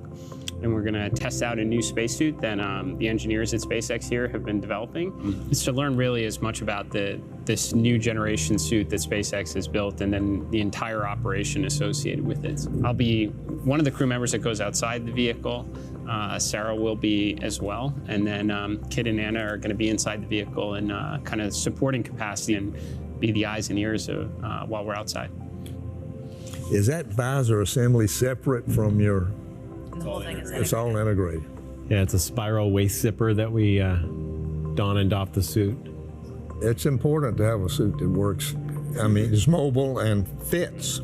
Sir, based on your training experiences, what was the most memorable thing you went through?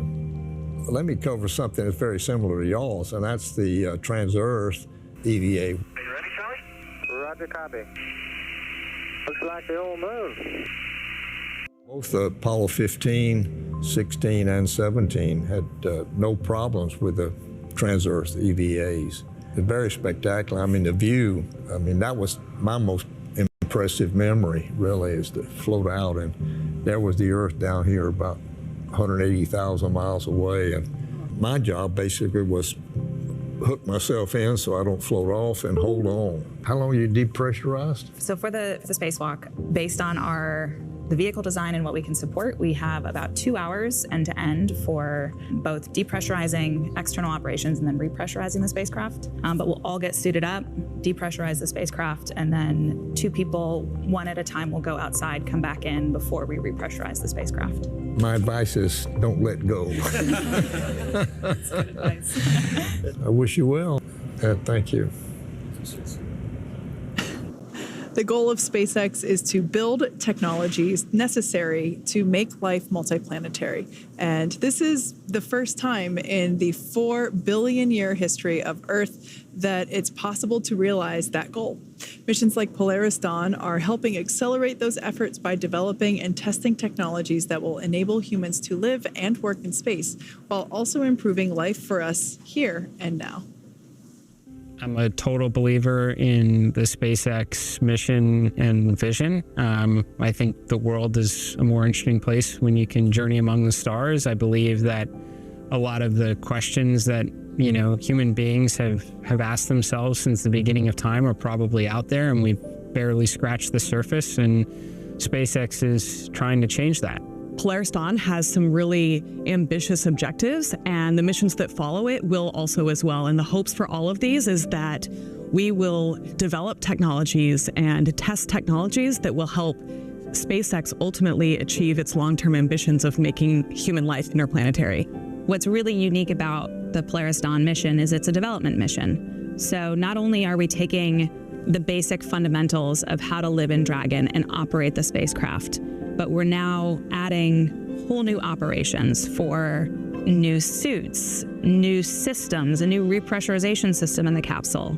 There are whole new procedures for executing the spacewalks. We are doing incredible things, and we are changing the world, and we are making history. The men and women of this organization, the level of intelligence, it's unmatched. And that's why we're so passionate about our mission and about what SpaceX is continuing to do with their vision to further space exploration. There's a lot of things that you can be on either side of debate on, but for sure, it's okay to put a small percentage of our resources in advancing our species, and along the way, completely change the trajectory for humans on this planet in a positive way. And we can try and fix some of the day-to-day problems too. It doesn't have to be this either or, but yet so often it is. We're coming up on T-minus 46 minutes. The launch director and the launch team have conducted their electronic poll. The launch director has also checked with the Dragon mission director for their readiness. Everything continues to look good. We're going to be hearing some instructions from the SpaceX launch director He'll be making announcements on the control room lockdown and protocols for hold or launch escapes. And he'll also be reminding the team that inside of T-minus 10 seconds, only the computer can abort the launch. Now, once the LD, the launch director, gives these instructions, they will clear the team to proceed with moving the crew arm away from the launch vehicle. You can see the arm is in the access position right now, but once we get... Pull is complete and the team is ready for crew access arm retract, propellant loading, and launch. Both control rooms will go into lockdown at T-minus 45 minutes and remain in that state until the launch escape system is disarmed. All operators are remain at their console and maintain a sterile cockpit until MD confirms successful disarming of the launch escape system following orbit insertion or propellant offload in the event of a scrub. For non-urgent no-go conditions, breathe the C or LD, and they'll approve aborting the countdown. For urgent issues affecting the safety of the operation, operators shall call hold on the countdown net. Launch control will abort the launch auto sequence immediately and proceed into the launch abort auto sequence. At T-minus 10 seconds, launch control will be hands-off, relying on automated abort criteria for the remainder of the count. Operators advise the launch director whether structural breakup or fire is imminent or occurring per Dragon manual escape flight rules. Launch control, you may proceed with arming the crew arm for movement.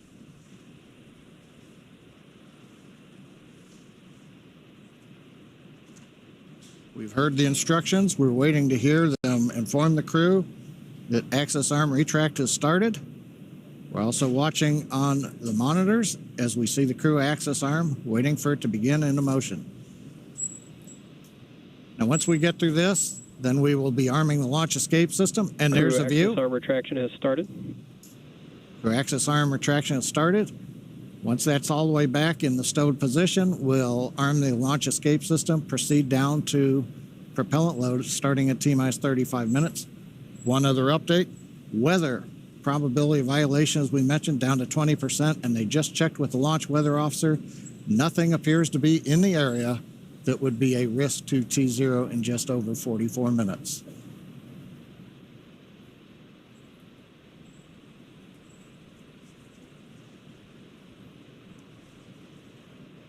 And Jesse, you can see crew access arm starting to come back now.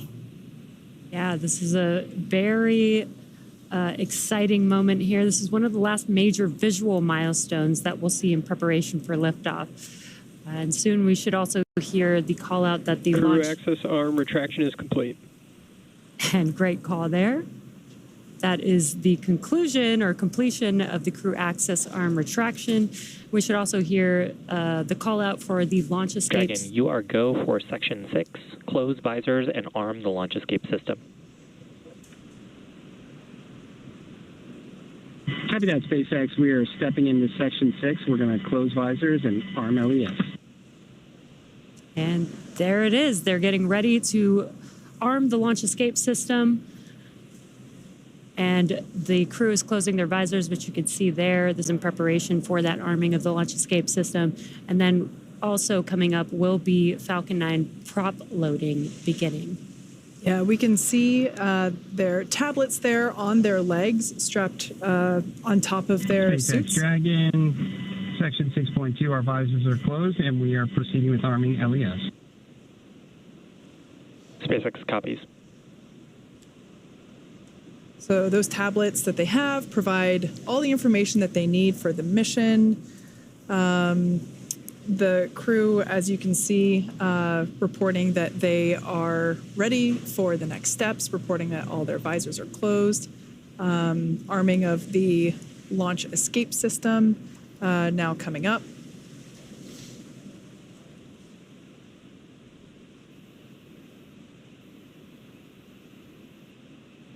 And we're just waiting for the call out. Launch escape system is verified armed. Copy that, SpaceX. We show the same. Nope, that's SpaceX good news. Dragon, we're closing out 4.100. 4.100, a reference to SpaceX copies closing 4.100. That's a procedure the crew is running on their tablets. So with that, the launch escape system is now armed. Should something happen that requires Dragon to execute an emergency escape, if something were to happen to the Falcon 9 or the pad right now, the system is ready to go. There's another key reason. Once we got the crew access arm back, we went right into arming the launch escape system, because once that system is armed, should we need to have the crew leave but depart via the crew access arm, that arm took a minute or so to retract. It can actually come back into the support position much faster than that. So there's a high-speed mode, but that high-speed mode requires that we be in the armed configuration so that it'll be enabled. So if that was needed, the crew could then leave the hatch, go down the arm, and depending upon the direction, they can take the elevators. The elevators are currently at level 255. When the ground team left the pad, they send the elevators back up. So if the crew needs them, they're right there. And of course, we have the slide wire basket system on 39A is another way. So there's several ways if the crew had to leave. But the good news is, coming up 40 minutes before launch, everything continues to go well, technically, on Falcon 9 and Dragon, and it looks like the weather has begun to cooperate now.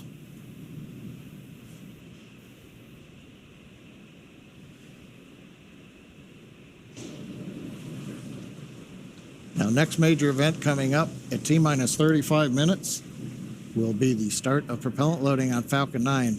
Once we get into that, then we're committed to the T0, even though there's still more time in the window and a third launch opportunity if we need it. We would not be able to take advantage of that if we get propellant going into the Falcon 9.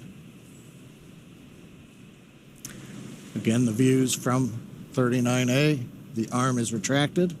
You can't tell it, but launch escape system is armed on the Dragon spacecraft.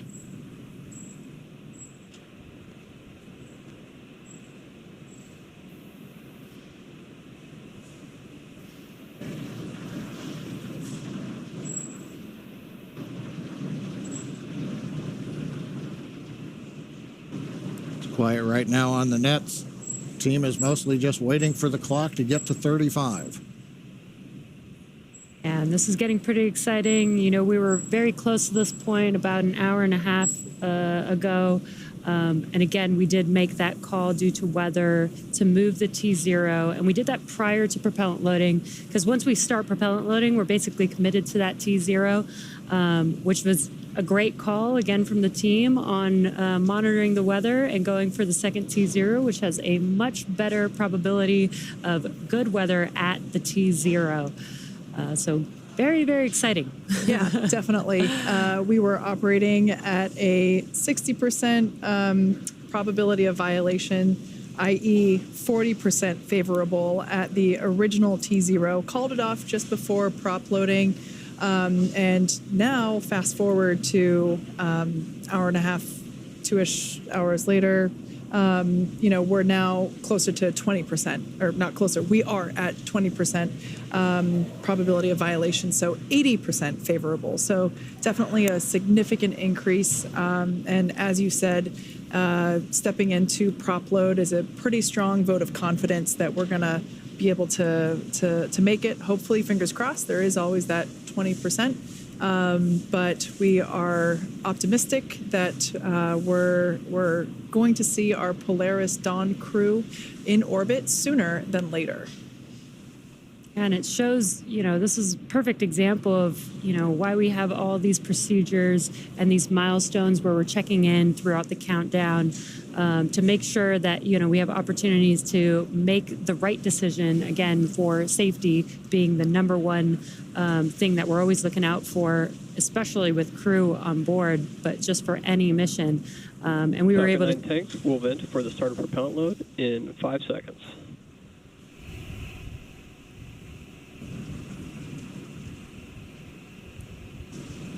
Yeah, we'll be hearing call-outs throughout the countdown up to the crew to let them know what's happening, both Falcon 9 and Dragon.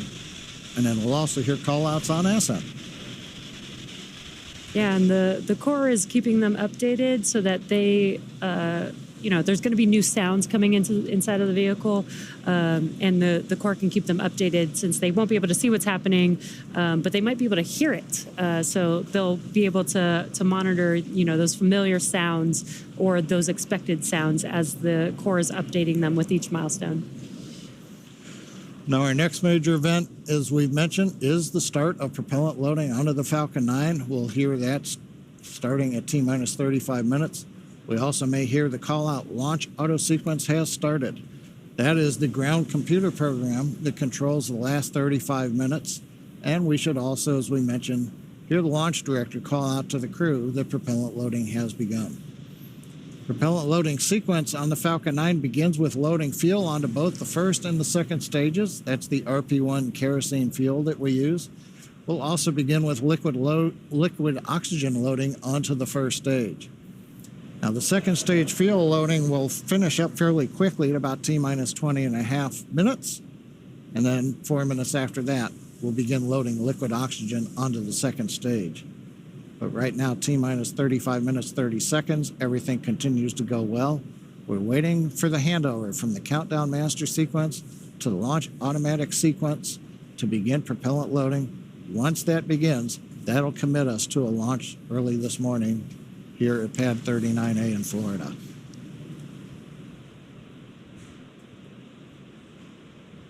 We'll listen in now for the start of propellant loading.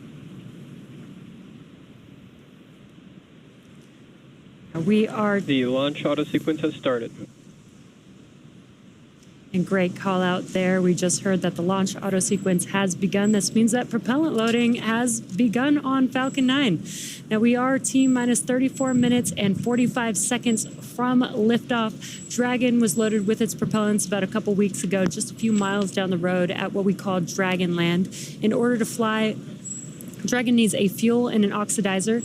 And for the fuel, we use monomethylhydrazine, or MMH, and nitrogen tetroxide, or NTO, for the oxidizer. Now, together, these propellants feed the Draco engines that maneuver Dragon on orbit, as well as the 8 Super Draco engines that would power the launch escape system in an abort scenario.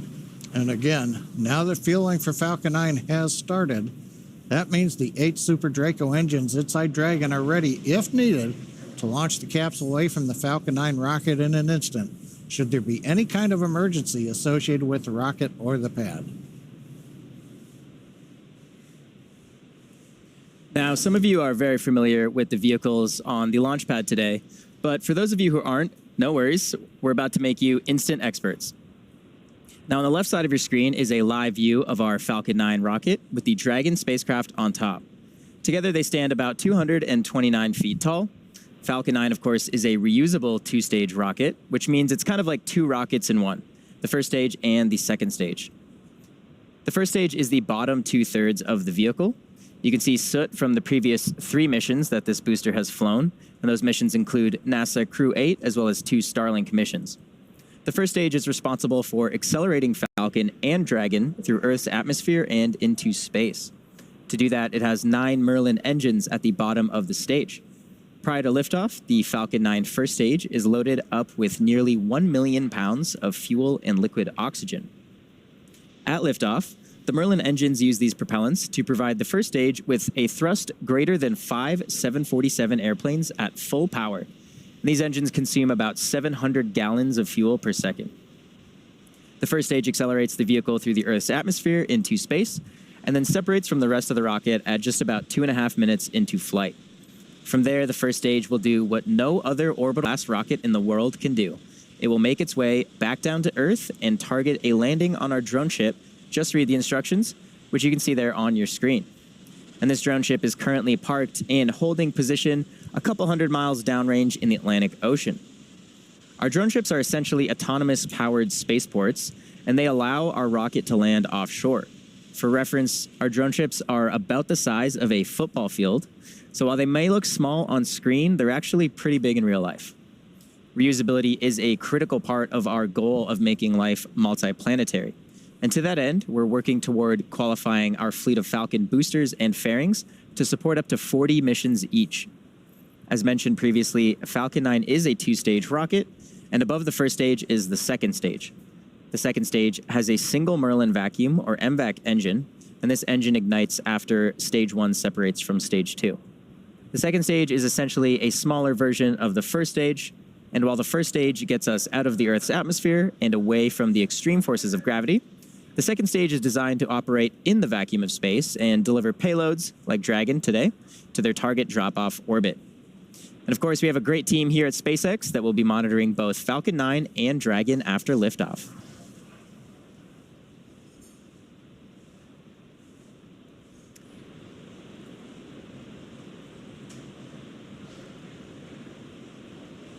And like Atticus said, we have teams here in Mission Control, Hawthorne, and that team is responsible for close monitoring of the crew and Dragon every step of the way as the spacecraft orbits the planet along its customized flight path. On console or headset are a number of positions who are monitoring the health of the vehicle and crew. The mission director, responsible for mission success, is in charge of that room. And the person that you'll hear talking to the astronauts, and the person we have been hearing speaking to the astronauts, is the crew. Stage 1 cryohelium load has started. The Crew Operations and Resources Engineer, or CORE. The other positions are focused on things like navigation and control of the vehicle, avionics, software, propulsion, life support systems, and communications with ground segments. And different members of the SpaceX team will rotate through these positions throughout the mission to ensure 24/7 coverage of the crew and Dragon through splashdown, which will be about 5 days from now. And it's worth mentioning that two of our crew members, Anna and Sarah, have sat in these very seats before as part of the SpaceX team. Anna served in mission control during multiple Dragon missions, including Demo 2, Crew 1, CRS 22 and 23, Crew 3 and Crew 4, as well as Axiom 1. And Sarah has supported real-time operations for Dragon's cargo resupply missions to and from the International Space Station as a navigation officer and as a crew communicator for Dragon's human spaceflight missions. And now they'll get to see what it's like from the other side inside of Dragon.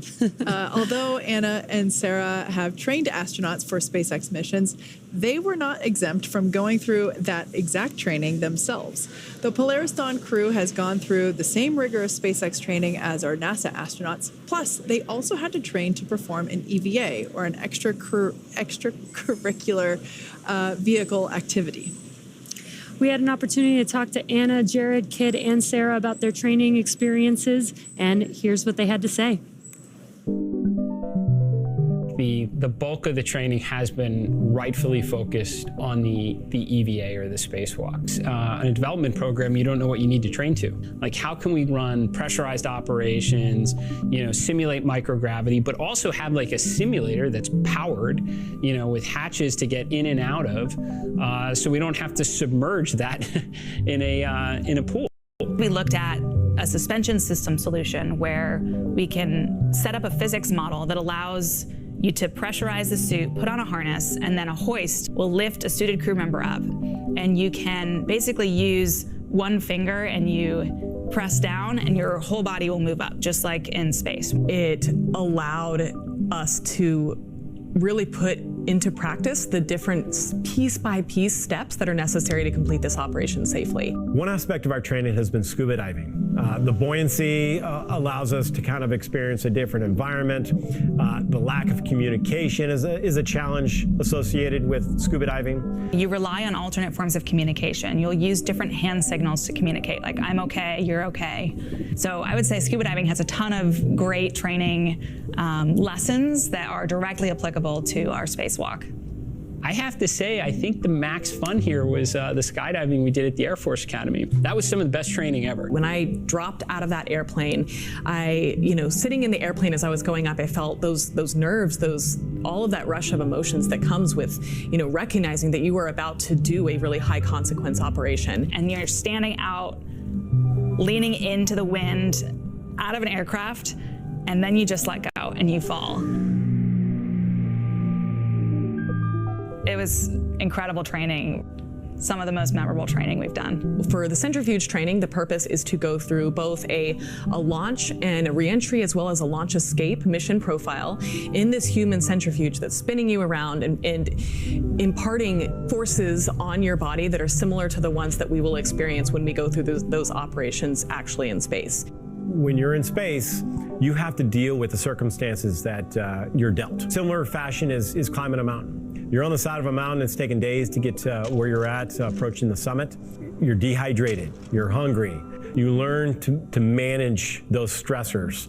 And those are all good preparation techniques in getting ready for space exploration. We've had it all. We've had unbelievable, highs, and we've had, lows. It's just been a great 2 years of growth. Some of the best times of my life. Before the segment, I called it an extracurricular activity. My brain is clearly tired. It's extravehicular activity. And as we mentioned earlier, much of the training that the crew went through was to prepare them to perform that extravehicular activity, or an EVA. Because Dragon does not have an airlock, the entire cabin will be depressurized. So essentially, all 4 astronauts will be performing the EVA. Jared and Sarah will exit the spacecraft to perform their tasks, while Kid and Anna remain inside to conduct their experiments and act as the ears and eyes. The EVA will last about 2 hours from the time that the cabin air is vented to when it is repressurized again. As they prepare for the EVA, the crew... Stage 2 cryohelium load has started. Good call-outs there. As they prepare for the EVA, the crew will go through a pre-breathing procedure, which will involve slowly dropping the atmospheric pressure of Dragon while increasing the concentration of oxygen in the air. This process is similar to what is known as a safety stop in the diving community. This will give their bodies plenty of time to acclimate to the difference in pressure ahead of the EVA. SpaceX designed the EVA suits for the Polaris Dawn crew, and they'll wear it during the spacewalk. The EVA suits protect the crew inside the spacecraft while also allowing them to leave the spacecraft when needed. Upgrades include new joint designs that remain soft until pressurized while maintaining mobility, improved thermal management, and an upgraded helmet with an exterior coating that acts like a sun visor, along with a camera and heads-up display that provides information on the status of the suit during the spacewalk. Let's take a look at the making of the suits that our crew will be wearing during the first ever commercial EVA.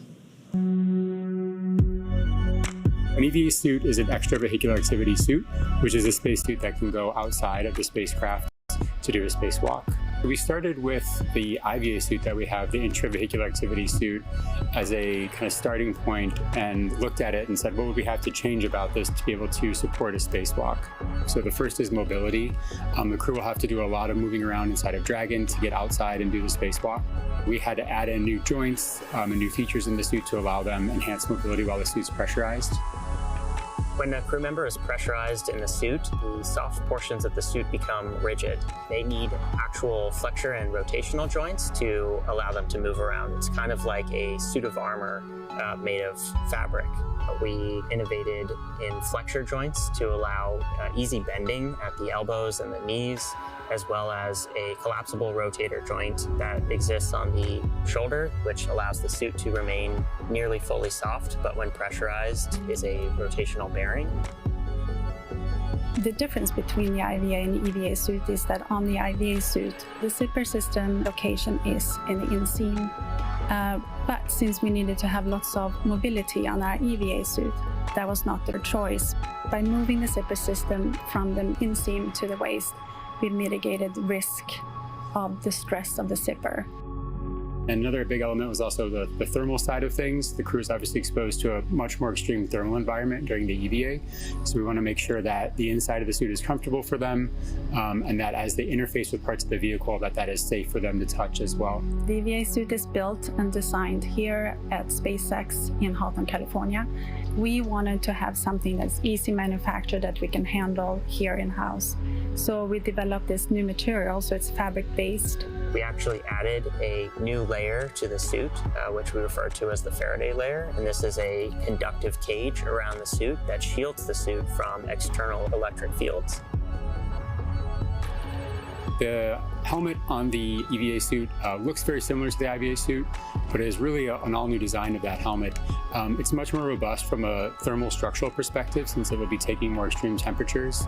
We are really excited to introduce this new single-pane visor helmet to the world of spacesuits. The EVA suit visor is made of polycarbonate and is coated with copper and ITO, or indium tenoxide.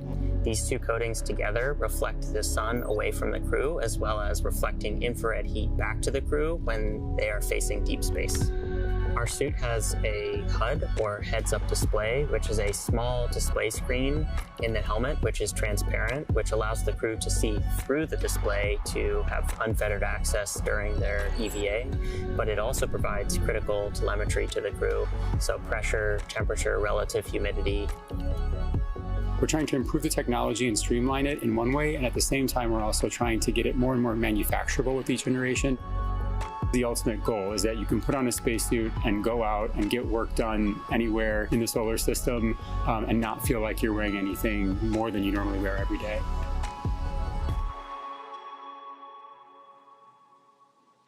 Between 190 to 700 kilometers above Earth, the Polaris Dawn crew will attempt the first ever commercial spacewalk. Here's how it all came together.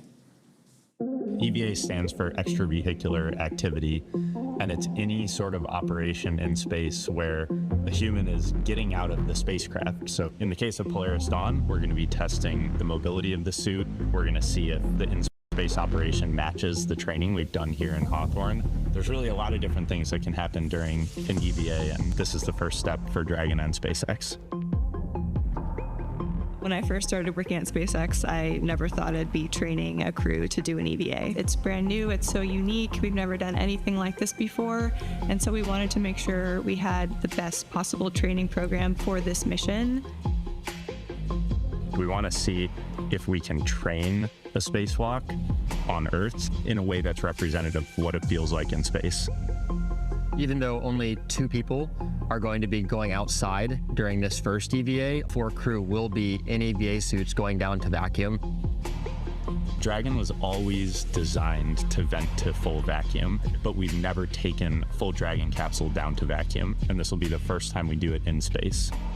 We actually put crew into a chamber at Johnson Space Center in Houston and had them live the exact profile that they will experience, and making sure that no one actually experienced decompression sickness. We have a couple new training assets for Polaris Dawn to train the EVA specifically. The suspension system that we have is situated on top of the platform of our capsule simulator. The lines drop through the hatch. They attach to a single crew member inside the capsule. We can lift them up and get them situated so that they can egress the capsule and perform their tasks at Skywalker, the mobility aid.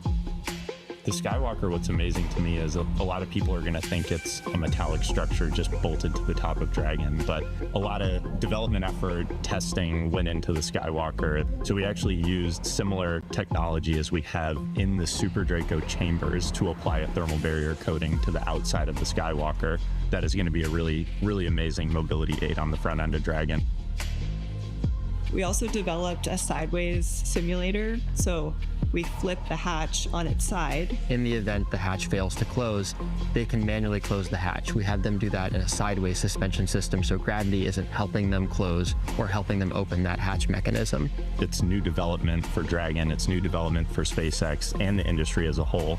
So this is a great example of where Polaris Dawn is forcing the team to innovate in a way that adds safety and reliability to every Dragon mission going forward. That's this huge challenge for us to go solve, but that's also an opportunity for us to solve the problems that we have to go figure out anyway for our larger goals, like putting people on Mars.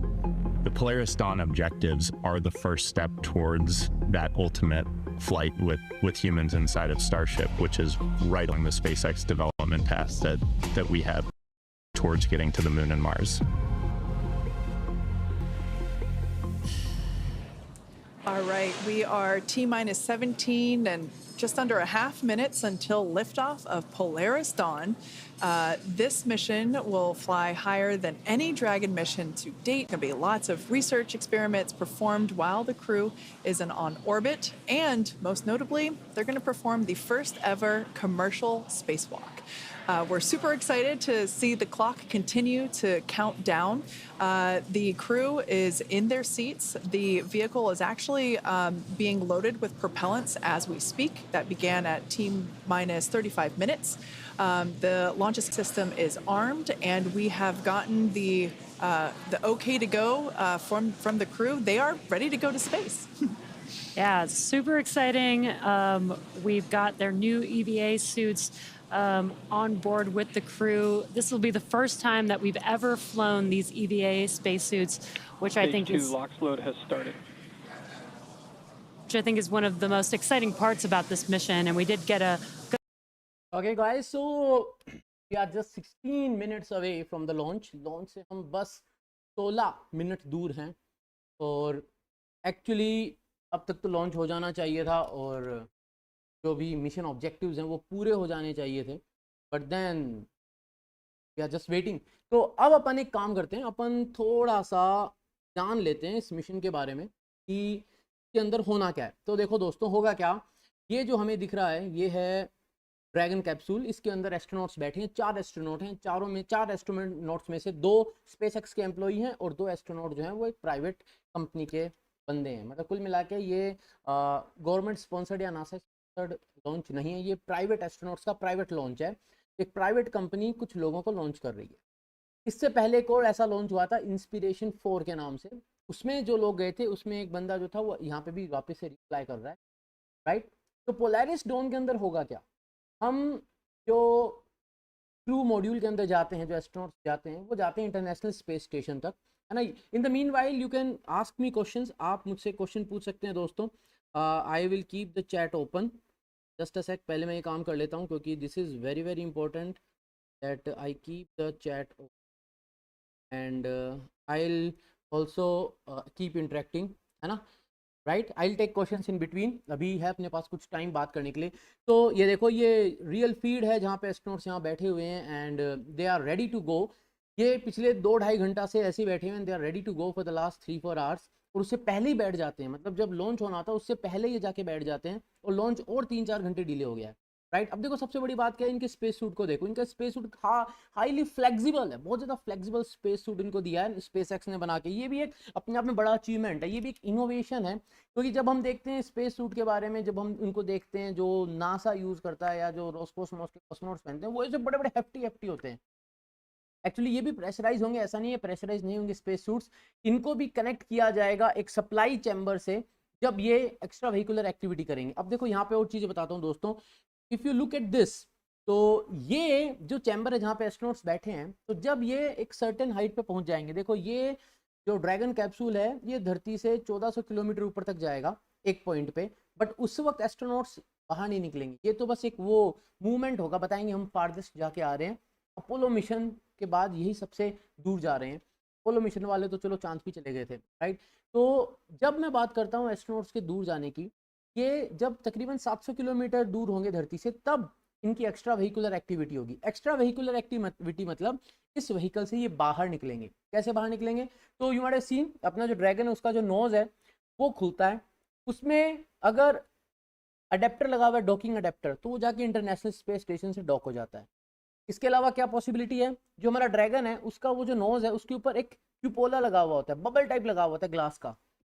Simple glass नहीं होता है, एक toughened glass होता है, specific type का glass होता है। उसका जो बबल लगा हुआ होता है, वो जो बबल है उसको क्यूपोला कहते हैं। आप उसमें से बाहर देख सकते हो स्पेस की सारी खूबसूरत चीज़ों को, जैसे इंटरनेशनल स्पेस स्टेशन पे भी क्यूपोला है, ठीक है। तीसरा जो है वो इसमें लगा हुआ है स्काई वॉकर, तो एक स्ट्रक्चर लगा हुआ है, उसको ऐसे आप पकड़ के ऐसे बाहर निकल सकते हो। आपने देखा होगा ना, क्रिएटिव आया हुआ है जिसके अंदर वो धीरे धीरे ऐसे एक एस्ट्रोनॉट बाहर निकल रहा है एनिमेशन में। तो वो आज होना है जब ये वहाँ पर लॉन्च होंगे, तो ये वो सब करने वाले हैं। ये जो मिशन है दोस्तों, इस मिशन में और भी काफ़ी इंटरेस्टिंग पार्ट्स हैं। स्पेसएक्स मिशन कब होगा, स्पेसएक्स मिशन देखो इस साल होना था। हम व्हेन आई वेंट, कुछ बच्चों के साथ हम गए थे, इसरो विजिट करवाया था हमने, इसरो सैटेलाइट सेंटर विजिट करवाया था कुछ बच्चों को, इंडिया के अलग अलग कोने से हमने बच्चों को विजिट करवाया था। तब हम जब गए थे तब वहाँ पर क्लीन रूम के अंदर स्पेसएक्स जो सैटेलाइट है उसकी असेंबली चल रही थी। जनवरी की बात कर रहा हूँ दोस्तों। तो हो जाना चाहिए था या फिर आगे प्लान होना चाहिए, बट देन आई थिंक अभी ये साल पूरा नहीं हुआ है, इस साल के अंदर अंदर स्पेसएक्स होना था, तो अभी नहीं हुआ है। तो हो सकता है आने वाले जो 3 महीने इसमें प्लान करें, क्योंकि बहुत सारी चीज़ें प्लान कर रहा है इसरो ने काफ़ी सन्नाटा मेंटेन करा है इस पूरे साल में। They could have done lot many launches but they didn't do and they were suppose to do, because जो माइलस्टोन्स हैं, जो हमें डेडलाइंस हमने हमारे सामने रखी है, चाहे वो गगनयान हो, चाहे वो भारतीय अंतरिक्ष जो भी हमारे प्रोग्राम्स हैं, मंगलयान 2 की बात करें, चंद्रयान 4 की बात करें, सेमी क्रायो इंजन की बात करें, मिथिलॉक्स इंजन की बात करें, या हम बात करें हमारे सूर्या NGLV की, तो इट सीम्स कि हलचल और चहलकदमी होती रहनी चाहिए, बट देन ऐसा कुछ दिखा नहीं। NISAR जो है वो भी जो है आगे शिफ्ट हो गया है। आगे शिफ्ट इसलिए हो गया वो क्योंकि कुछ उसमें थर्मल कोटिंग का इशू आ गया था कुछ उसके कंपोनेंट्स पे, तो वापस US गया। अब जब वापस आया तो उसकी प्रॉपर थोरो टेस्टिंग होगी, तो उसके बाद अब उसकी भी जो फ्लाइट की नेक्स्ट पॉसिबिलिटी आ रही है वो अगले साल की आ रही है। तो काफ़ी सन्नाटा जो है वो अभी रहा है इसरो का, but then we are keeping our fingers crossed, क्योंकि इस साल की शुरुआत में एक लंबी चौड़ी लिस्ट आई थी जिसमें खूब सारे लॉन्चेस के बारे में बात करी थी। इसमें हम ये भी लॉन्च करेंगे, वो भी लॉन्च करेंगे, बट देन हैपेंड। हाँ, अभी जो क्लोजेस्ट लॉन्च होगा वो प्रोबेबली SpaceX के साथ we will sending our GSAT जो सैटेलाइट है N2 जिसका नाम है ना GSAT 20 या सैटेलाइट है N2, वो हम भेजेंगे शायद अभी, है ना। तो होने हैं लॉन्चेस अभी, because no one can give a very concrete answer. जब इसरो ने खुद ने ही बोला था हम इतने सारे लॉन्च करेंगे और वही नहीं कर पाए, तो who can answer such difficult questions, right. हाँ, तो अपन बात कर रहे थे, तो जब एक्स्ट्रा व्हीकुलर एक्टिविटी होगी तो ऊपर का जब ये नोज कोन के ऊपर का जो हैच खुलेगा, ये जब बाहर निकलेंगे, तो यहाँ पर एक चीज़ जो होगी वही होगी, देखो ये जो चैम्बर है आपको दिख रहा है दोस्तों, इस चैम्बर में अगर ऊपर की ओपनिंग खुलती है देन दैट्स ऑल, बाकी कोई दूसरा यहाँ पे चैम्बर ही नहीं है। इसका मतलब जो लोग बाहर निकलेंगे वो तो स्पेस में गए, बाकी जो लोग हैं वो कोई सेफ नहीं है। अब इसका मतलब ये नहीं है कि उन पे खतरा है, इसका मतलब ये है कि जो ये स्पेस सूट पहन के बैठे हुए हैं, तो बाहर जाने वाले लोग जो स्पेस सूट की तैयारी करेंगे ना बाहर जाने के लिए, वो तैयारी इन लोगों को भी करनी पड़ेगी। क्यों? ये कैप्सूल है, इस कैप्सूल का ऊपर का हैच खुला, जैसे वो हैच खुला तो स्पेस तो अंदर आ जाना है, वो वैक्यूम वगैरह की सिचुएशन अंदर आ जानी, यानी जो पूरा चैम्बर है पूरा चैम्बर ही डीप्रेशराइज हो जाएगा। पूरा चैम्बर डीप्रेशराइज हो जाएगा, तो अगर आपने अपने स्पेस सूट को तैयार नहीं किया, तो चाहे आप एक्स्ट्रा व्हीकुलर एक्टिविटी कर रहे हो, मतलब जो बाहर निकल रहे हो तो ठीक है, जो बाहर नहीं निकल रहे उनको भी अपने स्पेस सूट को एक्स्ट्रा व्हीकुलर एक्टिविटी के हिसाब से उसको भी कनेक्ट करके उसके अंदर भी जो सिचुएशन है, जो कहते हैं ना अपन environmental control and life support system होता है, तो ऐसे पर्सनल लाइफ सपोर्ट सिस्टम जो होता है वो सारी चीज़ें जो है उनको मेंटेन करनी पड़ेगी, नहीं तो प्रॉब्लम हो जानी है।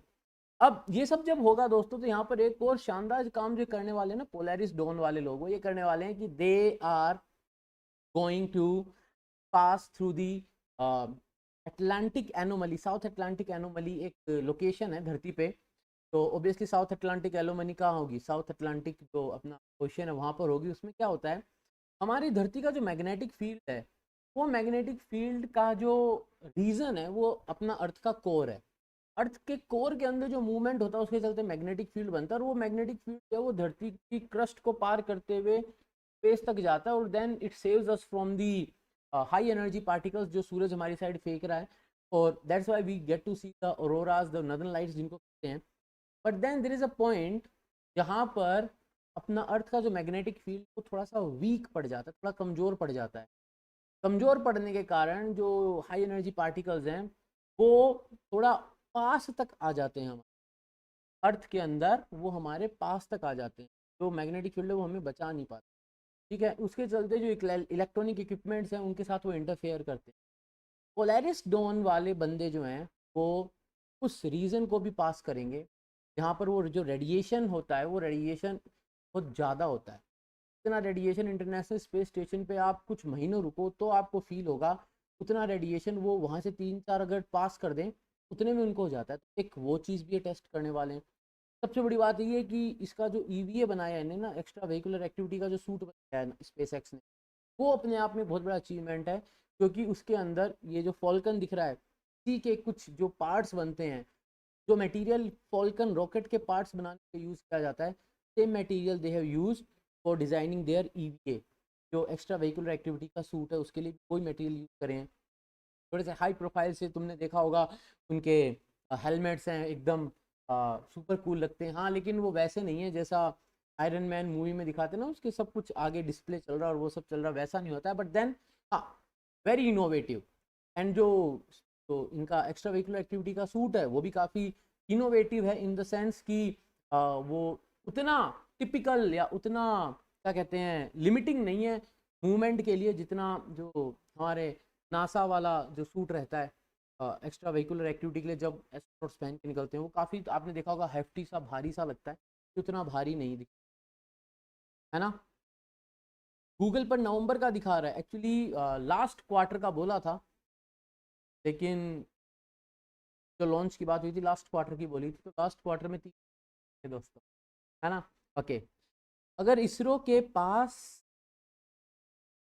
पास फंड्स की कमी नहीं है तो वो एम्प्लॉयज़ को पे ज़्यादा क्यों नहीं करता अदर एजेंसीज। देखो भाई ऐसा है, गवर्नमेंट एजेंसी एक लिमिट होती है तो पे जो करा जाता है। इसरो के अंदर जो साइंटिस्ट वगैरह को पे होता है वो रैंक एक गजेटेड ऑफिसर का पे होता है ना। तो वो जो पे स्केल है वो सरकार डिसाइड करती है। गवर्नमेंट ऑफिशियल्स जो होते हैं, जो गवर्नमेंट ऑर्गेनाइजेशंस होती हैं, जैसे अब चाहे वो आप चाहे कलेक्टर और आईपीएस की बात ही क्यों ना करो, तो आईएएस आईपीएस जो होते हैं उनकी भी जो सैलरी होती है उसके ऊपर एक लिमिट है। जो इवन जो प्राइम मिनिस्टर और प्रेसिडेंट ऑफ इंडिया को सैलरी मिलती है, ये सब एक रूल्स के हिसाब से मिलती है कि किस आप कैटेगरी में आ रहे हैं, आपको कितनी सैलरी मिलेगी, तो सब वहाँ से डिसाइड होता है। ठीक है, तो अब उसके ऊपर अपन कुछ नहीं कर सकते। प्राइवेट कंपनीज के पास ऐसा कुछ नहीं होता, लिमिटेशन, कोई रूल नहीं होता उन पे। लेकिन then let me tell you one thing, अभी कुछ दिन पहले की बात है, आई मेट समवन जिसका पैकेज 50 लाख पर एनम का था, 50 लाख LPA का पैकेज था एक बच्चे का, बट एक्चुअली कम नहीं मिल रहा, लेकिन फिर भी जो इन हैंड थी वो 50 लाख डिवाइड बाय 12 नहीं थी। 50 लाख को 12 से डिवाइड करो तो ऐसा लगता है यार वाह, साल का, एक महीने का 4 लाख रुपया कमा रहा होगा। ऐसा नहीं होता है। इन हैंड सैलरी जो है वो उससे आधी से भी कम आती है।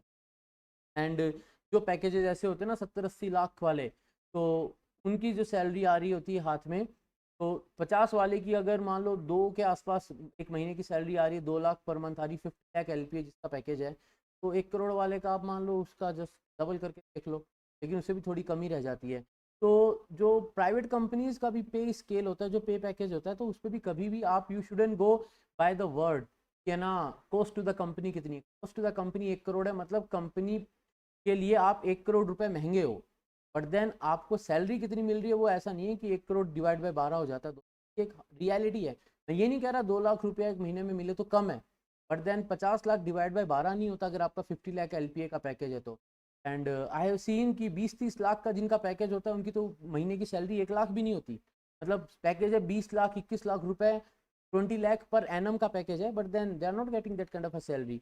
Okay, so right now we are 3 minutes and 48 seconds away. तो लेट्स डू वन थिंग, अपन जो स्ट्रीम है उसका भी ऑडियो चालू कर लेते हैं। विल कीप इट लिटिल लो ना, but will switch on the audio ताकि थोड़ी आवाज़ हमें सुनाई देती रहे, हमें थोड़ी आवाज़ सुनाई देती रहे, right.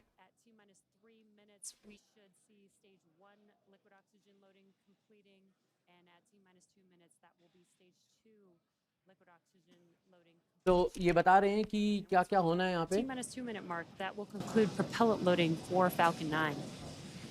We are coming up here just about 10 seconds or so for that call out of stage 1 liquid oxygen loading.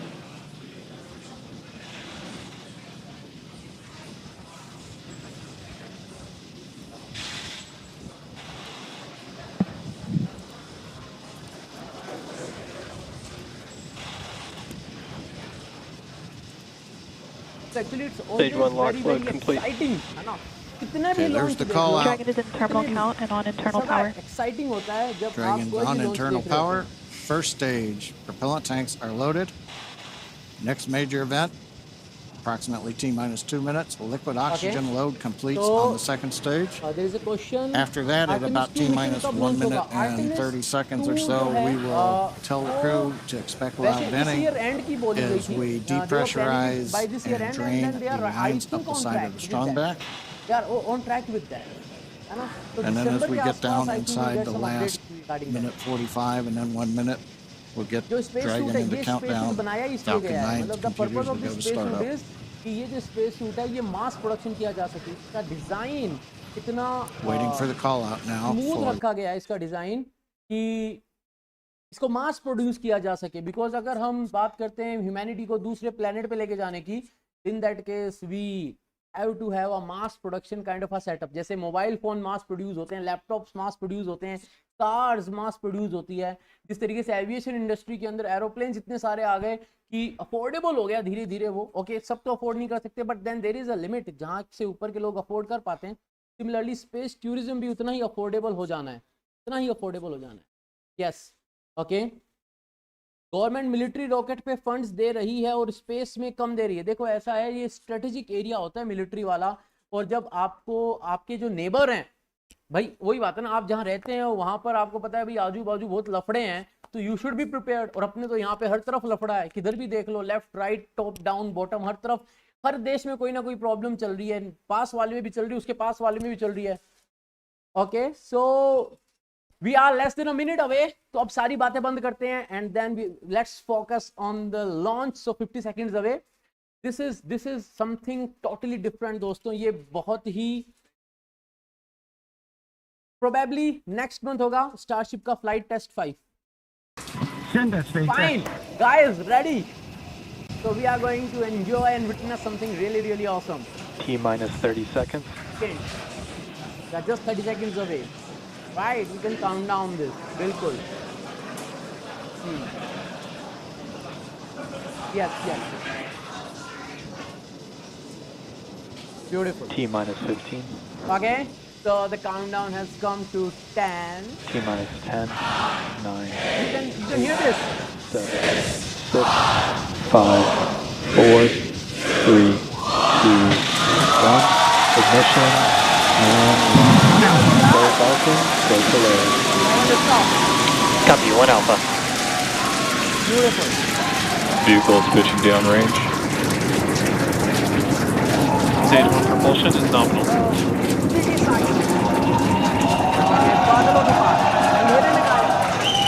Wow. On-board camera. These are on-board cameras. These are on-board cameras. Okay. ये जो first stage है, ये उसकी T plus 35 seconds into the Polaris Dawn mission, flying crew on board Dragon and Falcon 9 to new heights. So the actual target of this launch is to have so many things. Like Next call out. It is kind of a full Vehicle rehearsal supersonic. for the new spacesuits designed by SpaceX. And there on the left side, we got the Polaris Dawn crew. For checking the capability of the Dragon, because Dragon is taking these astronauts. Thumbs up from the pilot on the left side there. Max Q. Cool, huh? Thumbs up. यहाँ पे यहाँ पे G We're throttled back up to power. We are accelerating. 1 Bravo. You can look here. And we heard the call out, 1 Bravo. Copy, 1 Bravo. That just tells the crew what would happen should they need to initiate anything. Really fast and then But right now, everybody making nominal callouts on Falcon 9. Yeah. So we can see a beautiful sight. Nice views from the ground camera. So And nice views from inside Dragon. Impact chill is underway. जिसकी flame हमें दिख रही है. The announcement lets us know we've begun the final chill of the second stage engine in preparation for its activity coming up at about T plus 2 minutes and 40 seconds. Max Q pass कर लिया हमने. यहाँ पर main engine cut off होगा. ये main engine cut off होगा यहाँ पर. And we are at this point. We are moving towards main engine cut off. 2 minutes into flight. Everything continues to look good. Everything looks good. We'll have in half a minute 3 major activities.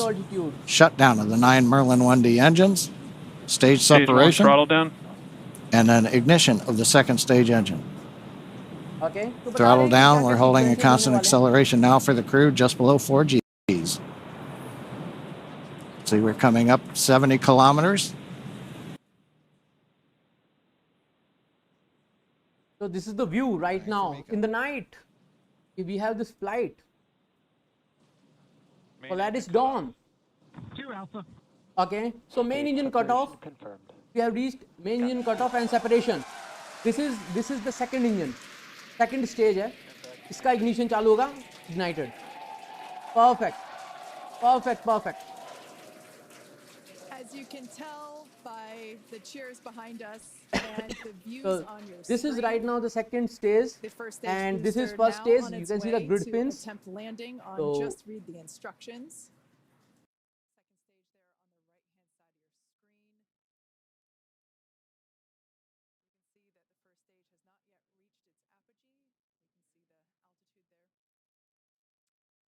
So see, this is first stage now and this is second stage. And ये जो part हमें यहाँ दिख रहा है उसके अंदर ये लोग बैठे हुए हैं. This is being ignited. ये जो थ्रस्टिंग हो रही है ये फील कर रहे हैं इसको. Continuous acceleration. That's why the training is important for the astronauts. क्योंकि you look 3 मिनट 50 सेकंड हो गए but then they are continuously accelerating. They are continuously accelerating. Look at this. Continuous acceleration. Just you can calculate this thing. कि 8,100 kilometer per hour within next 4 minutes. You can just see how much acceleration it is. It is continuous acceleration.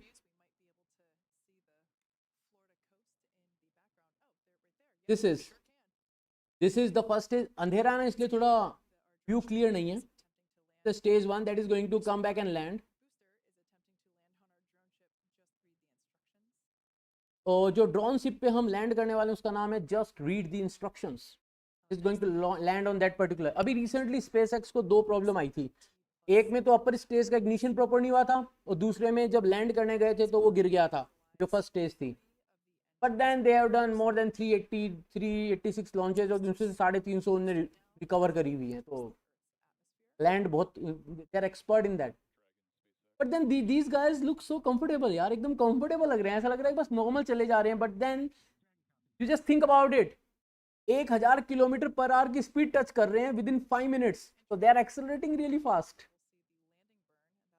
And ये जो part है ये देखो आपको लग रहा होगा यार ये रुक गया है. यहाँ पे स्पीड देखो इसकी बढ़ रही है और ये रुक गया है. ये स्टेज 1 है. ये अब नीचे आएगा. Will come back and this will land on the drone ship. ये लैंड होगा.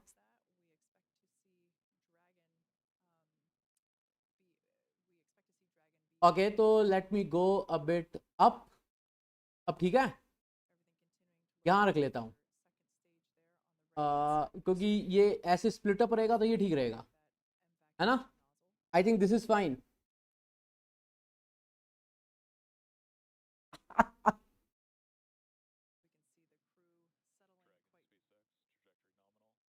Trajectory is nominal. जैसी एक्सपेक्टेड है वैसी ट्रेजेक्ट्री है. Keep it here. This is fine.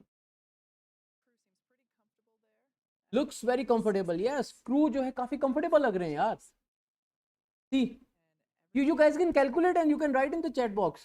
अगर 6 मिनट के अंदर स्पीड 0 से 13,000 किलोमीटर पर आवर हो गई है तो what is the kind of acceleration they're experiencing? 13,000 kilometre per hour and altitude 199 यानी height 199. बट देन कुछ horizontal distance भी कवर किया है. kind of a projectile motion होता है.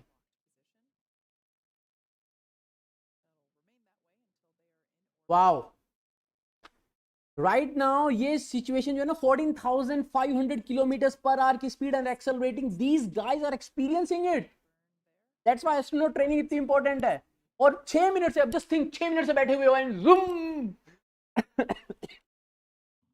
Man this is demanding. That's why we need that kind of a training. Gaganyaan में भी ऐसा होगा ना. Very excited to look that particular. उस मोमेंट को जिएंगे अपन. Okay, now look here. Speed is increasing, altitude decreasing. मतलब first stage अब नीचे आ रही है, going towards the drone ship and land करने वाला है. And here we are. I think ये grid fin हमें दिख रहा है. This is the grid fin that we can see here. You can see the grid fin here. Sunita Williams will come back in Feb. अभी next जो crew 9 जाएगा ना SpaceX Dragon से, वो सुनीता विलियम्स को लेके Feb में वापस आएगा.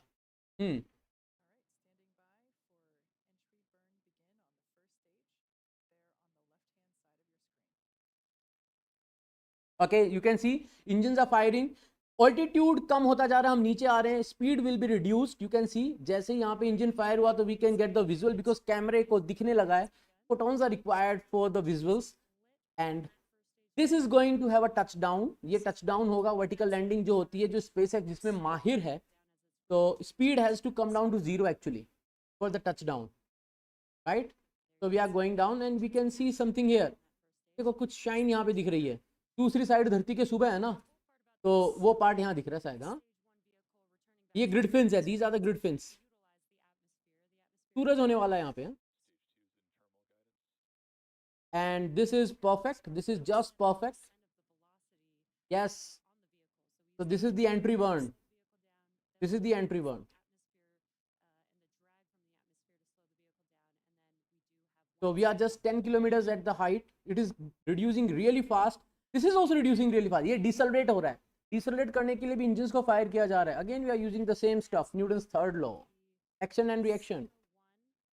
So right now we have second engine cut off 1. Right, and then this is the landing burn. तो entry burn हो चुका है. अब landing burn होगा. इसका landing burn होगा altitude पे. ये engine बंद होगा यहाँ पे अभी. We have come to this milestone. ये बंद होगा. And then the whole focus will be here. The whole focus will be here. अब यहाँ पे touchdown होना है. We are just a kilometer. Just a kilometer away. This is the landing burn. So see, they are firing. Thrusters are firing, and then we have this. यहाँ पे आके रुकने वाला है. Fine. Anyways, अब इसके लिए ज़्यादा कुछ वैसा नहीं रहता. They do it. आ गया है. See, wow, perfect यार, perfect. Wow.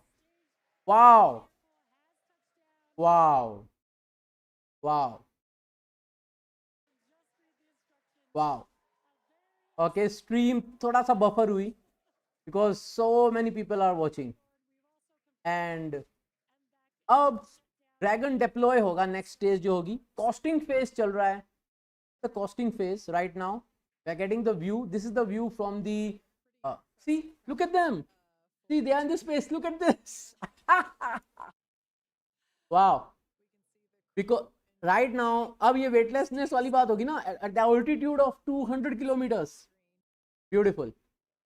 Just amazing. दिसंबर में होगा गगनयान का प्रोग्राम. जो होगा, जो टेस्ट होंगे गगनयान के, दिसंबर में होगा.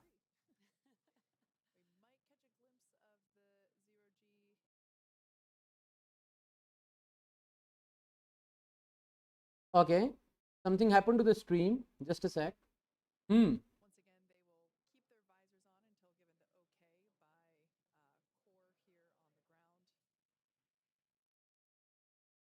तो altitude भी fix सा हो गया है, 203. and wow,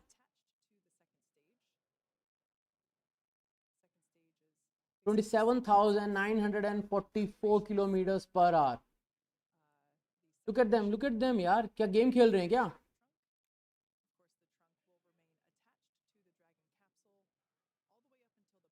Okay, ये तो enjoy. This guy is enjoying, huh? But what this fellow is doing? क्या पकड़ रखा है हाथ में? कोई गेम है क्या?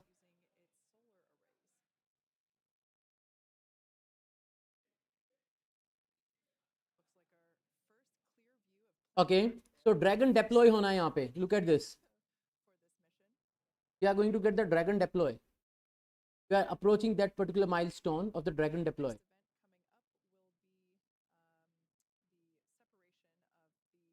Dragon capsule. Second stage separation होगा अभी. Second stage, ये second stage है अभी. ये separate होगी ड्रैगन से. ड्रैगन के पास उसका क्रू और सर्विस मॉड्यूल, खुद का सर्विस मॉड्यूल और क्रू मॉड्यूल है. वो उसको उस इलिप्टिकल, हाईली इलिप्टिकल ऑर्बिट में लेके जाने वाला है. राइट नाउ हम 200 किलोमीटर हैं. वो जाना है इसको 1400 किलोमीटर्स तक जाना है इसको at the farthest point. Okay, perfect. We have the separation. You can look at the earth. हमें सूरज दिख रहा है एंड हमें धरती दिख रही है. Perfect, perfect, perfect. Amazingly awesome, awesome, awesome. ये कोई कहीं जाके डॉक नहीं होने वाला है. This is not going to get docked anywhere. ये जो स्पेसशिप है, ये जो क्रू मॉड्यूल है, ये घूमेगा and then come back. That's all. ये कहीं डॉक नहीं होगा जैसे इंटरनेशनल स्टेशन पे जाके डॉक हो जाता है और एस्ट्रोनॉट्स बाहर निकल जाते हैं. नहीं, ये एस्ट्रोनॉट्स इसके अंदर ही रहने वाले हैं जब तक ये पूरा मिशन नहीं हो जाता. Perfect, amazing, awesome. क्या मजा आ रहा है. You can see the sun. You can see the सन.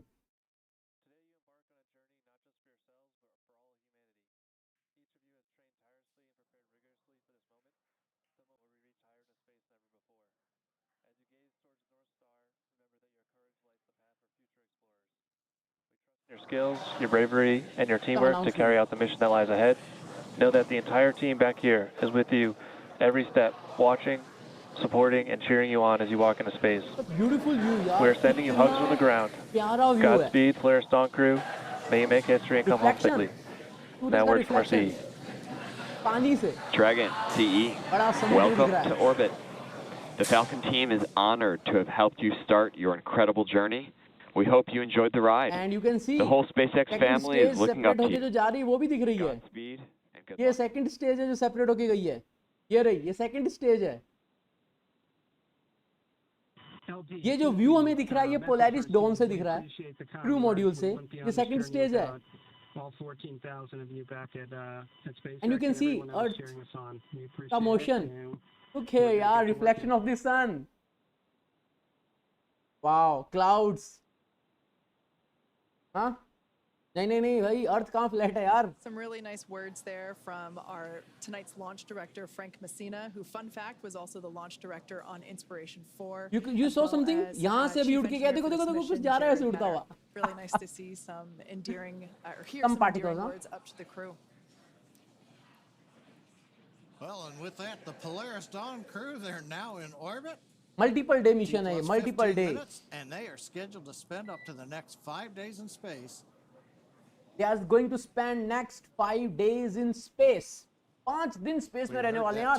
तो सब कुछ यहाँ पे तो सारी तैयारी के साथ जाना है ना. 5 दिन स्पेस में रहना है तो 5 दिन तक एडजस्ट नहीं कर सकते आप. सब कुछ होगा ना वहाँ पे, खाना पीना, नेचुरल प्रोसेसेस सब होंगे. They are going to conduct around 36 experiments. SpaceX's Starship with humans on board. All of this while This is so continuing to raise amazing. funds and क्यों? awareness क्योंकि for ये important एक causes here on Earth. You can learn more Gaganyaan about भी the कुछ ऐसा ही Polaris mission होगा Dawn जहाँ पे 2 से program 3 and the दिन के लिए Polaris वो program ऑर्बिट at करेंगे, जो धरती की polarisprogram.com. ऑर्बिट करेंगे.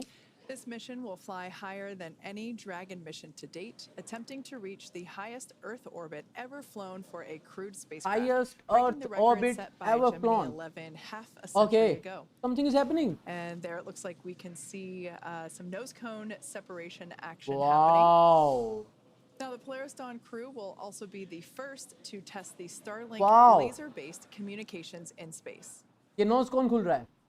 Over the course of the mission, we'll be checking in ये periodically देखो, with the crew. ये देखो, Next दिख up, रहा है? Dragon will initiate a 2-day pre-breathe process to prepare the crew for their upcoming spacewalk, and that'll be this Thursday, September 12th. Dragon SpaceX nominal dehumidifier activation and service section Draco checkouts, and nose cone open is in progress. ISS का रहता है 450 kilometre. ये जाएंगे 1400 kilometre. और ये Again, that's Thursday, September 12th for that spacewalk, so please be sure to tune in for our live coverage of this historic milestone. Okay, so spacewalk जो होगा वो September 12th को होगा. To bring you live coverage of Splashdown when the crew returns back to Earth. You और can stay on top Splashdown of होगा any 5 दिन potential बाद. live events from the crew by following us on X at SpaceX. And keep tabs on the mission with the Dragon Tracker at SpaceX.com. With that, it's been a great early morning. Thanks for being with us. Thanks for watching, and we'll see you back here soon. Okay, so that is all दोस्तों. That is all. तो अब आप क्या कर सकते हैं मैं आपको वही बताता हूँ. What you can do here. आप जब यहाँ पे जाएंगे तो ये है हमारा ड्रैगन. तो right now dragon is here. Dragon यहाँ पर है. ये आप ये भी ट्रैक कर सकते हैं. You can track this also. Okay, you can track this also.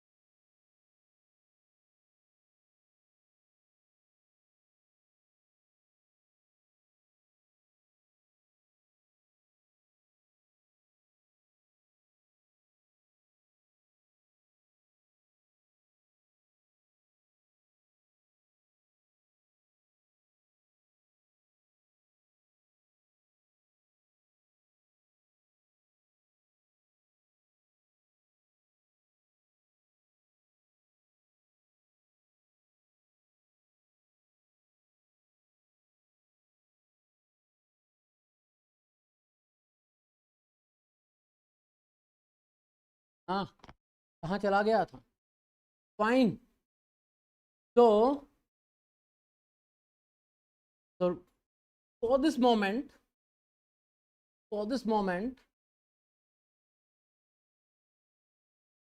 the stream has stopped. अब अपन देखते हैं, देखो तो ड्रैगन अभी यहाँ पर है और ये लाइव अपडेट होता रहेगा, ये भी यहाँ पर है, देखो you can see this right now, it's here. I'll take questions दोस्तों, I'll take questions. You want to have some questions, I can take. ठीक है, you want to ask some questions, I can surely take. 5 minute अपन बात कर सकते हैं, right? And I'll show you, I want to show you something also. ये है जो इनका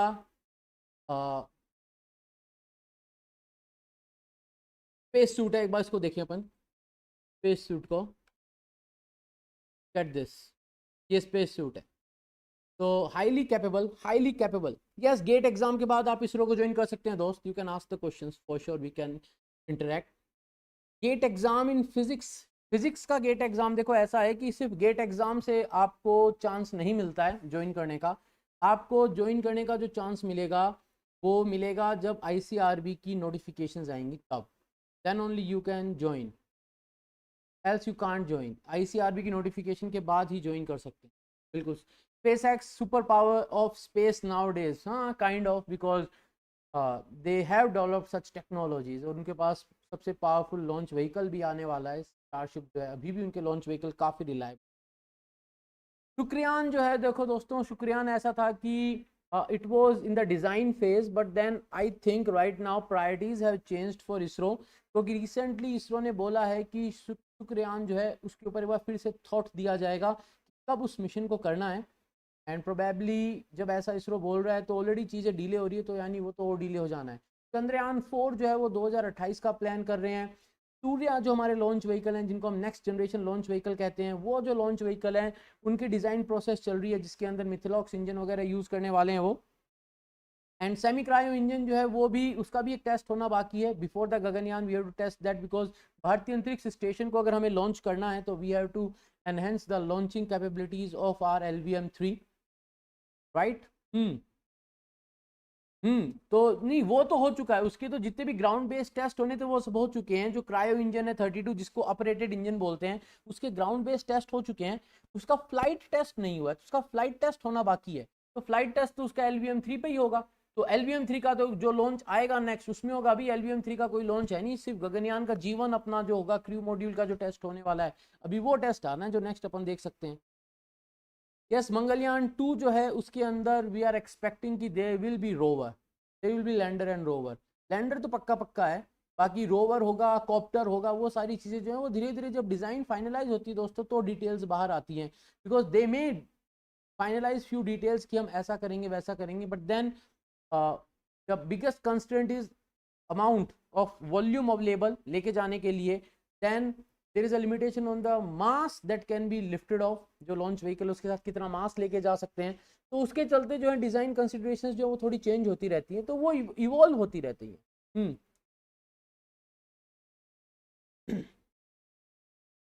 Okay, New Glenn launch will be awesome because it's a very competitive market right now, and if you have to capture the commercial aspect of it, for sure New Glenn has to be successful, else we can say कि Blue Origin कर क्या रहा है, right? So if you talk about New Glenn, it's a very powerful launch vehicle that they are developing, right? And they have developed their drone ship also for that, जो New Glenn के जो stages को वापस land करने के लिए use होगी. Good. Starship 5th, probably we can expect that happening in maybe October sometime.